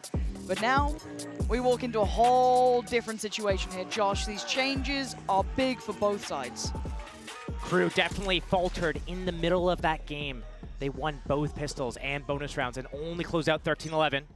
Fnatic now on that double duelist. A change in style. Yes, we have Hero to lock down and Chronicle. Brick walls that Crew could not get past on the defense. The Crew, the contact round. Up into B this time. Oh, Durka, good clean start. Gets away. But the exchange of space. Crew going to take the site, get the plant. You're looking at the rest of the map, though, as well. It's being somewhat surrounded. You're going to get the pressure in the back lines eventually, but they want to take space of their own. They're pressuring through towards that A connector side. Chronicle seems aware, so sitting pretty deep on this. Being herded around, but Fnatic need to start taking steps towards the side here. MTA not falling foul to any of that nonsense. Waiting this and holding these extremities. The clock is going to start ticking here. Out for the first one to draw blood. Melzer maybe next on the chopping block, but Fnatic, step by step! Just the Bash brothers here taking heads. Between Durka and Alpha, job done. Flawless. Not only a pistol, but a flawless pistol. And as we're talking about, what are the differences between Sunset and Haven? Fnatic starting on defense, both maps, right? First change, they got a pistol round. That's going to set the tempo a little bit. Second changes, Fnatic was trying to go for all these retakes on Sunset. They weren't ahead of what was going on, and they weren't winning any of those retakes. But here, they've got double duelist. They have ISO and Yoru. That means that they're going to go for more fights. That means that they're going to move around way more. More proactivity, more in the face. And Crew, are they going to be able to deal with this right now? This could be a blender as well. You can see the setup already. Doesn't get what they wanted necessarily, but they have to respect it enough that Durka can then start working towards his own, get the ult back away. A shot in the dark and a reward. Chronicle, Gonna happy drone. enough. He has to drone to re-clear the sewers. That smoke up, shrouded. The walk around. Oh, careful. Durka only going to get to go to the back of the side, but both duelists are here. Still got Alpha on this side. They're still feeling very pressured. Crew chomping at the bit to try and close the gap, and it ain't pretty for Alpha. That's a good trade. MTA with just the classic doing the damage, and that's a rifle that could be lovingly picked up. They'll take that every day of the week if they can. But heat down low, Kesnet still breathing. That's where the worries really lay here. Durka, I mean, it was a casual glance from Heat, but he gets punished, and now Fnatic shut down the threat. 2 rounds now. 2 rounds. And Fnatic looking to do the same thing that Crew did to them in the previous map. And we're talking about how Crew's been strong on Haven, how they destroyed 13-2 against DRX. But Fnatic, they pick this map all the time for good reason. Yeah. They've been dominating on it. They've been using this as like their go-to map in EMEA, and it's not even been close. They just destroy everyone that's in their paths. So right now, Fnatic trying to come back, narrowly losing that first map 11-13. They want to win this, and they want to win this big. And the proactive play is not going to be relenting. They are going to keep this sort of tone up, this pressure up. Into the bonus, they want to be relentless. There's Durka in towards Suez, the spam. Good Gonna get MTA a little low, but how do Crew want to then face this? Do they try and keep almost bullishly approaching this? Or do they rescind a little? Maybe just gonna prop up Melza and hope he can get a punish on this over-aggression potentially. Deploying drone. Does the out drone check it? That is the question. I think Doesn't get Melza far got enough. away with it. This is huge. This could be Trigger the doesn't game changer, but it is just a one-for-one trade out here. Fnatic still coming out on top of those jewels, at least for now. And you look at the reaggress from Boaster in sewers. Surely you don't expect this. He's all alone in here, though. At the top. Did MTA consider it? Yeah, really heads up work from MTA to recheck This is space. the spot that Chronicle shines in, though. Oh, he moves away from that position, though. He doesn't know about the walk-up. But yeah, and he gets punished on that. Nice work from Crew, that slow creep forward. Hero, he's over towards B. He's so far away. So plants in for Crew. They've got what they needed. 3 still standing. If there's anyone to do this, it's Benji Fishy. If there's anyone else, it's Hero. You're not wrong. But he's not being given much, right? You're going to have the Owl drone to re-clear over towards CT. Quite telling that maybe it's towards Heaven, but he got him sleeping! MTA so unaware! And now a glimmer of hope and a chance! Dwindles. Heat keeps control. Crew making a good stand in that round, but that was on knife's edge sort of situations. Just keeping an eye on Boaster's economy here. Op is definitely able to get purchased. Light shield on Boaster, passes that off over to Durka. Now that's in play. Alpha, he's got his ultimate. He's gonna get some people in the gulag. And his success rate on it has been so good. He's been winning constantly, time and time again, but Hero's gonna get his first test of the map right here. Round 4 over on C. Fnatic give him so much faith in his just ability to lock it down. So many times I see him just pop the cage, peek out, get a 3K spray down. But Crew was just doing it to apply some pressure, maybe shock or break an entrance trip. They didn't shock it. This is good. This is good stuff from Crew. They need to kind of get the lay of the land, get the feel of what it's like to play against Fnatic here, get that tempo down. We haven't seen them explore Garage yet. We've only seen them go B on that pistol round. We haven't seen them go C yet. Everything's been towards A right now. And I think Fnatic have a good idea of this. Durka, actually, is on the outlaw right now. I think they were toying with the idea of a full purchase with the op, I'm pretty sure. They were chopping and changing right until the round started. But there's not that many light shields here, just one in the end. I think that's with MTA. Shy going to be able to withstand. Whoa! Lucky boy. They're quick on his toes. And it feels like Crew are kind of finding their footing here, right? They're starting to get that pacing right. They may be feeling that something was a little up, seeing Chronicle on long like that, maybe really reading into it, dealing with Durka. Again, if you've watched Fnatic play this, there's, you know, there are trends to it, there are tones to it. Chronicle going to be forced off the angle and Crew then get the sight.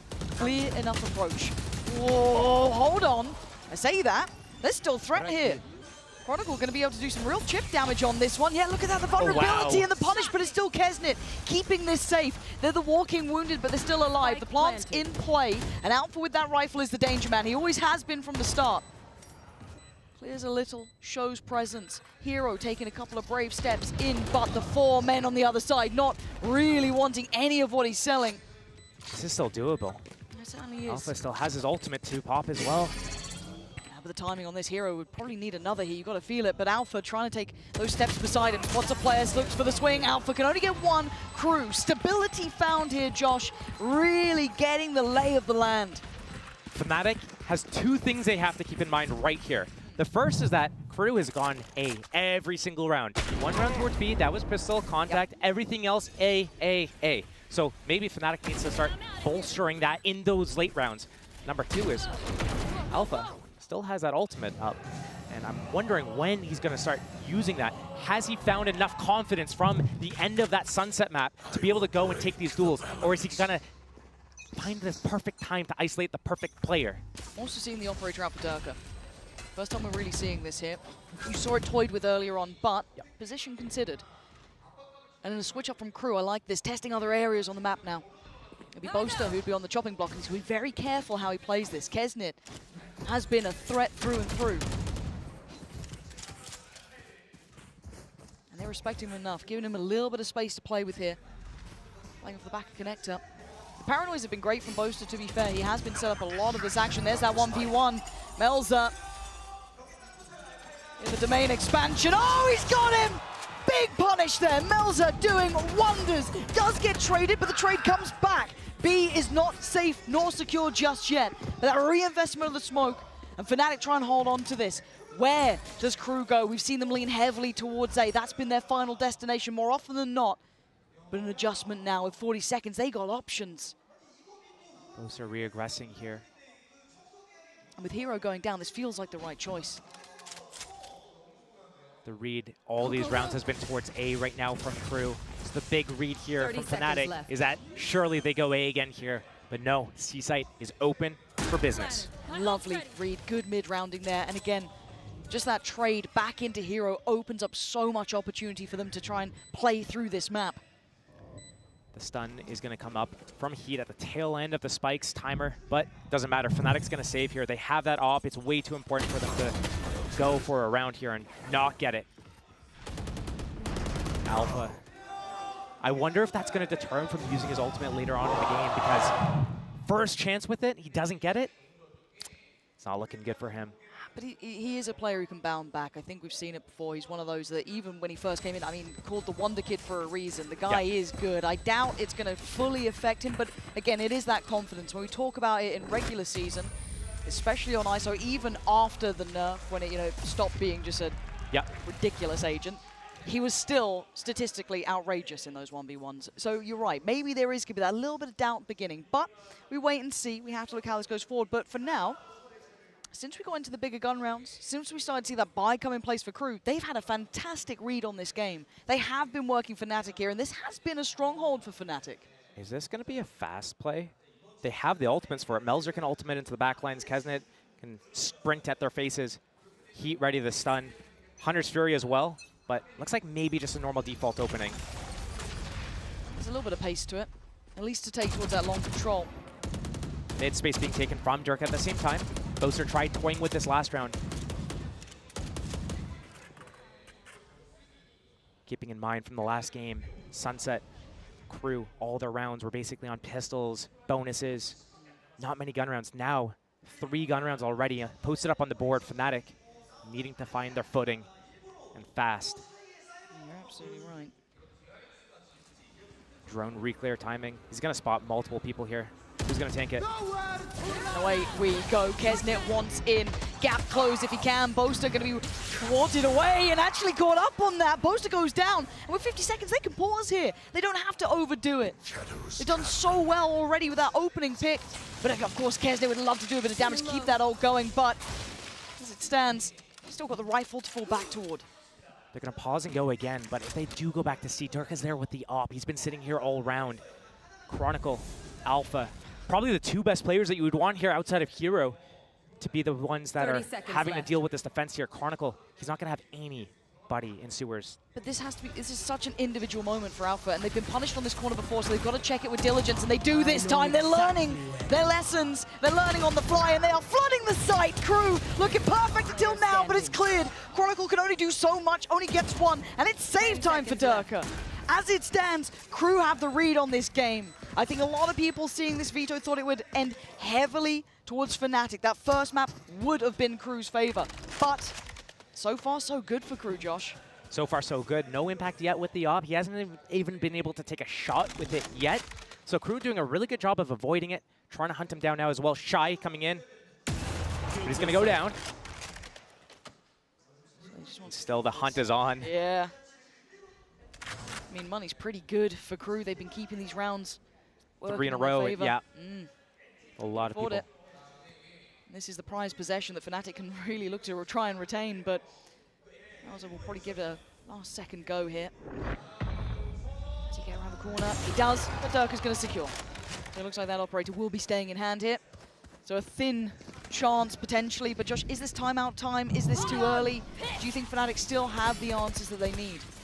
It could be timeout time. I wouldn't be against that. One thing that we really haven't seen yet from Fnatic is them doing this mid walkdown. We saw Boaster smoke window and kind of hold that haystack area. We've seen even Durka in this last round kind of walk down a little bit, but they abandon it. They don't get anyone inserted into the window room. They don't get anyone down under the window or pushed all the way up by that hay area. And right now, Crew's not even testing C. if I'm Fnatic, I'm probably looking either insert someone down middle, then bolster up A, trust Hero to be able to get his 2 or 3 kills and lock down that site, and then play the retake after that, and then wait and expect Crew to keep going A, because that's all Crew has in their game plan right now is go A, go A, go A, and it's working right now. And, you know, maybe part of that is how Fnatic played that. Alpha going into the corner, you're not Reyna, buddy. They're going to clear you. They're going to stun you with that bouncy stun from the Neon, but maybe the position needs to be better. They can crossfire, pivot, bait and switch off of each other. It's not there right now, so a little bit of individual decision-making mistakes from the side of Fnatic, but Crew kind of just sticking to their guns. 5-man grouping, contact, go, walk up. If you're giving us the space, we'll take it. If you're blocking us, we'll wait, and then we'll try again. We'll wait, we'll try it again. Right now, it's working for Crew. And you know you got them on the ropes when they're calling the timeout as well. Yep. A lot of teams wouldn't have wanted to walk into the death trap that's Chronicle Alpha Durka traditionally over towards that A side, but as we've seen, Crew have looked so diligent in approach. They've really got everything wrapped up, but a change here. Josh, they've brought Hero over with his utility. This is a big change, even in this kind of half-buy round. They're kind of faking the setup here. They're showing the op, they're showing Chronicle's dart, they're showing that it's an A default, but Hero's playing A. They're probably going to leave him alone, not expecting the kill trips on the site here. But now, the change up from Crew after that timeout. Hey, you know what? We're going to fake this. We're going to go over. We're going to explore Garage for the first time when it's not even being defended.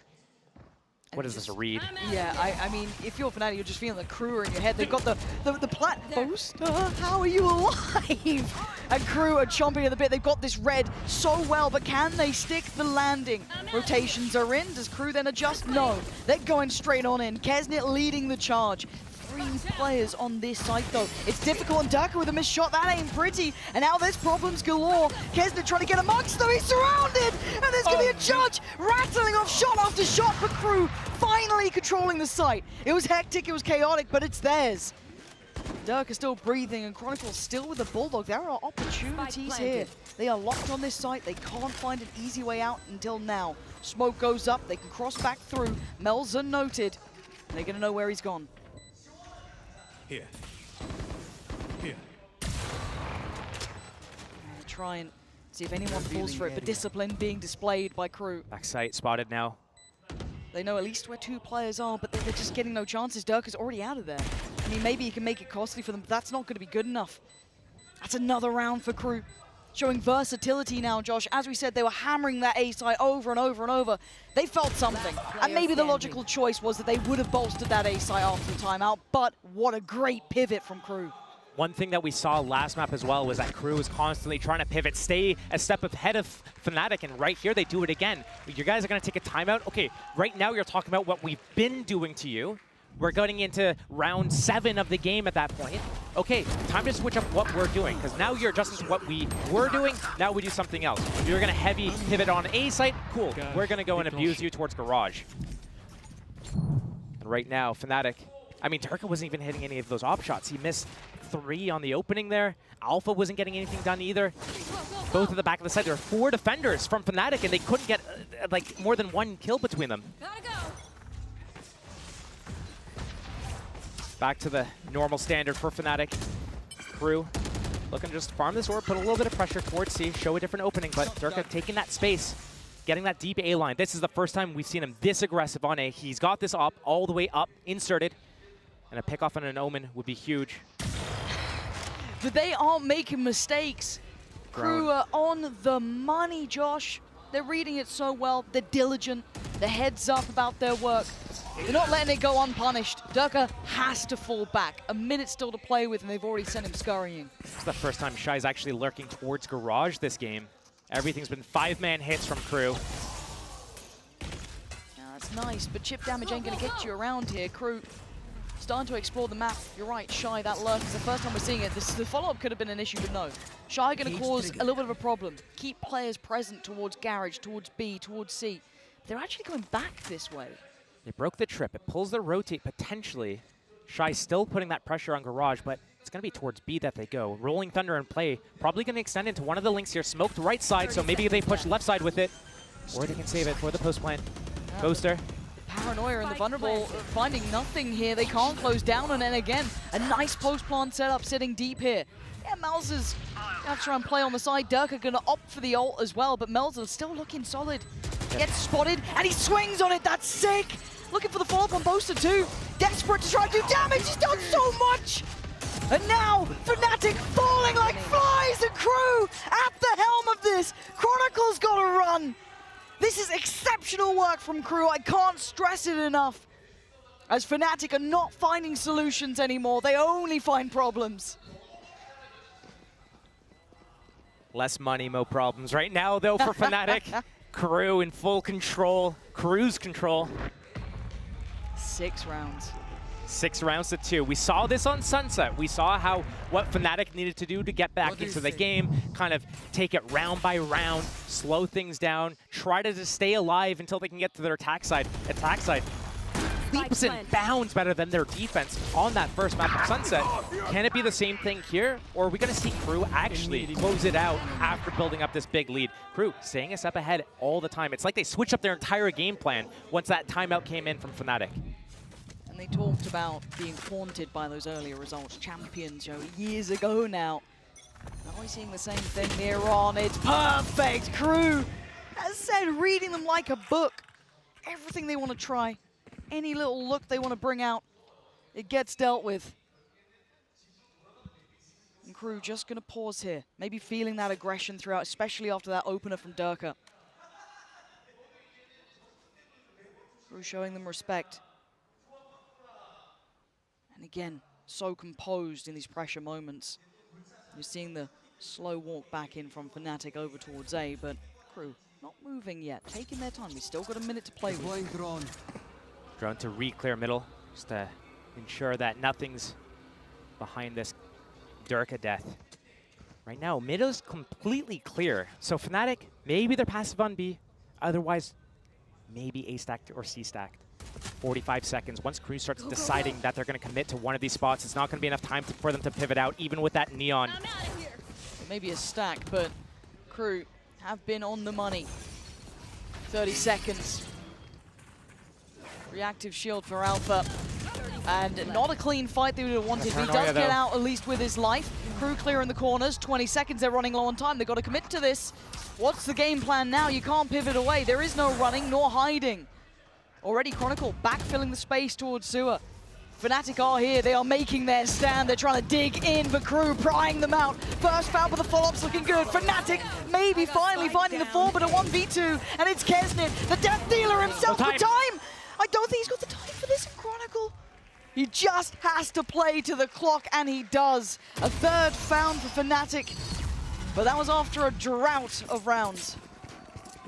3 to 6 looks way better than 2 to 6, 2 to 7 either. True.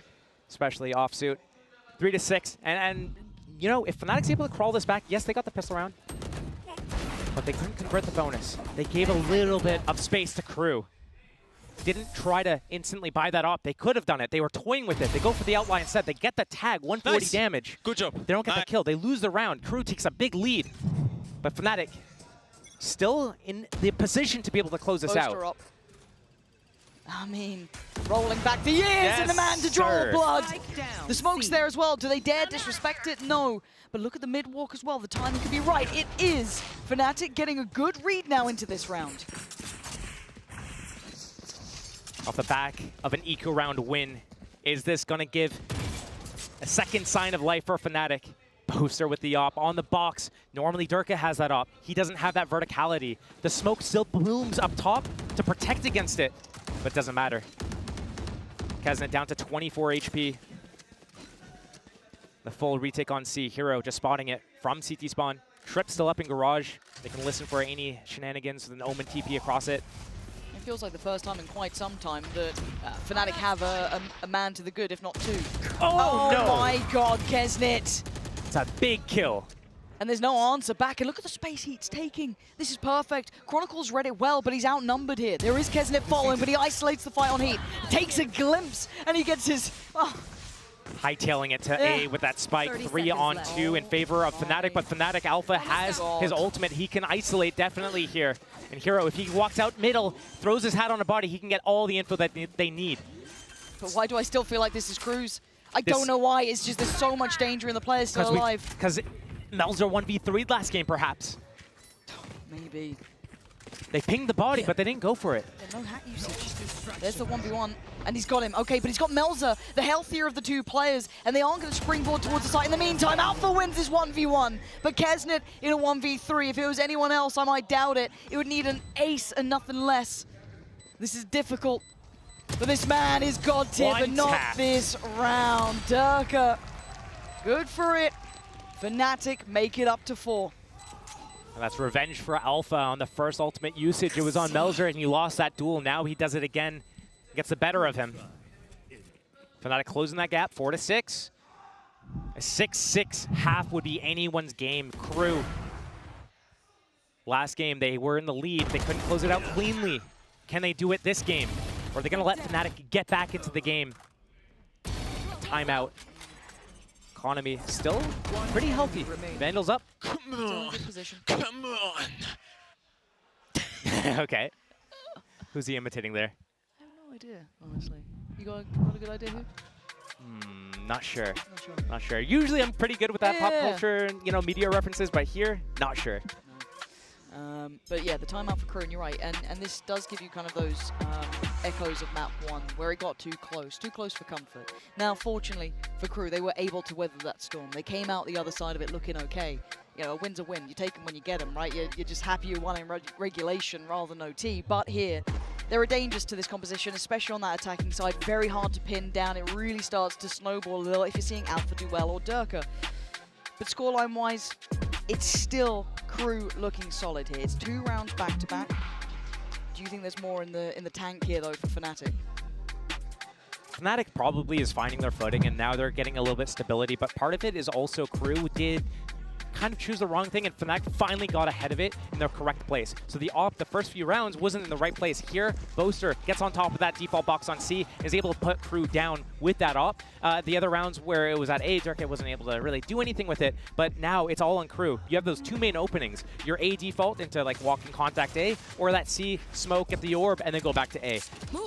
Is Crew going to show us something else? They've been winning with some of these C splits, but they try to go back to their tried and tested A hit. Here, they take the control. I mean, it was working. But we are seeing that mid-walk now from Durka. That's a little different. Gonna have to eventually fall away from this, it looks like.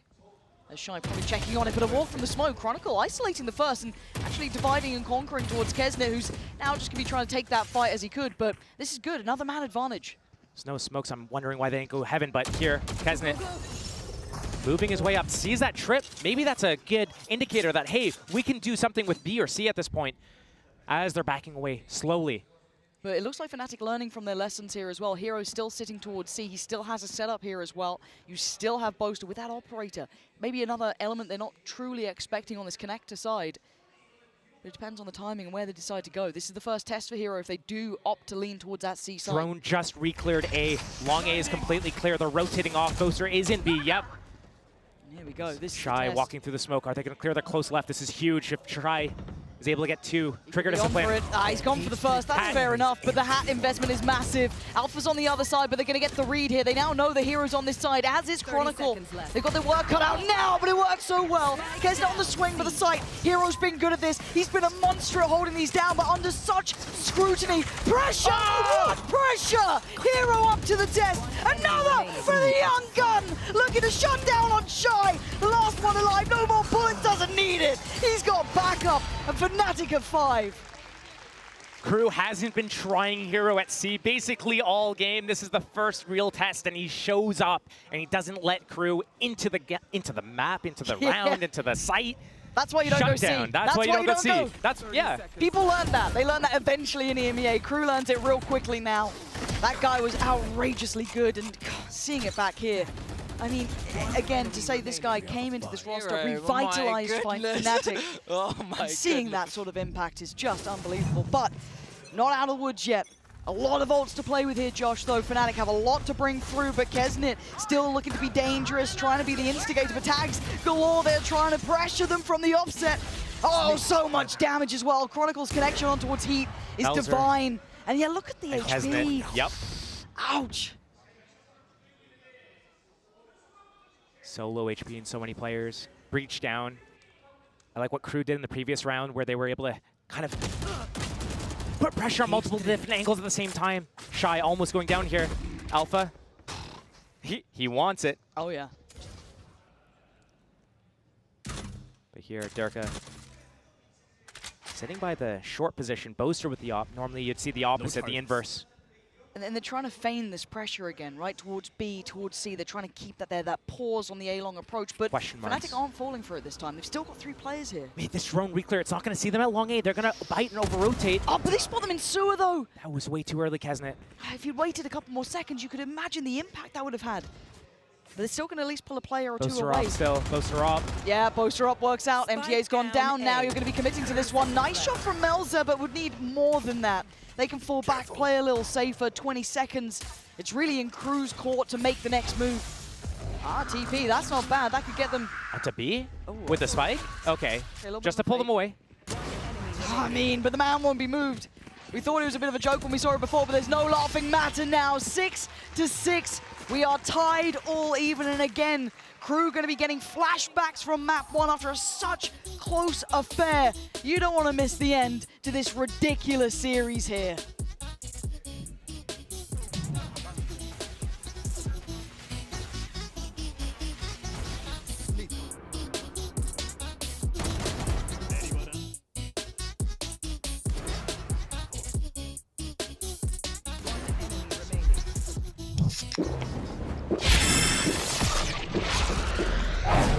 Red Bull gives you wings.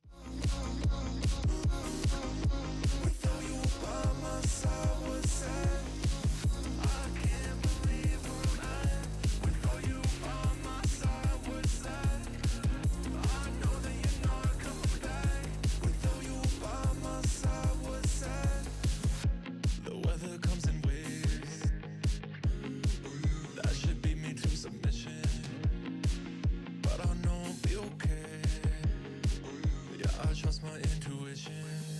You make me lie to myself, feel some type of way. I've been running and running miles away. I can't believe where I'm at without you by my side. I know that you're not coming back without you by my side.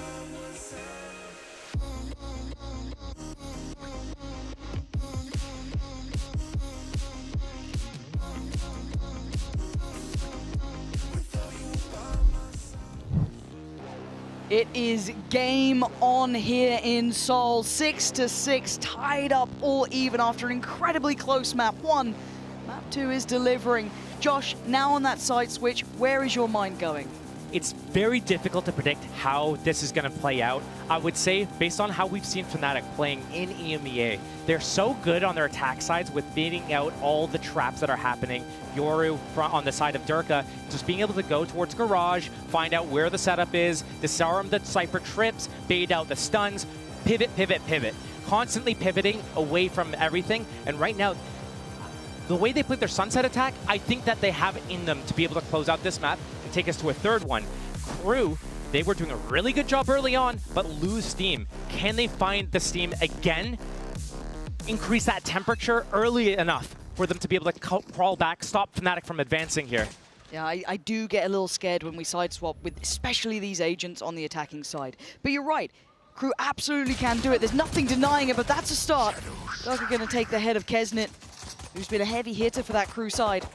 And they can back away, first blood drawn really early. That was also info. That looked like a 1-3-1 setup from the side of Crew, ready to fast pivot either direction that they needed to go. Fnatic, Boaster took a little bit of damage. He's down low. Durka has 70 HP, but he's got both of his teleports. Crew, re-clearing through short. So many lanes on this map. This next fight. It's everything, isn't it, really? He and Melzer answering back just perfectly, controlling such a large space coming in towards this A site. And the exchange here, Fnatic just going to run it back. They don't fancy it anymore. They're going to have Chronicle. Okay, he's just exchanging weapons, but again, Crew does this so often where they actually pivot back to the correct site so well. They did it on Sunset, but here, They faked their footsteps. They faked like they were going to run it back to C. They go back into A. They have that trip. They have that camera. Don't pop that camera. Use it. Save it for that post plant. It's gone now. That would have been nice, wouldn't it? 3-on-4, and Alpha's positioning is everything. He's going to listen for that big rotation through CT spawn and try to take out anyone who's coming through B, cutting out close, trying to re-clear close middle, looking for a lurker. But Alpha nice. Gets the better of him. Yeah, it feels like good timing on that more than anything. He crested the corner at the right time, and now they can kind of figure out where the rest of the pack is playing back in from. No smokes, dart and drone available for Chronicle. That's going to be the first key. Alpha's going to go first. Needs to make sure. Yep, first found though, MTA, good work here. Next challenger, Durka doing damage. Chronicle falls, but the time is on his side here. Ooh, big damage from Shy, hold on. Time's getting play low. To the clock, yeah. He's got to play this to the absolute letter. Nice try. He got off. He got off. He didn't get half. He didn't half it, no! He would have had it if he got it just a millisecond longer. How close was that to half? You know how one of these interviews, I forget who it was, it might have been Boaster, was saying that when they first started doing Durka on Yoru, he kept mispressing. He meant to like fake TP, but he actually TP'd. Oh man, I wonder if that happened there, or if he meant to do that at that timing. It was like, oh man, that was the slimmest of margins. I wish I could see how close that half was, because that would have changed everything. It looked like it was a sliver. It was like a sliver. Oh, there was a little bit on it. There was a little bit on it. He had to get off. Okay, good timing. Thank you for the mental clock replay there. Appreciate you. And now coming forward, that means obviously very early rifles. We got the Vandal out for Durka for Alpha, and also the Bulldog with Chronicle. On the other side, I mean, not much to write home about barring Kesnet's investment. I look right now on Boaster and Chronicle's positioning here as this A walk-up is happening right now. Are they going to do any sort of pressure or re-clearing before they commit to this? They do have all their abilities. They have that drone in play. Smoke, Paranoia. Alpha on ISO this game, not on Breach. No stuns. Here we go. Ooh, not clean. That does give a chance for this counter swing. Yeah, nicely done from Melza. Well timed on that. Stun to follow is Boaster to collect in the end. So they lose out on 2. That could have been a nice man advantage there. Still a Fnatic round. They have the better guns, they have the shields, and they have the numbers. It's all about picking the right spot. But Kesnet with that Marshall at the back of C site. This is the weapon you want for the spot. Misses that first opportunity. Yeah, and whoa! Okay. That's a shot. 30 seconds left. A valiant attempt. But the plant's going to be there now, and sadly for Heat and Shy, those weapons aren't going to be what they want to be working with. The sleeper has awakened. Yeah, honestly. What are you meant to do if you're crew now? Try and make it costly if you could. But even then, you'd be looking to take down maybe one of these rifles. Durka already has his ultimate. He does not need to go hunting, although I know he'll be fighting his inner demons not to go for it right now. He loves it. And it is Alpha, the one who swapped the rifle over, so trying to be very diligent about it and not leave that to any potential chance. Last 2 players, yeah, he's hunting again. Even Paranoia going on this close corner. Nah, not going to get it. Okay, goes down. It's an orb. And exactly that. Still gets an orb, obviously not the ideal reward there for him, but he'll take what he gets, and the other's going to give this up to the spike. Fnatic stamping their authority, at least in this half to start with. So going into this round, this would be, what, probably a bonus round for Fnatic. Yep. They have that Euro ultimate. I would not be surprised for them to do some sort of, subterfuge. Use that Euro ultimate as part of a fake, put a lot of pressure. We've seen them do it towards C to go pull off somewhere else. Over there. I want to see Fnatic kick up the pace a little bit. Show us that they're feeling confident, that they know that they can go fast and just win. They're feeling more confident. Yep. We're seeing them get smiles more on the faces, smiles on the faces, animated, and that does make such a big difference. I mean, you saw it with Crew in map 1 until that, well, the score got so close. They were very similar scenes, but as it stands, not too pacey off the rip, taking their time, but wait and see if that ult does come into effect. There it is. Let's see the value we get here. First man on the chopping block, potentially MTA, so got to be careful. And just slip away so far, but plenty of info here, Josh. Oh, good Paranoia. Lovely unison between the 2 there. Even 3, really, between Durka, Hero, and Boaster. It was tailor-made to take down MTA. Sight's theirs. Don't know what Crew's going to do. 5-on-4 in the favor of Fnatic. Crossfire in hand as well. You're kind of banking on Kesnit to be an instigator, right? Be the man to lead the charge to get back in it, but it's Melz that set it in motion. Durka falls. It's an opening. Yeah, this is a start. This gets them in the door. The smoke's still in place, so it can give them a fair fight, and that's perfect for Shy. And the follow-up! Bringing death from heaven, and now Crew's done a clean house. Boaster is irrelevant to outcome here. He can do nothing but die. Crew finally answering back. That round was a 5-on-4 post plant. Crew wins it with 4 alive. Fnatic has not been doing a good job. Even on Sunset, they were not being able to really lock these down. Actually, opposite. It was the retakes for both teams. So this is a very stark difference on the side of Crew for being able to do this so cleanly. Shy. One of the bigger impact players, like, you obviously, when you have these Sentinel players, sometimes you're able to make a big impact in some of these rounds, and other times you can't. When you can't, it sucks, but that's your role on the team. Yeah. But when you get involved in situations, Fnatic, they used that Yoru ulti. They went straight into A though. That's not the Fnatic that I've come to expect from this. You know, I see them going to Garage. Yoru baits out the trips, teleports away from danger. They make it seem like they're going C, but then they go back to A, but then they actually go back to C. We're not seeing that from Fnatic right now. It's all just this straight up 5-man, okay, you guys are going to 5-man us at A? Cool, we're going to do it back to you. It's like they took a mirror to Crew and said, whatever you can do, we can do better. TP should have. Alpha has his ultimate here. It's you and me. He isolates MTA with it. All right, Alpha. Whoa!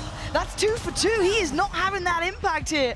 MTA doing wonders, and now the chaos begins. On the site though, Durka divided, got to the back. How the hell did he get away with that one? But Fnatic looking cool and composed in these executes.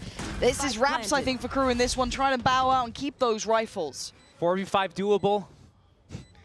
2v4 not doable. And part of the reason why that ultimate from Alpha is so good is that even though he goes down, loses that duel, his teammates are in the site, flooding through, and there's nobody to defend it. And as soon as MTA gets back out of that gulag, guess what? Someone's sitting on his body. Oh, yeah. Boaster, dancing on it. But it is kind of nice to see these set pieces, right? See those executes. We have seen it now a couple of times towards A. I do want to see what Crew's response will be eventually. Again, we're very early into this half, starting to get get into the meat of things with at least the buys coming into effect. But still, this is Fnatic taking another step back here after Crew did respond quite perfectly, I may say.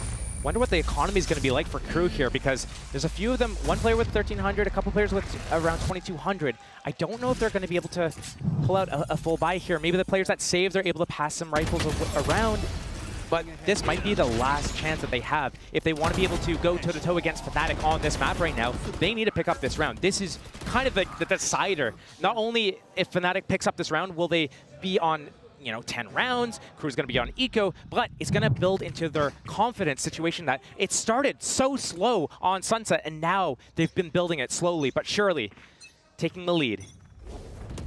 Game back on. Remember, this is 2-6 at one point. Very true. 7-1 in the last 8 rounds. Yeah, in that context, that's outrageous, isn't it? For now, we had an aggressive start towards A, sewer control gathered, break of the trip.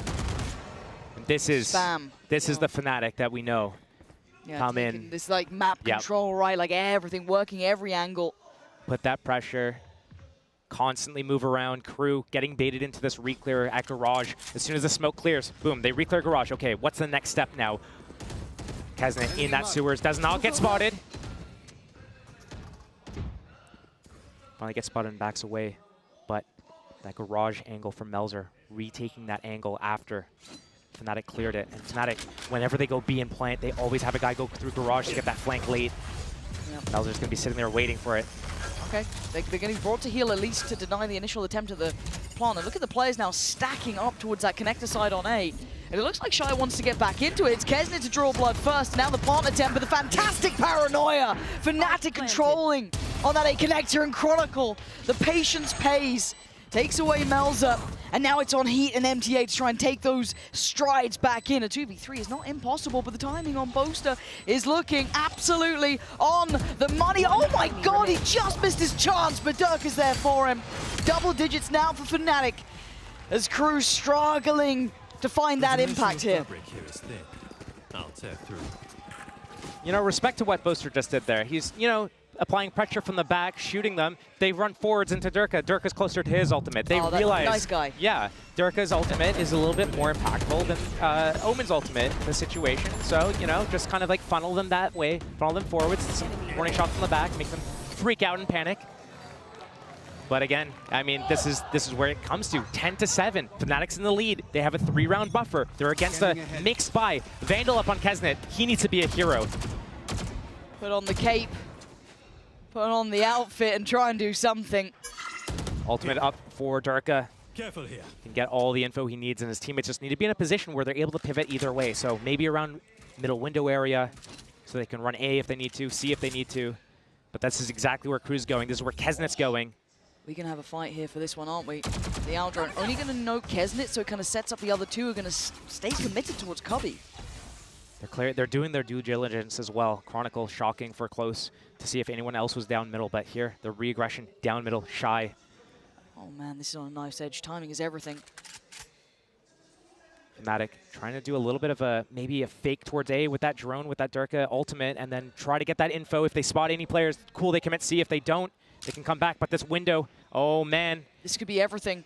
They could live and die by this. Durka almost got his gun back out in time, but no, the damage is done. Alpha ready to avenge. Finds heat on the way back through, but there's still a problem dealt with. Hero takes away Shy, and now it looks like the red carpet gets rolled out. Kesnet's still alive with that rifle, though. He is your man to watch. Has to be impactful. Back to B. And Hero looks to try and be right amongst them, get involved. Spot out Kesnet. Kesnet dives head first, and Alpha removes it. Answer made by MTA, but it's just MTA, and that's not going to be happening. A 1v3 not in the cards here. Crew starting to stumble now, Josh. That scoreline is getting just steps further and further away. That's got to be about the third or fourth time Alpha's just one-tapped Kesnet mid-slide in this series so far. And Kesnet had that Vandal, tried to be a hero, but the only hero in this server is on the side of Fnatic right now. So timeout coming in for Crew, 11-7. Rolling Thunder, Hunter's Fury on the side of Crew. Are they going to be able to use these and capitalize on this situation right now? They decided to give them a chance, bro. Yeah, true. Fnatic, I mean, their attack size has been looking way better than the defense. True. Their defense, yeah, they got 6 rounds, but they had that pistol round. So not good enough there. Lotus is going to be the decider. If Fnatic's able to close this map out, Crew, they look like they have these like spurts of power. Yes. But then it just falters right after that. It's like, boom, okay, but now we need to recharge, and it's going to take us 3 rounds to recharge. So every time they get 2 or 3 rounds, they give up 3 rounds right after. They need to find a way to be more consistent. Maybe this timeout will give them that. Maybe just give them a set piece to run. They've got a couple of ults here. You've got that Rolling Thunder in the hands of Heat. You've got the Hunter's Fury with MTA. And the hat, I guess, for Shy. I just don't know what the game plan could be, because it feels like Fnatic is starting to, you know, explore the map more. You were kind of referencing it with that pressure towards Garage, starting to see them really take control of everything and not just kind of sitting in those standard, like, set pieces. So now this is where the problems are. And you're speaking about ults, Josh, look how close Fnatic are to the full hand. So that's one thing I was keeping an eye on, because they're so close to, well, I'm mainly looking at Alpha and Chronicles. Are they going to start with that long C? They have that op. They can take this fight. They can look for a jump spot, a peek, anybody trying to deny this or pickup. If they don't, I've seen this Yoru ulti, Sova ulti combo from Fnatic on C site so many times. It gets you all the info. The Hunter's Fury follows it up. It forces Crew to play the retake. They do have their own Hunter's Fury and Rolling Thunder to play with afterwards, though. But Alpha has his ultimate as well. He's going to use that in that post plant. It's going to be a 5 versus 5 post plant retake. Well, let's see how much he gets. Clears sight, no one's here. Clearing the trips out. Hero versus Melzer on that A flank. He's committing. Oh, the barrel gives away Shy, and it gives away the sight. Hunter's Fury from MTA on one side. Now Kesnet re-clears, but there's still no plant here. Fnatic is still playing around the minute marker. They don't have to overcommit to this. They've just baited out so much of a response. Careful. Melzer's positioning, he's listening for everything, but Hero doesn't challenge it. He walks up to the front of B. He's got his camera. I think he knows, though, there was a trip, I believe, at A, and it got broken. I could be wrong about that, but Fnatic, I think, know about this. Come back into this garage angle. Alpha still has his ultimate. Op still up on Boaster. This is so hard, though. There's 3 players on this site. This 30 is seconds left. incredibly difficult to break through. The Outro not going to clear site either. It goes towards Garage. Smoke towards CT, but there's still 3 players here. Make it 2. Kesnit's gone. And now the 1v1. He's clearing out everyone as Boaster finds heat. Alpha, his odds haven't been great in these, and it's still not pretty, but it's looking like job done here. As Melza, I think, noted earlier on, or at least considered earlier on, it looks like 12 is fated to be on this board.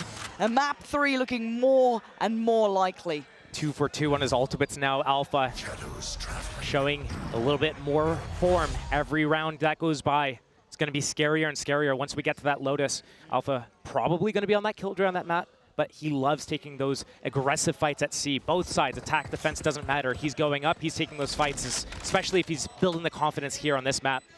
But Crew, they looked good on this map against DRX. It's true. But here, Fnatic showing why they picked this, showing that this is their playground, their battlefield. And there is an element of pedigree to this as well. When you're talking about teams with experience, both of them have this here, but the resilience being shown after a very hard map 1, those very close losses can weigh heavily. We are seeing Fnatic with a resurgence here. Look at the timeline when you get a second. It has been pretty much all black and gold for Fnatic here, as Crew really struggling to find impact. Yes, some of the rounds have been close, but pipping them to the post almost every single time has been Fnatic. So, as it stands... Speaking of standing... I didn't know Benji Fishy was here. You better be sat down watching all of you out there. Okay, big round here. Can they seal it? Can they sign it? Can they take us to map 3? Fnatic on 12, Crew held at 7. And they've been struggling to find that bigger impact. Again, trying to post up Melza, getting deeper. There's no trip in Garage. Dark is going to take all the space. There's nothing to defend against him. He gets out. He didn't want to risk it. Melza. Yeah, they're sticking around this time. No trips, no camera on the side of Crew. It's going to force them into doing some sort of re-clear together. We've seen a drone coming in through Garage, clearing all of that, watching that B line right now. Fnatic walking up, contacting. That smoke is going to pause them. Split pressure. Elsewhere too. Yep. So hard to get that full beat on what's happening. Where do you want to place Kesnit? Where do you want to put these players? Hard to try and get a real read on this. But it looks like the commitment is towards A, at least for now. Hero getting a little bit deeper towards middle. If this pressure comes on to Melzer and he's able to, he goes down. Hero walks into B, gets a kill. That's hat info as well coming. Durka getting that opening pick. He's been so good at that recently. Did Hero see him? It felt like he might have for a second there, but he's managed to slip the net. Heat unaware, but he still gets the job done. Takes down Hero, and now there's a couple of problems. Kesnit tries to get out of the danger zone. Big information found, and the pressure's starting him out here. Kesnit dives in. He's doing everything he can to keep Crew alive. Keep him in this map. Deny what feels like the inevitable. He's ulting for C. It's a 1v3 for Boaster here. No smokes on the side of the defense. 10 seconds Stun left. would be the only thing that can take out that op. If Boaster recedes back to long C here, he's got 4 shots, 3 opponents. Does it feel too predictable? He spotted his shoulder. That's big. I think he now knows it, but he's get gonna one take back the other out. angle. The stun about to be sent his way. First shot, big from Boaster. TP away, he's got it down to a 1v2. Change the TPs to go This deep. might be it. One way on top of the site as well. Yeah, he knows what he's doing. Cool, calm, collected, but he still has to land the shots. No one's on it. Just chill. Oh, He's got another paranoia next Boaster! Is he the one to do this? To take Fnatic all the way? Oh, No! A fumble! The final hurdle! That's a gut punch and a half, but Crew get to stay alive. Unlucky. If he could dance in game as well as he could on stage, he could land that strafe, that jump jiggle to get that information instead. Head first into the wall, taken out. That would have been a great 1v3. Just playing it textbook style, getting that first kill, backing out, knowing that they have no smokes, and isolating all the kills. But Shy putting a bullet in his dome, and he can't believe it. He can't believe, not that he hit their shot necessarily, but that he jumped into the wall. Oh, that's devastating for him. Nice though, nice though. Who's better or worse? Alpha's just cackling. Just like a hyena next to him. They know they've won this map anyways. Yeah, they're ready for map 3. As long as Boaster doesn't take that to heart too much. I mean, it was a damn good try. You can't say he didn't play it perfectly until that point. That was damn good. But still, maybe a chance. if you look at the run of rounds, I think it'd be silly to not say that Crew have not been in this half. I mean, it has been a streak for Fnatic, and it was nearly secured then, but we digress. I haven't been paying full attention, but does Shy not have any trips again? I think he's been absolutely skint for a while, to be fair, but yeah, it does look like that's indeed the case. Kesnit, though. Get yourself a Guardian, mate. Honestly. Hero steps in, there's the hat, there's the info, and this might be all she wrote, but still signs of life. Shy, still standing and kicking and finding kills. Counter, good info. Doesn't matter, Sight should be still free. Have fun, Melza. It's all you. Boaster smoke out in hand. This is where it starts getting a little bit scary, a little bit dangerous. Maybe 9 could be happening here. 30 seconds. Hero 30 seconds lurked left. up in short. He's going to hear the rotations. Can call his... Never mind. Crew looking like they want to get this 9th round posted up on the board. There's life in him yet. Alpha and Durka, though, the dangerous duo still alive, but 3 players here truly against the odds. It's not going to happen now. 9 for Crew. Is this the moment it breaks? It's a small string of rounds, a small chance. OT is secured for Fnatic, but a timeout has been called. One clean round is all Fnatic needs. It doesn't even have to be clean, it can be sloppy. They're building towards their ultimates. They'll have a couple online with 3 ultimate orbs apiece for Alpha and Durka. Are they gonna wait, try to just do one big final just celebration, fireworks going everywhere, and do that on maybe 12-10, 12-11? Or are they gonna try to close it out here early? They have the economy, they can keep the pressure up. Crew, they can't make any mistakes. They have that off up, and they're not really feeling any sort of pressure. It feels like they're playing with their confidence still. They're taking their duels. They're winning their duels a little bit more recently. They still have some pretty good reads where they're stacking that A site, getting ahead of the situation.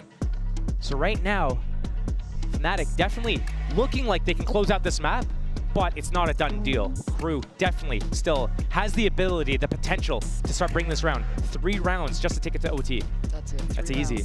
Yeah, it sounds so manageable at that point, doesn't it? Round by round.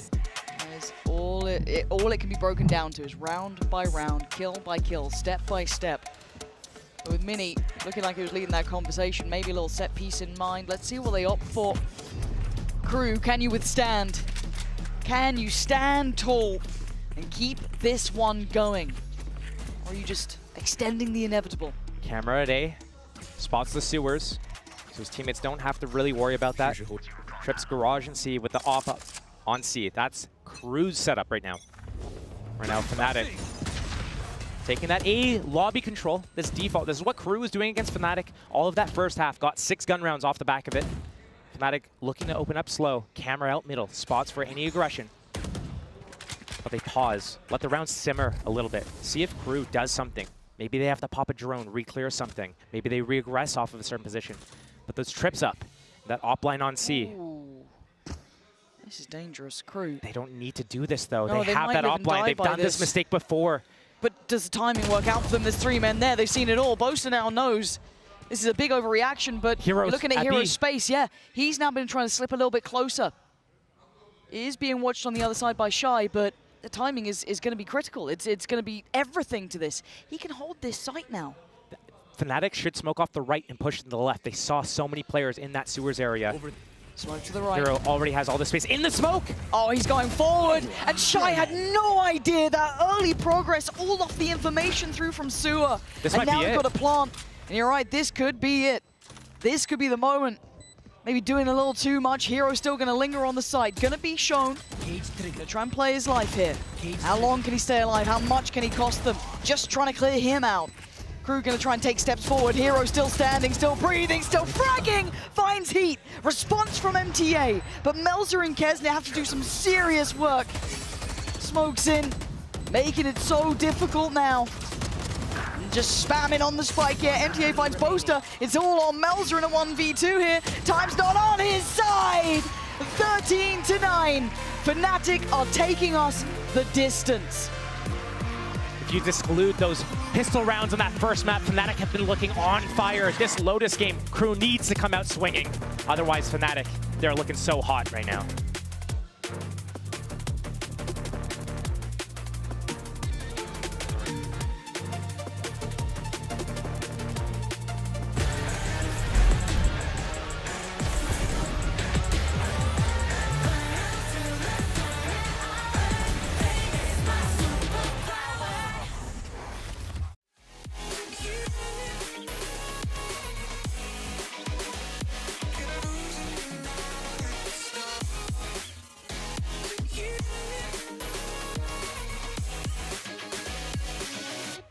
let me fall to my grave. Heart fails under pressure. Wonder if these bad days will last forever. So pessimistic from the past. All the good things end up in caskets. I'm never feeling okay. Good days are so hard to find. Just help me know all the pain. Away one step from dying. My angels keep it at bay. Can't blame the people for trying. Just let me fall to my grave. Just let me fall to my grave.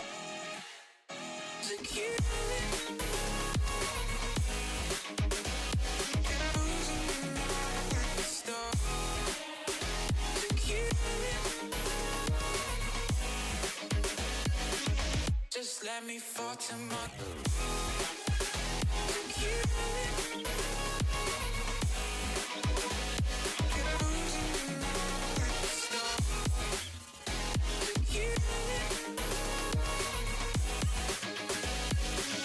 Just let me fall to my grave.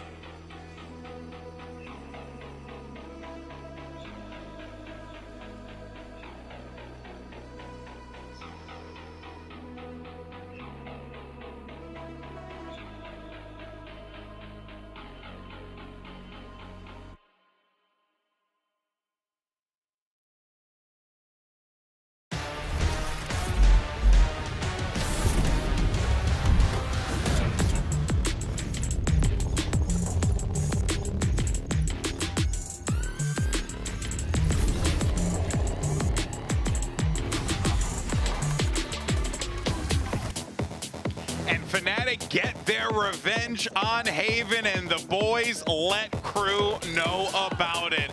Congratulations, Fnatic, forcing that map 3, but there's still so much more to play for as we get ready for Lotus. Welcome back, everyone. Golden Boy here alongside with Achilles and Paper Thin. So let's go ahead and break this one down here. We were a little worried for a bit that Fnatic might be chasing some ghosts here, might be, you know, shooting themselves in the foot a little bit, but that turned out not to be the case.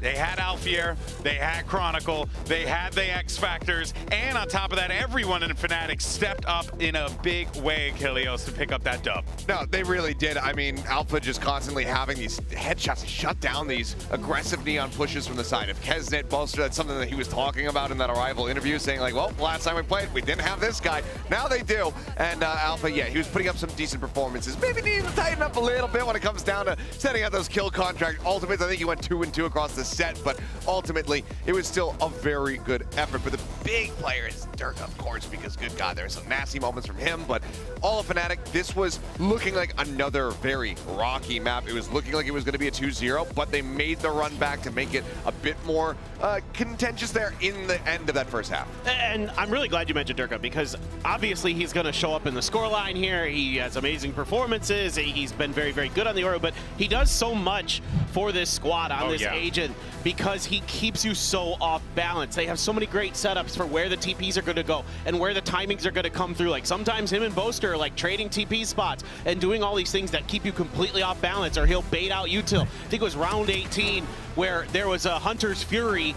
He kills Shy right in a smoke, right in front of C Connector, and then just TPs out as soon as the Hunter's Fury come, and he's completely nullified that. All these things he does for you are so, so good on this map. Yeah, his effectiveness with that agent is definitely something that you got to praise here. He was certainly a big reason why this Fnatic squad was able to get over the line in the way that they did at the 13-9 scoreline, dropping 21 frags total plus 10 and overall. So he was definitely shining on Yoru, shining on Haven, and you're certainly going to be looking forward to seeing what Durka could do as we get ready for Lotus in just a little bit. But also, I do want to give a quick shout out to Hero as well, because see, I wasn't familiar with his game on C-site in Haven, and today I learned a valuable lesson. Don't push the boy on C. He will shut you the hell down. Very impressive stuff across the board. But boys, we're going now to the decider. This is it. We're going to Lotus.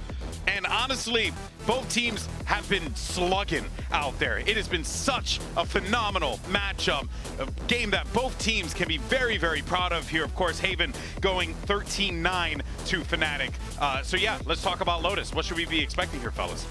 Right now, with the way that Fnatic are looking really riled up, because I mean, throughout this series, we were seeing it even there on Sunset while they were losing rounds. The cheeriness was still there. They were still mentally in the game. I think that with them kind of getting warmed up, with Durka now having a lot more impact compared to what we were seeing from him on Sunset, I'd be a little bit scared if I'm Crew, because this still has been, even with some of the shortcomings that they have had, this is still a very comfortable and consistent map overall for Fnatic. Yeah, they've seemingly, at least up until they faced DRX, like cleaned up this map even more so than usual. They looked really good in their rotations, their decision making. It was really hard to predict that they were going to go like just A all the time and then pivot to B, or do all these various different things. But I mean, obviously, Crew looked good against Billy, but that's a different affair, right? Sure. Versus DRX, who got out of the group. So yeah, but there is a template, if you are Crew, on how to beat Fnatic on this map, because DRX did just that not that long ago. Different comps, though, right? Yeah, I mean, different comps. But the one thing that you kind of really need as you get ready to go into that is going to be, some nice, clear, concise calling coming through. That's something that Mako was able to do. The other thing that you need is a buzz. You need a buzz. Buzz was going absolutely nuclear in that game, but you do have Kesnet. So you have a Kesnet. The main thing that you need to avoid is a bit of what we were seeing there on Haven, which is nullifying that tip of the spear, just clipping his wings. If they're going to be able to do that and find similar explosive impact from Kesnet like they had on Sunset, then Crew is going to be in a good position. Yeah, Fnatic fans in full force in the chat right now, betting, hoping that Fnatic can pull this through over the line. But let's not forget that this is a Crew squad, Clinton, that when you count them out, they will find a way to scratch and claw their way back into the matchup. Yeah, time and time again, they just find another level. They find another gear. They've done it to rebound this year. They could do it here again. You never know. I mean, yeah, sure, Fnatic's out there doing their little stretches, pre-matches, get the blood flowing. If this was synchronized, if we were judging this in a certain meat sports competition, I don't think that they would be meddling. Yeah, that's fair, but it's the effort that counts, right? It is. Oh man, this is an intense matchup here, but I couldn't think of a better way for it to close out on Lotus. Both teams have had success on this map in the past, so there is just both squads have to feel confident here, regardless of the circumstances. For sure, but this has been a bit of a scrappy one for Crew. I think all time since Lotus has been implemented, the team has found about 50% success rate on that map. There's been some back and forth within the Americas scene for them on this one. So I'm curious to see how they look, because you look at that Billy game, you say, okay, Fnatic, a very different beast compared to that team.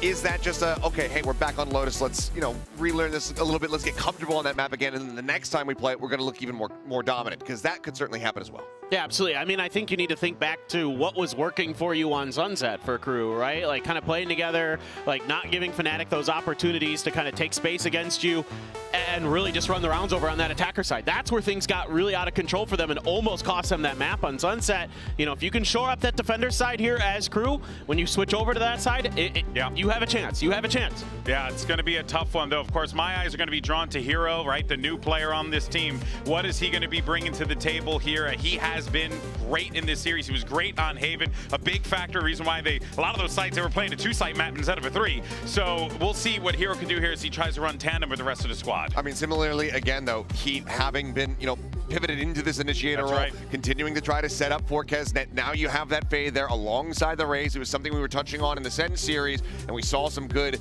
synergy there, at least from the Sentinel side of things. So looking for that duo as well to be able to try to shut down Fnatic. Maybe a little more Boaster hopping? Oh, looked pretty good. He did. He looked almost pretty damn good on it. Yeah, almost had that clutch. Almost, baby. All right, folks. Well, this is it. It can only end this way between these two teams. All on the line. Winner moves on. Loser goes home. Let's send it back over to your casters, Pansy and Steel, to bring us home. With absolute pleasure, GB. This one deserved going the distance after map 1 being so close, map 2 clawing back but couldn't quite get close enough. We deserved Lotus, and now it's down to who wants it most, who wants to live, who gets to stay here in Champs. Fnatic, of course, on one side, Crew on the other. Josh, where's your mind going now? We are going the distance. Arguments could be made for either side right now. Crew taking that first map, having that big momentum lead, but then Fnatic crawling back, making it a 13-11, just long game. But then coming back in the second map and just starting to crush Crew a little bit after getting down 2-6. They came back and won it convincingly. Right now, it's not about who can do it, they can both do it. It's about who comes out swinging harder. Crew, they showed it on Sunset. Can they show it again here? Crew on the attack, Fnatic on the defending side. An early glance towards the A site. Maybe looking for a fortuitous find, but nothing to be gathered. But Fnatic backfilling the space, precarious in approach, and that could be the death of them here. Kesnet was chomping at the bit to try and close down on one of these kills, but he leaves them breathing, but maybe a little bit bruised. And now they take that opportunity to move forward. 5 versus 5 retake is going to be in play here unless this pre-take comes in. Durka with the paint shells lined up as soon as that spike gets tapped. Yeah, there it is. Here it comes. Mel's in trouble. Actually, it's Fnatic who are in trouble. Crew kicking things off with a bang. 3 big kills. Chronicle down, Boaster and Hero as well. But Durka, how's he gone away with that? What? Hello? Paint shells back online as well. Oh my god, this could be the death of them. Alpha! The flank! Oh, this is outrageous! How did that just happen to them? You can't forget about Durka. You can't leave him like that. The way that round just crumbled, fell apart for Crew. Oh man, I hope that doesn't ruin their confidence going into this and they're able to stay level-headed and keep their head in the game, because if they let this crush them, that is just going to be the most disastrous kind of consequence. Oh boy, but it's going to be an eco round for Crew. A few sheriffs put up on the board. Fnatic taking that defense pistol like on that Haven game. One player going to make it forward, that being Kesnet. He's got to fight. Wait. And Bosa completely unawares that someone could have beaten that timing. They're going to catch the lurk over towards B at the very least, but still, that is blood drawn. Smokes down. Viper Wall is all they have to advance around the map for the side of Crew. As I talked about for a brief moment on last map, Alpha on C, both sides attack, defense. He's going to be on this angle. He's going to be jump spotting, getting that info, keeping the pressure up, looking for some duels. Right now, he's the ghost player on the side of Fnatic. Everyone else has a rifle except for him, so should play to value his life here. He got that info. That's big info. But still a minute in the round. Crew could pivot away if they want to. A few sheriffs in hand. Looking, potentially, just find an opening. That's the first step. Yeah, it's a bit of a blender waiting for if they do try and go through that. Oh, that's so unlucky. Yeah, that's... I said, yeah, it's going to sting a little. And now the second attempt, but all the utils still here. Yeah, they can clear a little bit of it. Still 30 seconds. 30 seconds left. All of Fnatic has moved into the position as well. It's going to be a daunting task for Crew to be able to break through this defense. Again, Alpha looking composed here, but they could gap close. He's got to be very careful, so decides to give them the site. Let them have a little bit of space to work with. A tap on the spike and a fight taken, trying to swing this together. That was a great try from Crew. I like that. They've made this costly. And he in a 1v2, it's not impossible, but he's being closed down on. I think he knows it. No plants to be had. Yeah, they can just play this one smart and safe and actually tell a lie. They lose out on so much here. Yeah, they get the round, but costly as hell. It was very expensive, and what we saw in Haven actually is kind of the same thing that's looking like it could happen here. Fnatic went into the bonus round. They didn't have the best of buys. They lost that round. They ecoed, and it became a 2-0 to a 2-6 right there. And Crew could repeat history by doing that again if they're able to convert this round. But it looks like Fnatic is investing heavily here. They've got 3 Vandals, a Guardian, and a Bulldog. They want this round. They still have a little bit of leftover money, but not reserves on everyone. 200 credits, 450 credits, Chronicle and Boaster apiece. Fnatic need this round win, otherwise Crew run away from with a few rounds here. MTA toying with this wall, getting out by rubble area, getting info on the setup. Lots of pressure on Alpha here. Taking out his setup early. One-way smoke on the site. Pushes him back. Just kind of move the setup a little bit deeper as well, which I quite like. Trying to respond in kind, not just depend on those creature comforts that would have been his the whole time, but no, I'm now looking at the pressure being on Boaster. This is... Oh, he made a step as well. He should try to like walk away from this because he's the only person here. His teammates are not close enough, and enough time has elapsed that they could be here. Okay, he's shown his hand. That's info. Fades here. Real or fake, the reclear is in for Crew, and Boaster is still playing with fire, staying up close. No more re-smokes for him. What? No, this round so important. And he gets away with it. Oh, you lucky boy. And if you're a Crew fan, you'll be dropping spike. Furious about that, because it felt like they had every right to get that pick. Now the time is ticking, 30 seconds left. A committal needs to happen. Omen outside mound. This is definitely, it has to be. Fake A, pivot back to B. The Shy lurked up towards the front of B here, but Fnatic not even trying to defend A. 3 players towards heaven, basically. This could be a fast pre-take. This, 12 seconds. Yeah, they gotta go. They can't really stop here. And with that posted, there's not much more to depend on, just the guns in hand. Mel's has cut off the support, though. That's pretty important. Alpha's gone down, but now the pre-take, do they deny the plant? Oh, the satchel missed. The plant is in. Time is on their side. Man advantage. Everything they could have dreamed of is here now. The backlines from Melzer as well, putting so much pressure. Chronicle can't move. So many problems and so few solutions. He can just stay here, that's all he needs, but now maybe called back. Maybe needs to come back and play some support here, as Durka does at least find one, but the time is ticking.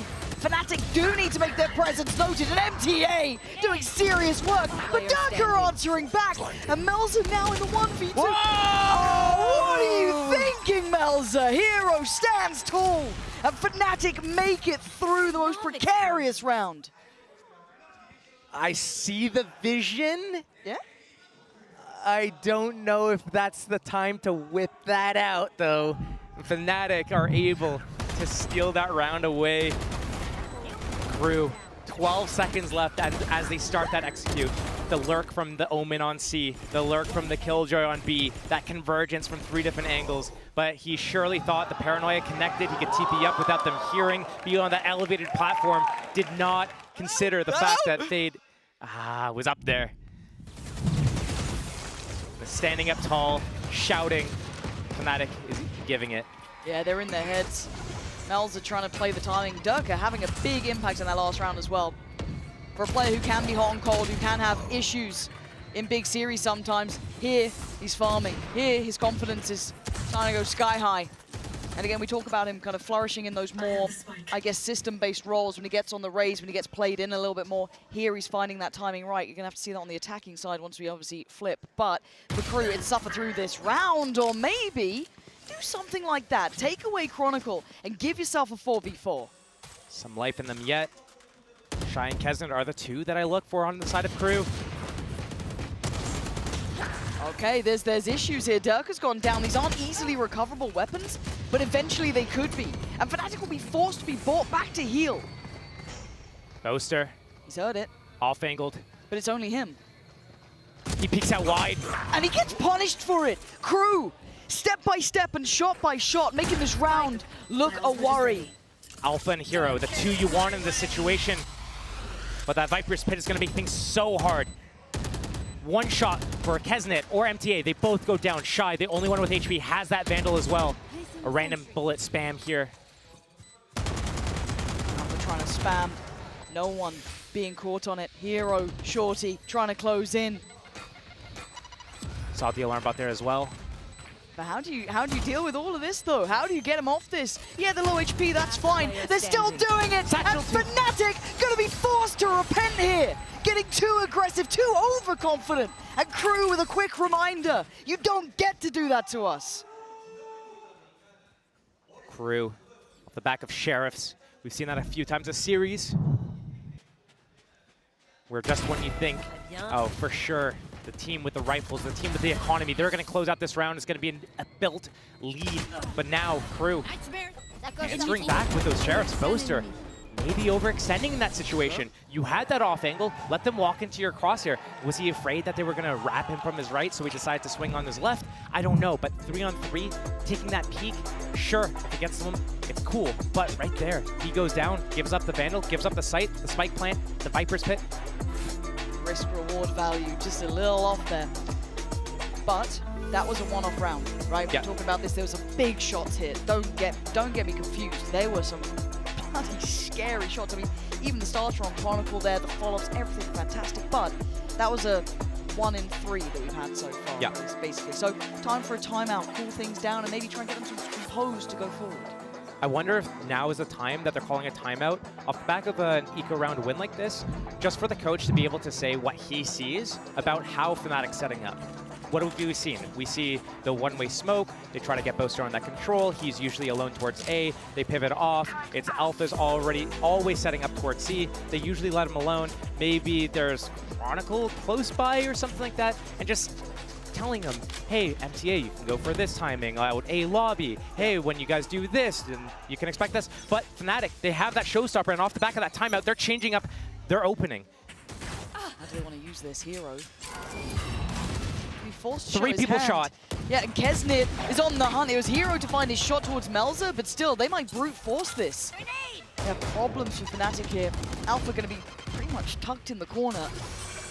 Maybe looking for options now. Crew trying to maybe diversify their approach, look through maybe kind of considering maybe pivoting towards B, falling back a little bit. They're unsure what they're walking into. I wonder if Fnatic keep the setup with Melzer down. That's no smokes to break the crossfires. Against a buy like this, you need to break those crossfires. The Viper wall towards A, but the Viper's orb is available if they need it. Alpha spotting them. Oh, they could be left dazed and confused if they don't convert this one. Kesnit trying to lead the charge, and he does. Bid for That's Chronicle, Alpha, but they don't know about him. They didn't know about the paranoia and the follow-up as well. Kron tries to it over the showstopper to the full stop of the round. Fnatic are back in this. It was close though. The 4-1. They take the scoreline back. That showstopper coming into play there, Fnatic. Getting that round off the back of Crew's timeout, switching up their setup, 3 towards C mount. We haven't seen a fight from Fnatic towards C yet. This bait setup, Alpha just showing only himself. Chronicle fully hiding at the back of the site there, waiting for Alpha to disarm mentally the rest of the Crew players. That paranoia as well coming in from the sidelines there, getting them from the flank. Beautiful from Fnatic. And Crew down to a Bulldog Guardian, a few Vandals here, Nightfall outside of Heat, and MTA going a little bit more aggressive out on his A-Lurk here, realizing it's just Boaster. Yeah, but a switch up though. We've got Durka now kind of playing over towards the side as well with that Odin towards Tree. And a pivot back towards that C side. Maybe at least deal with some of the util, and it's layered. You've got an active presence from Chronicle with the Killjoy setup on top of that. So a real kind of spread attempt here. I'm wondering where they want to use this. Kesnit does have that showstopper. Heat, that Nightfall. But they don't know about Durka yet. This could be a whole new piece to the puzzle. They have to try and navigate through.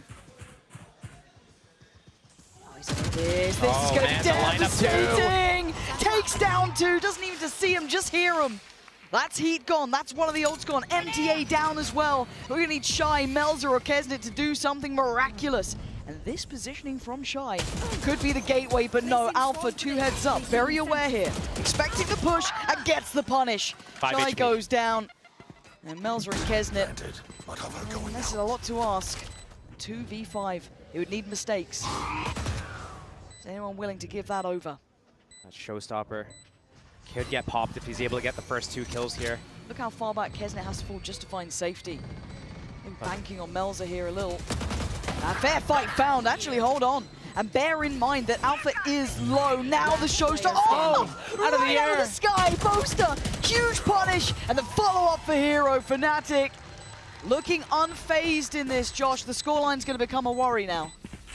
It is definitely worrying if you are a fan of Crew, if you're Crew themselves. Right now, Fnatic is just growing on this lead. And they're changing up a little bit about how they're opening the rounds, right? Here, they put Durka with the Odin. We've seen this before. Sometimes he passes us around, and we see other players playing in that tree room with that Odin. But that one tap, I do wonder, was that good enough timing to pop that ultimate? Because that door gets opened again. Alpha's outside that area. Low HP. Surely someone knows about that low HP. No one tapped the spike. Okay. No one tapped the spike, and Melzer had all of Waterfall. Or cross the map. Now it's Chronicle picking up that Odin in that tree room, freeing up Durka to be somewhere else. Right now he's on C. But a split around the map, 1-2-2 split from Crew. but it's hard to get a beat on this. Again, you don't know what you're coming up against. Durka now, as you highlighted, on that C site. They don't know, they're not getting the beat on this, not getting the read on how Fnatic are approaching. Chronicle waiting for a tap, potentially. And that ult orb. He's got a good read on this, and again, he's very good at holding this traditionally. Could be overrun, though. MTA does have a Vandal. Getting some pressure from Kesnet as their gap closing towards the site. They're in the site. You're going to be hoping the Boaster will spawn that, but he doesn't now. Chronicle's in danger, but he's going to overwhelm them. Just holds down Mouse 1, and he almost catches Kesnet, but Melza desperate to hold on. In a 2v2 here, they're going to get a plant. They're not out of it yet. There's guns down too. Everyone's Big got a weapon. upgrades. What do we have in util? Still got the paint shell with Kesnet. A couple of those satchels as well. On the other side, though, similar scenes for Fnatic. Turret. Turret out. Turret's there. Paint shell from Fnatic goes in. They get a fight and they win it. And now it's all on Kesnet, the main man for Crew. He's going to have to go huge. It's not to be. Fnatic again. Nearly flawless thus far. And I've got to say, it'd almost be a shame to see Crew whimper out like this, just to go out with a fizzle rather than a bang. They're being held on one round, and it doesn't look like they've got a solution yet. It would be sad, it would be unfortunate, but it's looking like it's going to be the reality here as Fnatic just keep building onto this in Crew. The two closest rounds they basically had were off the back of those ecos, back of the Sheriffs. Came really close again here, but Fnatic just subtly shifting up little things. Durka with the Odin and Tree one round, passes it off to Chronicle and plays on C the other round. Fnatic looking to change it up one more time here. A couple of big ults here for Crew. At Nightfall still in play. Lockdown. TP for Melzer as he maybe can find a way to use it. For now, vast majority of attention towards that C site. Damage again, just being copped here. And they've got no idea, again, misreading a little here, and Durka going to be rewarded. Couldn't quite get the follow-up, and actually gets punished on it, so maybe a small glimmer of hope in this round. Lockdown still available, 4 versus 4, with 3 sites in play. It spreads the defense very thin. They either have to defend one site only and play retake on the others, or they have to defend it with only one player and can get easily shut down. Nightfall on heat, full abilities. He's got his Haunt, his Prowlers, and MTA got that space outside of A, opening the revolving door. That's pressure. There's already 2 players towards here. No one else is going to budge. Boaster needs to pay attention to that Heaven Lurk. Coming back. Heroes watching Waterfall, but this ultimate's just going to pull these players close. Counter. The counter ult. Yeah, Alpha wants to make them work for their dinner. It's got to be a pivot. It has to be. There's 30 seconds left. They could go B. They could make it to A if they go quick. Do they go that far? Nightfall going to pretty much tell them that there's no one on that B site. You've got freedom. 2 players do actually get detained, however. As the plant comes in, you can see them waiting in the back lines. It's not the end of the world, but the plant is there. They've got some security to set up for the post plant. Chronicle the nearest one by, but he doesn't want to go alone. Waiting on the support and the pressure from Door potentially. Taking all this control. Heat re-clearing, going for the late flank through Heaven as well. This is going to be the round secure. This might be the second round for Crew right here. MTA opening things up. Yeah, Heat the one to really sign it if it does come down to it, but MTA is unwilling to relent. He's holding on as best he can. Mel's has gone down, however, but this is getting closer. A 2v3, make it all on Hero, not gonna do it. Crew give themselves a glimmer of hope, the smallest of margins. A round converted, a couple of those ults used, and hell, they needed it. They don't want to shake the bee's nest, though. Fnatic gonna pull out that op. They realize Crew is walking around doing all these spread apart defaults, trying to find out exactly what's going on. MTA trying to get a little bit aggressive on that A side as well. Shy walking up B constantly. Where's that op gonna go? Is he gonna go to the generic spot, see Mount Long, take that peek? Is he gonna go down B? I like this though. Good timing for a switch up here. It's gonna get dealt with as he gets to re-peek. Hold for the jump peek again. How long does he stay on this? As long as he needs to. Yeah. He showed his op. Away, but yeah, you're right. Operator heard. And they're still carrying on. High-low setup here, almost just back-to-back. Hero rewarded, and they're punishing this drift across the map, as you were discussing. Every round it's been the same thing. Shy up B, MTA out A, everyone else towards C. Right now, the reposition is not in play from Durka's op. He's holding that C mound. Crew taking the weaker site, but I say a weaker. There's 4 on 3 here. Showstopper in play. Heard it. Do they fear it? Do they run from it? Chronicle is still on the backside here. They've no idea. Big reveal, big C's. And actually the damage for Kesnet on towards Boaster. The plot not secure, not safe. But Melza doing everything he can to keep that secure. And now an aggressive fight. Hero, unfazed by the Prowler, still going to get his man. It's a 3v3, and Alpha makes his presence known. Now Crew starting to stumble on the site itself. It's Darker to find one, leaving Heat in a 1v2 in this one more satchel. Could be everything. It doesn't matter. Left obliterated. Fnatic again answering back. 7 for them. And this side, this map is looking nearly done. The gap in the rounds, the 7-2 lead, makes you think that. But when you look at some of these rounds that are happening, Crew is right on the cusp there. Even though they lost that first player, Shy walking into B, read like a book by the side of Fnatic, shutting him down. They still go into A site 4 and 3. They're able to get into that site, no problem. It's right after they get that spike planted, getting converged on from multiple angles. That's where they fell apart. These rounds could go either way still. They could, but close ain't close enough when we're talking map 3 here at Champs. Life tournament on the line. 7-2 is a condemning scoreline. Well, so far, so good. Boaster does get... Oh, he gets caught. Big punish from MTA. Finally! Touching Boaster on some of these very, very aggressive, confident plays he's been making, almost outstaying his welcome at times. This is a half buy. It's down to Sheriffs. It's down to Guardians. It's far from pretty for Crew. Have to bring in whatever they could here to make a stand. They do get that opening pick. Now they pause. Patience. Now the name of the game. They have that kill. They're letting Fnatic potentially make the next mistake. Alpha on that line though, at C. Not pushed off, not pressured, has that op as well. Fnatic keeping this setup towards A, because they have that turret alive on B. It's going to get all the info they need. And Crew waiting enough time to make Fnatic feel the pressure, feel the heat, but it's not going to work in their favor. It's actually going to work against them right now. Durka in a prime position. Oh my god, this could be devastating! No! It is! 3 kills, nearly 4, but Heroes there, it's all on Shy. A 1v3 after all of that, they had no idea. The death that was waiting on the other side of that door and the spike left over there. Shy has to face the music. And Chronicle singing the tune. Another round. And Fnatic just getting stronger round after round, it feels like. Yeah, you're right, they are close, but 2 rounds is feeling rough. And I think Crew are feeling that too, with the timeout now called. They're running out of nails for this coffin. They're almost down to the last one. This is just, it's just nasty. It's dirty. Running and spraying and giving it after. Crew talking this timeout. I don't like the body language. I don't like the posture, leaning back. This is something you do, you know, if you're winning, you're feeling good, Yeah, in the tech ass pause, you're just chilling. But right now, if I'm looking left and right and I'm the in-game leader, I'm the coach, I'm anything there, I'm looking at that. Fired up, what are you doing? You know? Boys, what is this? Show me something, some energy, some fire, some... This is Champs.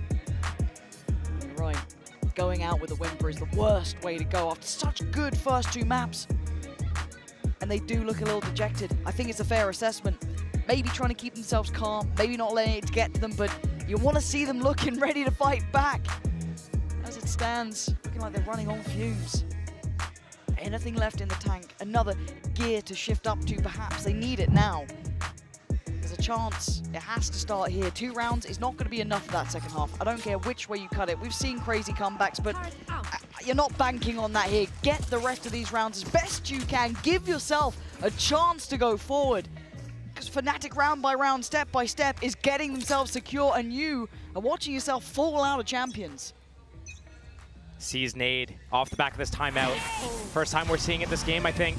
Paranoia as well. Boaster got scanned on that Rebel line. But Shy is taking Melzer with him, hand in hand towards B. Dealing with that high-low setup. They don't want to fall for that one again. Right now, they have that ultimate on Melzer. He can reposition, he can put some pressure. Viper's pit as well on the side of MTA, and Boaster alone to defend against this A lobby. You can keep recycling this. Alpha still has that off on a passive line on C. Not even aggressive. That's where the spike is headed right now. But they're not going to find it until it's too late. They need to have a perfect jump jiggle. But this off angle with the op might catch the first player here. He's heard him coming. He's waiting. Waiting for that trap. Oh, quick enough, but not accurate enough. Drop the orb, drop the orb. That's what he's saying. Asking for it, and he shall receive. Heat's the one punished on the other side, but Melzer gets one back. Maybe giving them that next avenue. Maybe a quick look towards that B side, but Durka spamming away. They know one's A, they know one's C. The spike's coming in, but the flank from Boaster. That could be everything. It could be the end of things. Durka just keeping them busy, keeping them spammed out. They put the ult in, but it's Melzer to find Chronicle. They're finding security and safety on the site. Plant is now in. Time is on their side. It's what they've been looking for, dreaming for, but Boaster sees nothing because of that ult. And even now, Kesnet turns his eyes for a second. He feels something happening, maybe feeling that pressure. Alpha has to walk in, has to go forward. It's all on this man's shoulders. How much can one man do? The timing, not good enough. The smoke just going to plume, but it doesn't matter. Crew, give themselves a chance, Josh. It's 3 rounds. Maybe they can claw this back. Last round in the half. Now, if you're Crew, do you go try to get this 4th round or pray for that 9-3 curse to come? The thing that scares me right now is that Fnatic has not looked good on their defense on the other 2 maps. 6 rounds on Haven, including the pistol. It wasn't looking good, but right now they already have 8. Yes, they have the pistol on top of it, but it's their attack sides that are strong. And Lotus is traditionally a attack-sided map. There's so many lanes to work with. You got 3 sites, you can pivot really easily, and Fnatic's looked really strong with their attacks. So if Fnatic is looking this good now, I can't even imagine what second half has in store for us. Alpha pushed off that C line. Fnatic showing a different opening. Triple peeking front middle at B. Exploring pretty deep on that. Being recleared a little by Crew, but first time we've seen them kind of put a stake towards that. Then no, Shy likes to inch up, and now he doesn't have the defense of his turret. He might become the turret himself, Boaster, on that jump jiggle. Trying to get that info, but this wall is going to cut off the sight line. MTA's been out here by himself before, opening that door, creating a little bit of pressure. He has 2 teammates behind him. Nobody's made any noise. They think maybe it's just MTA here. Just him shooting. Again, these are all kind of characteristics of what you were describing. They go B. That's it. Now the Nightfall. Again, just showing a little more. Okay, that's an additional body. Do they continue here? Nightfall on Hero. You get a 5-man the way he's positioned right now if they want to go for the fast pre-take even. Could do. Waiting to see him go for this. There it is, and they go for the counter swing over towards that C side, and Crew winning out. Showing what they want here. Showing that they want to give themselves that chance in the second half. 3 players on the other side. Hero, Durka, and Boaster. Paranoia goes in, not going to get what it wants. And that's perfect from Crew. Finally showing what they are made of. 4 rounds. It's not much, but it may be enough. It gives them a window of opportunity to fight back in that second half. 8 rounds for Fnatic. They are on the verge here of walking away, getting themselves secure here at Champions.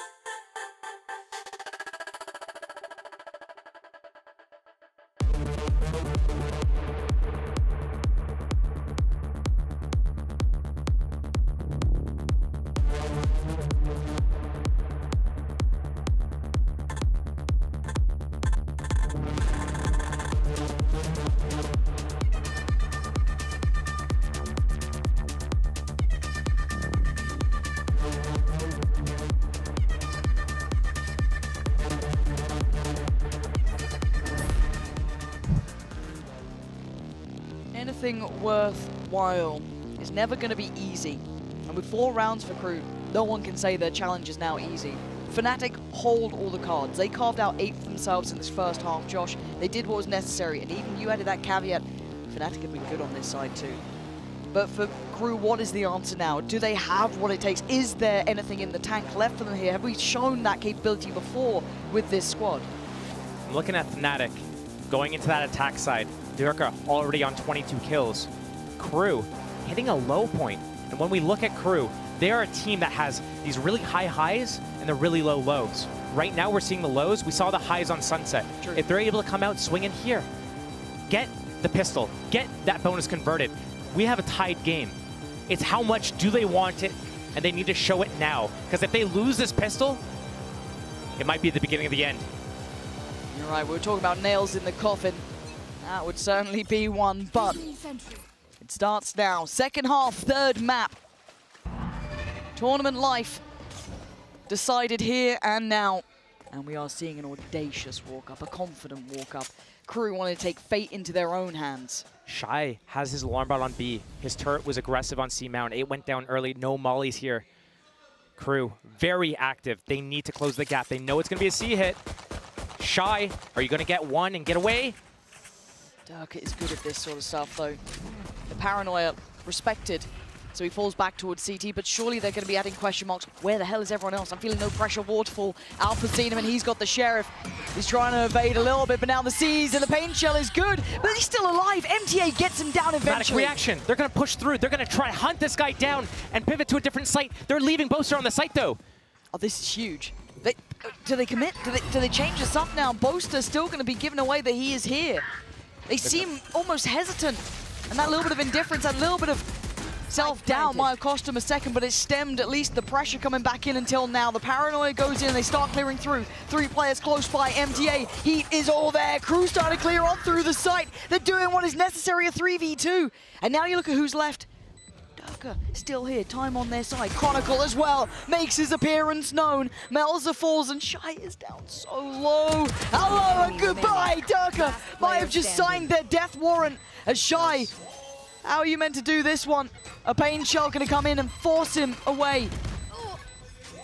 Didn't get it to half. Desperate to find him. Shy, having to just try and push forward. Has he got the time? I don't think so. I don't think he does, but let's wait and watch. He absolutely does not. The first nail will be placed in Crew's coffin. You just want to watch them burn like that? Would wait and watch? Okay. We saw that circle closing in. We knew.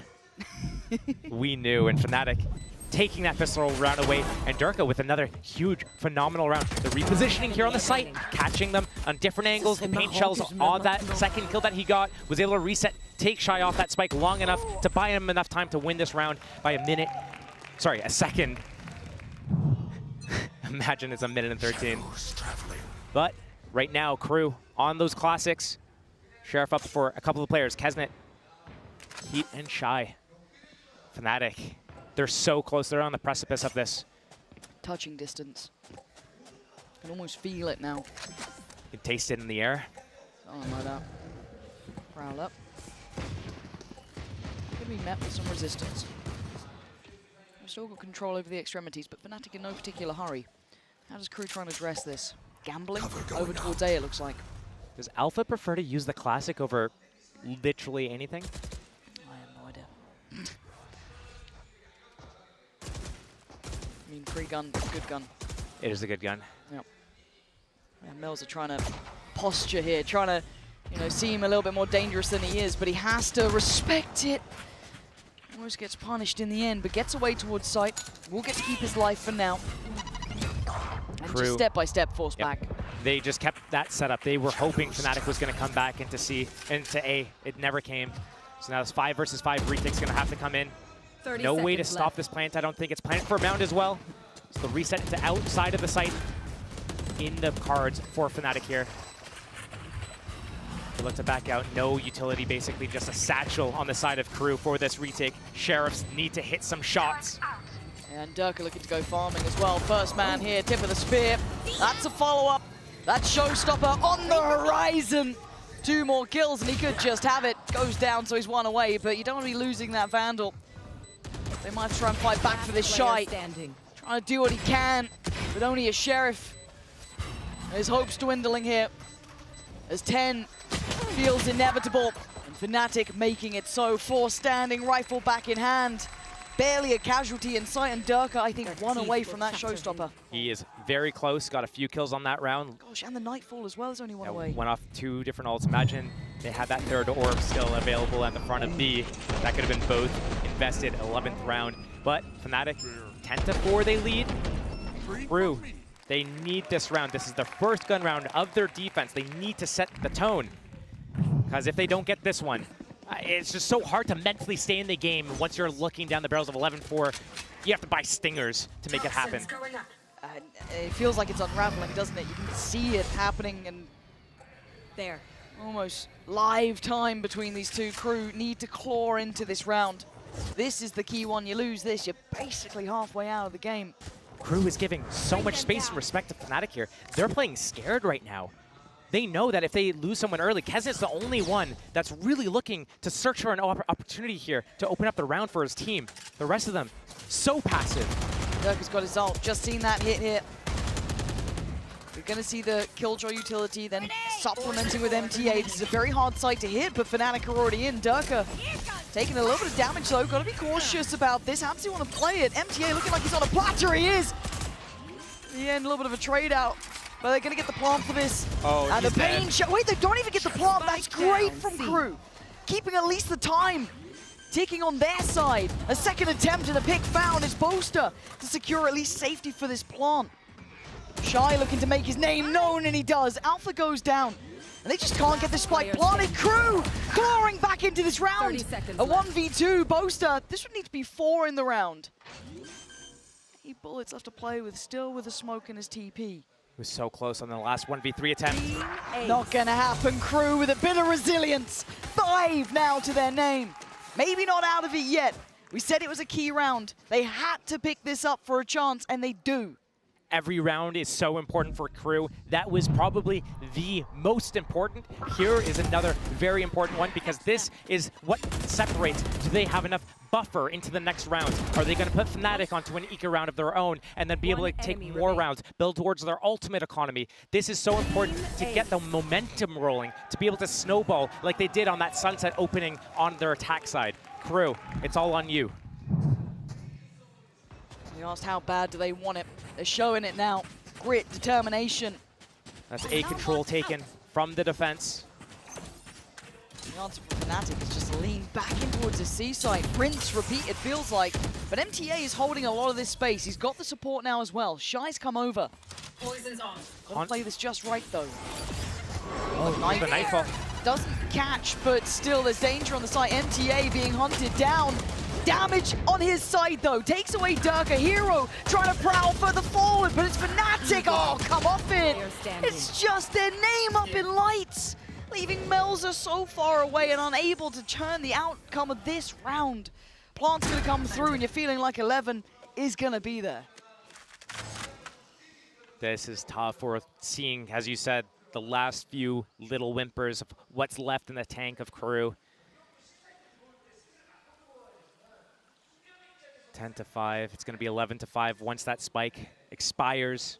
Ticks all the way down. Melzer saving that rifle, that Vandal. Not many players on his team that are able to really afford anything. Kesnet's not going to be really able to get anything. Maybe light shields and a Vandal of his own. No op-up. Crucial round for Crew to be able to convert. But we might be watching them take their final breaths. Yeah, it could be. Well, you even get to keep the rifle here. Again, Fnatic not going to probably overchase this. Oh, Lord. He makes it. He's okay. They at least keep the Vandal. And yeah, looking at the economy, they can still get maybe another rifle. Yeah, light shields, 2 more Vandals, but it's going to be stingers beyond that, Josh. Durka's on 28 already. The longer this game goes on, he'll be approaching 40. And the thing is, again, what is going on? Get him on that raise, get him in a system like this, on this sort of map. He is monstrous. Highs and lows for Durka, but this is certainly a high note for him. On the other side, a pretty even spread. Yes, Kesnet towards the top, but it's not really the individuals. It feels like Crew just being a little outplayed here. Those final moments, those first 2 maps felt close enough. But this... Killed my bot. Small little change-ups from Crew in the opening of all these rounds. This time it's Melzer on C by himself. The same 3A defense, taking that lobby control, but Fnatic, they waited out. They disarm everything, and then they slowly make their way back to C. Again, this has been their bread and butter, their go-to. Melzer, timing on this peak. He's gonna get... Oh, belting shot. He's gonna get took out Alpha. Is what he's gonna get. Exceptional work from him. Surgical. Needs a bit more though. 4 players still walking forward, disrespecting his site. He's still got paranoia here, but he's got the kill. Boaster's dead, buried, but he can't find any more. But here comes the showstopper. Kesnit struggling, can't make it land. Durka with the quick reactions. Hero now on the site, joined by Chronicle. And it looks like a death sentence now. But Chronicle left in a 1v2. Is it going to be 12? Oh, he's seen another. Chronicle has been devastating throughout this series. He wants a plant. Oh! Ridiculous stuff! I told you he's devastating! And that's why 12 for Fnatic and Crew falling to pieces. Honestly, with the way that Fnatic's hitting some of these shots and closing out some of these rounds, they are looking deadly right now. That is disgusting. So quick. The snap, the timing to get off the spike. You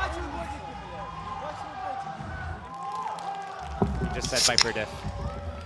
If you wanted to, yeah. Thank I could read lips there. Yeah, makes sense. Back in we go though now on the verge, Fnatic. Large and in charge, Crew starting to feel the pressure. Kesnit now outgunned, outnumbered, surrounded and dead and buried, and it looks like the rest of Crew will be joining them. Just 1 man alive, all on Melzer here. And Fnatic fell to this roster before. They felt what it was like to misread the situation, to walk in now, eyes wide open. And it looks like they're gonna serve this revenge. Get the meat thermometer. It's at the temperature, you take it out, let it rest, it'll rise to temperature. That's basically what's happening here. 4-1, it's just a matter of time for this game to come to a close. Melzer. Hear them, they're at the door. A couple more steps, a valiant attempt on the first, the paranoia goes in. Does he have what it takes? Are you the hero of the day here, Melzer? Hell, even the turret's getting your attention. But he's garnered enough respect from them, right? They're considering how they want to play this, how they want to approach it. Melzer's got to dig deep here. Left. Bloody hell. They're taking the tour, 20 seconds. They got the time for it. They have the time for it. I like the idea from Fnatic. Melzer needs to consider that they could go B off that. They could hear him rotate. They could go back to C. He has to take a gamble. It's the wrong read. Fnatic taking all the time in this round to make sure it's secured. They can close it out here and now. Melzer. Welcome to my world. They are putting up a fortress. How much can they throw at this 1 man who's desperately trying to keep his side alive, keep his head held high, fight as best he can for this diving in. He gives it a go, but look at everything in his way. Fnatic hell-bent on revenge, and God, do they get it. A 13-5 final map.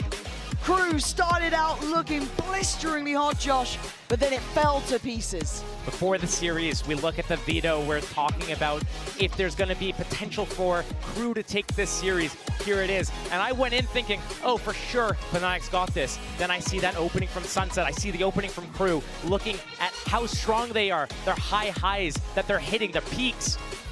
But then Fnatic, slowly but surely, crawl their way back in and just have consistency in their game plan, their identity. What a marathon of a series that was. You can't say that they didn't fight tooth and nail in those first 2 maps. They were there. They were pushing Fnatic to their limits. A great attempt from Crew, just falling short of the end, running out of steam, running out of that momentum. It just fell apart in map 3. But you look at Sunset, you looked at Haven. Hell, that was a coin flip. It could have gone either way then. But of course, there has to be the winner on the other side. Fnatic now walking to the front of the stage, carrying on here, heads held high. Some exceptional work, Chronicle hitting some big moments during this game. Durka, map 3 looking fantastic. Hero having his time in the sun as well. Everyone doing what they needed. Such a well-rounded team right now. They have so many things in terms of set plays, protocols, fundamentals, and the mechanical skill. We can see so many different players coming out and just having these big impact rounds. Durka was just running around, killing everyone this last map, but we saw the first map to even get to this point. Chronicle, Hero, Alpha on the second map as well. Even Boaster, give him an op.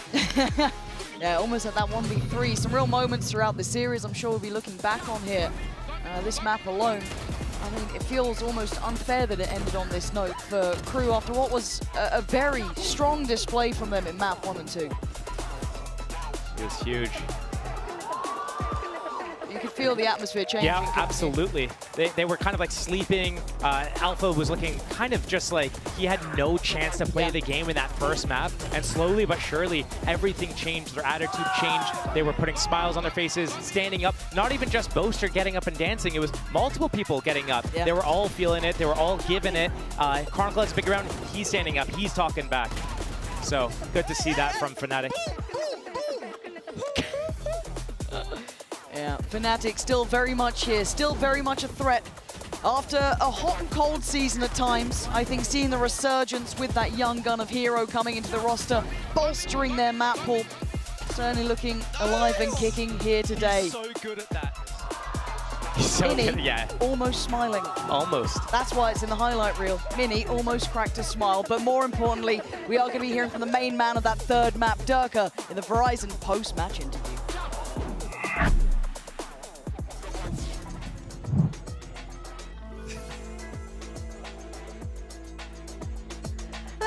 Welcome to the last post-match interview of the day. I'm joined by Fnatic's Durka. Congratulations, Durka! Thank you. 프나틱의 덜카 선수 인터뷰 만나보겠습니다. 21년도에 복수를 오늘 프나틱이 해냈습니다. 오늘 그때 탈락의 복수를 이렇게 되갚아준 승리 소감부터 먼저 만나봐야 되겠죠? Today was your time to take that sweet revenge against Crew. You're a monster. 30 kills? What? Tell me, how sweet is that? I knew we were going to play Crew. I knew we lost to them like 3 years ago. And I wanted the revenge really bad because we shouldn't have lost to them like last time.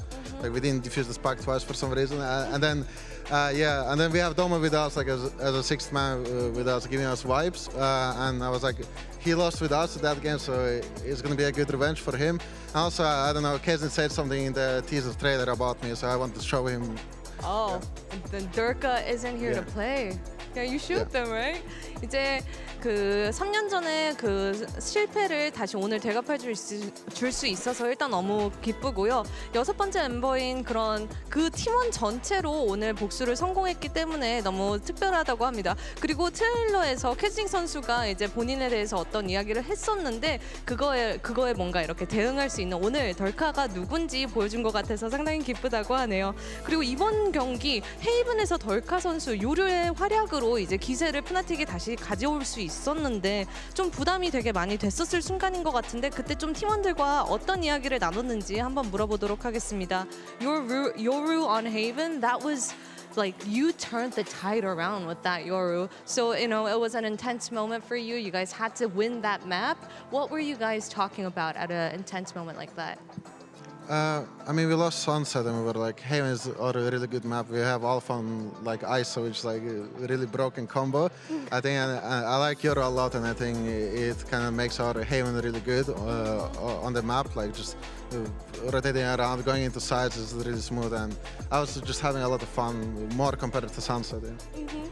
이제 아무래도 요루가 헤이븐에 되게 잘 맞는 요원인 것 같고 우리 그 팀원들 자체가 좀 이렇게 되게 재밌게 경기를 할 수 있었기 때문에 성공을 할 수 있었던 것 같다고 하네요. 뭔가 요루를 맡으니까 좀 더 본인의 경쟁 그런 선수의 그런 불꽃을 이렇게 다시 태울 수 있는 것 같다고 이야기를 했습니다. 그리고 다음 플레이오프 진출 상대 아직 드로우를 통해서 알게 될 거지만 좀 덜카 선수가 만나고 싶은 팀이 있는지 한번 물어보도록 하겠습니다.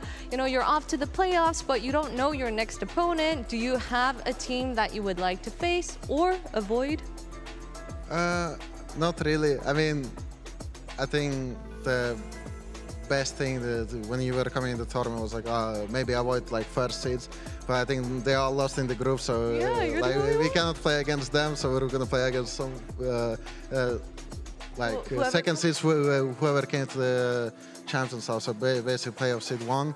I think it's going to be fun. Like, we're going to be way more prepared, I think, and I think this game gave us more kind of life into us. So I think we're ready now. For sure, for sure. 이제 원래 1시드 팀들과 만나고 싶었는데 우리 빼고 뭔가 다 이렇게 탈락을 해가지고 그냥 뭐 2시드 팀도 괜찮고 오늘 경기를 통해서 이제 푸나틱의 그런 뭔가 생명, 활력이 다시 찾을 수 있는 것 같아서 좋다고 합니다. 이상 푸나틱의 덜카 선수의 인터뷰 만나봤습니다. That was Fnatic's Durka for the interview, and we'll see you tomorrow for more Valorant action. Bye-bye.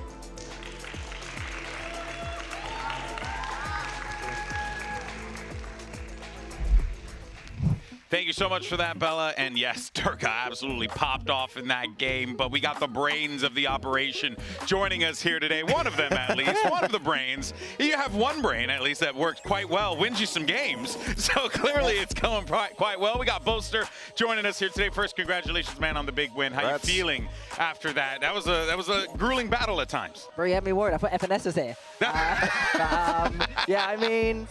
Yeah, I'm feeling relieved. You know, like we're no longer in a lower bracket. We're back into a normal bracket again. Yeah, you're safe. So You're got a cheeky lifeline. Thank you, Durka. No thanks to me on that Haven, but yeah, we'll see. Hey, don't sell yourself short, man. You had some moments in that series. Sure, we actually do have a few of the moments here we want to share with you because, you know, like... Why don't you walk us through this, Achilleos? I mean, look, I remember I was sitting in the back room, Yinsu's in there, and we just see some crazy moments coming through from you.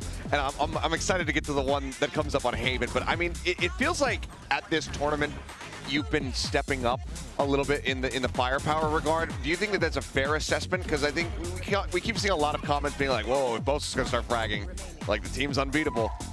I mean, these shots are nasty. Come on. Look at me there. It's like someone in their prime. I don't know who though. Like who's got the best prime of all time? I'm Demon 1. Demon 1's here. You're here in the flesh. Shave your head off, buddy. It's your time.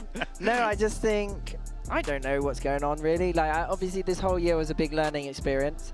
And I have been kind of doing bits and bobs, but mainly it's all about my mental. And what I find is when I have a decent enough energy, but not too much energy, I play well. And if I have low energy, then it's like I don't play as well. I become unfocused. So I'm just trying to find that balance. And also before every game, I'm just trying. My head is just like, yeah, but what if you lose? And then I have to like have a mental battle. I bring it to the table and be like, oh, the mofo boaster's here again. What should we do about him? The little demon on this side and then the little angel over here. I totally get it. I got the strategist here. He tells me. On that front, though, I'm curious because you know you say like I want to just stay focused and not lose. Do you think about the wider stakes of losing? Obviously, elimination is something that's there, but like for instance, if you had lost in this series, this would have been the earliest exit that you and Fnatic have ever had at a Champions. Is that something that ever really crossed your mind at that point, or do you not even think about like those overarching stories, just win or lose? Yeah, it's not really about the story about that. For me, it's more so that we didn't have much of a showing at an international event if we were to lose. Like we went to Shanghai, we bombed out in the playoffs technically, and then we come here and then we go 1-2. Like that's not what our team is made for. That's not what we aspire or what we believe that we can do. Yeah. So it's just, yeah, I'm just relieved. Wait, in those moments when you're like thinking and you're feeling that, are you leaning on the team there? The team is the squad backing you up, you know, trying to big you up, keep you energetic going into the games, or is it really just a thing that you're facing within yourself? I think it's just a thing I'm facing within myself. You know, our vibes is like immaculate. Even when we're losing on Sunset, there wasn't. I mean, you guys were smiling. Yeah, we saw it. Exactly, and like we were positive. We had a big talk yesterday after scrims, and just about like what we want to see going through into the tournament, and like in scrims and practice, and the positivity, not too much whining about stuff we can't control. Yeah. So yeah, I think we're in a really good headspace as a team. It's just for me, it's like I'm in a good headspace, but I don't know. It might be a British thing where we always have a little seed of doubt in us or something. I don't know. I wish I was. It's that cloudy, overcast weather you're so used to. Hey, man, you're just human, dude. We all have that. Don't worry. I mean, look, it is always something to keep in the back of your mind for sure. But, you know, having also had the existential dread, you know, sitting over my head a few times in my career, you'll fight through it, man. You fought through it today, and you won. And now you're moving forward into the playoffs. You do have one of those plays, as a matter of fact, on Haven that you were pulling off. This was the almost clutch, right? I believe. This is the actual one. This is the Chronicle clutch. And I want to know, how are you feeling in this moment watching? Because ultimately it gets to a point where it's like, okay, we might be losing that round. It is what it is. How do you react to this as the IGL? I mean, I'll take it. Honestly, that's honestly how I was thinking. I was like, we probably lost this round, but maybe Quan can clutch it. He normally does it. And then I was like, was in the back calling it a whack-a-mole. He went for the one swing, got the guy. He went for the other swing. I was like, oh no, like squeaky bum time. My ass was clenched. Yeah, he just, I mean, the guy peeked in, but Chronicle is just too fast. He's too fast and he's too aim heavy. If you peek into Chron, he will Chron you. Yeah. It was pretty damn incredible to see. And I mean, because as much as we have to talk about Dirk after that performance on Lotus, Chronicle had a hell of a series the whole way throughout. I mean, that sunset, as competitive as it was, a lot of it was on his shoulders there. Honestly, yeah, he saved us. With the first gun round we got was him on a 4K. He looked like me, honestly, like last week. Honestly, I was doing that on the daily. No, I never ever done it on the daily. So, yeah, I was just like thinking, oh no, they've gone B again, we've lost 2, and I'm just running in with a star. I'm like, 1? 2? No, you're surely not. Oh, this is going to be easy clutch of my life, baby.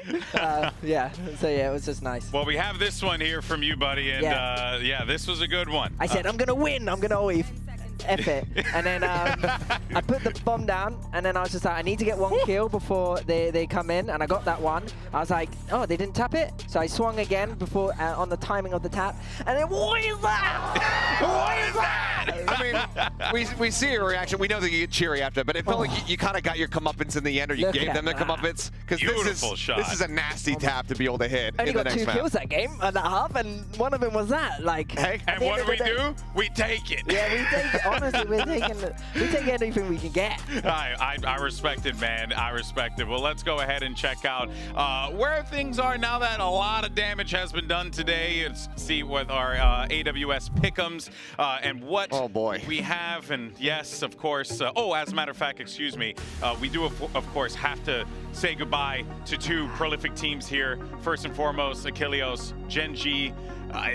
They were the favorites. You know, the tournament favorites, and to see them exit early is certainly a heartbreaker. No, it really is, and I know that these players are going to be kicking themselves and thinking back on this moment for a damn long while, probably even until after the 2025 season does start, because they were set to have the year, the most ultimate, the most dominant year that we have seen in Valorant. For now, that might still be in the hands of Boaster right here as well with his performance from 2023, but unfortunately, unable to make that happen. And for Crew, it was a good opportunity for them to come over here. They qualified for champs. Yeah. To get that run. The only full Latin American squad here in the competition, right? You know, so obviously doing it big for that region. I'm looking forward to seeing what they could do. They had such a hot start in Americas at the beginning of the season. So I would just really be enthusiastic about what's to come for these young men.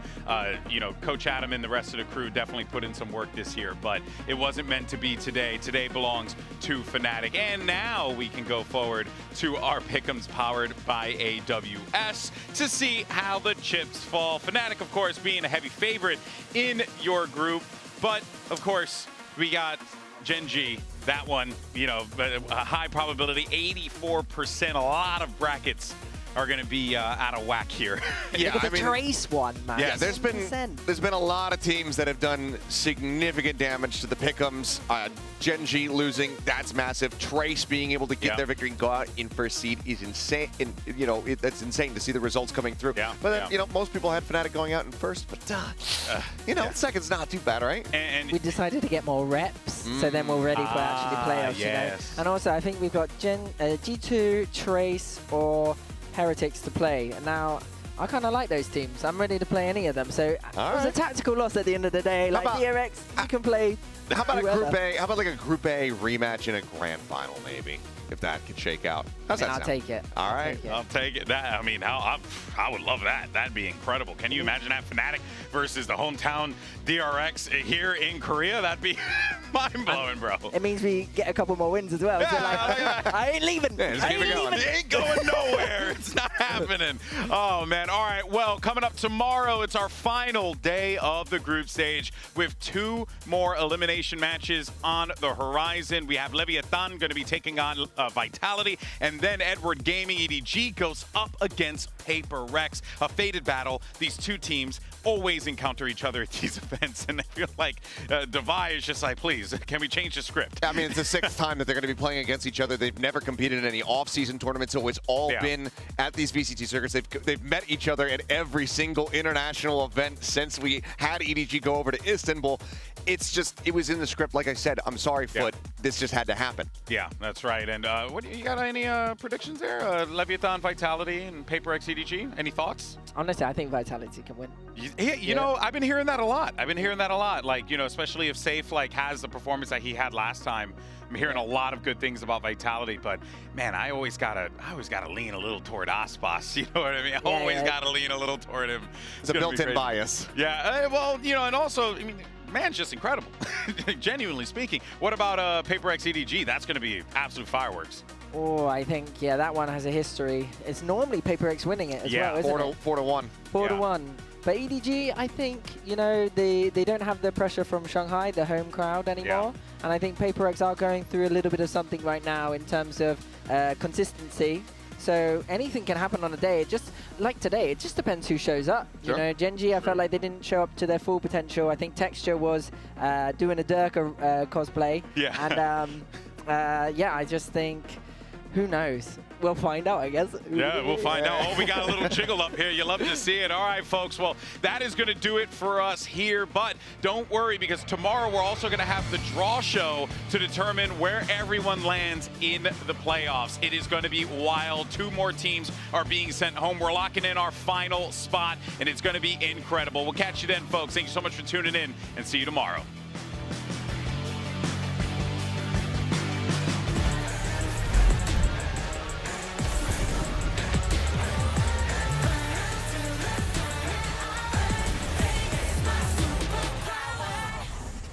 Kang, I hope you don't do this to us, you know?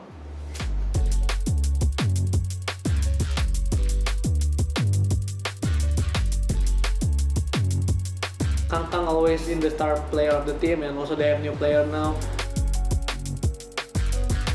We always meet them again and again, and they know our playstyle, and we also know their playstyle. I'm so excited to meet them again.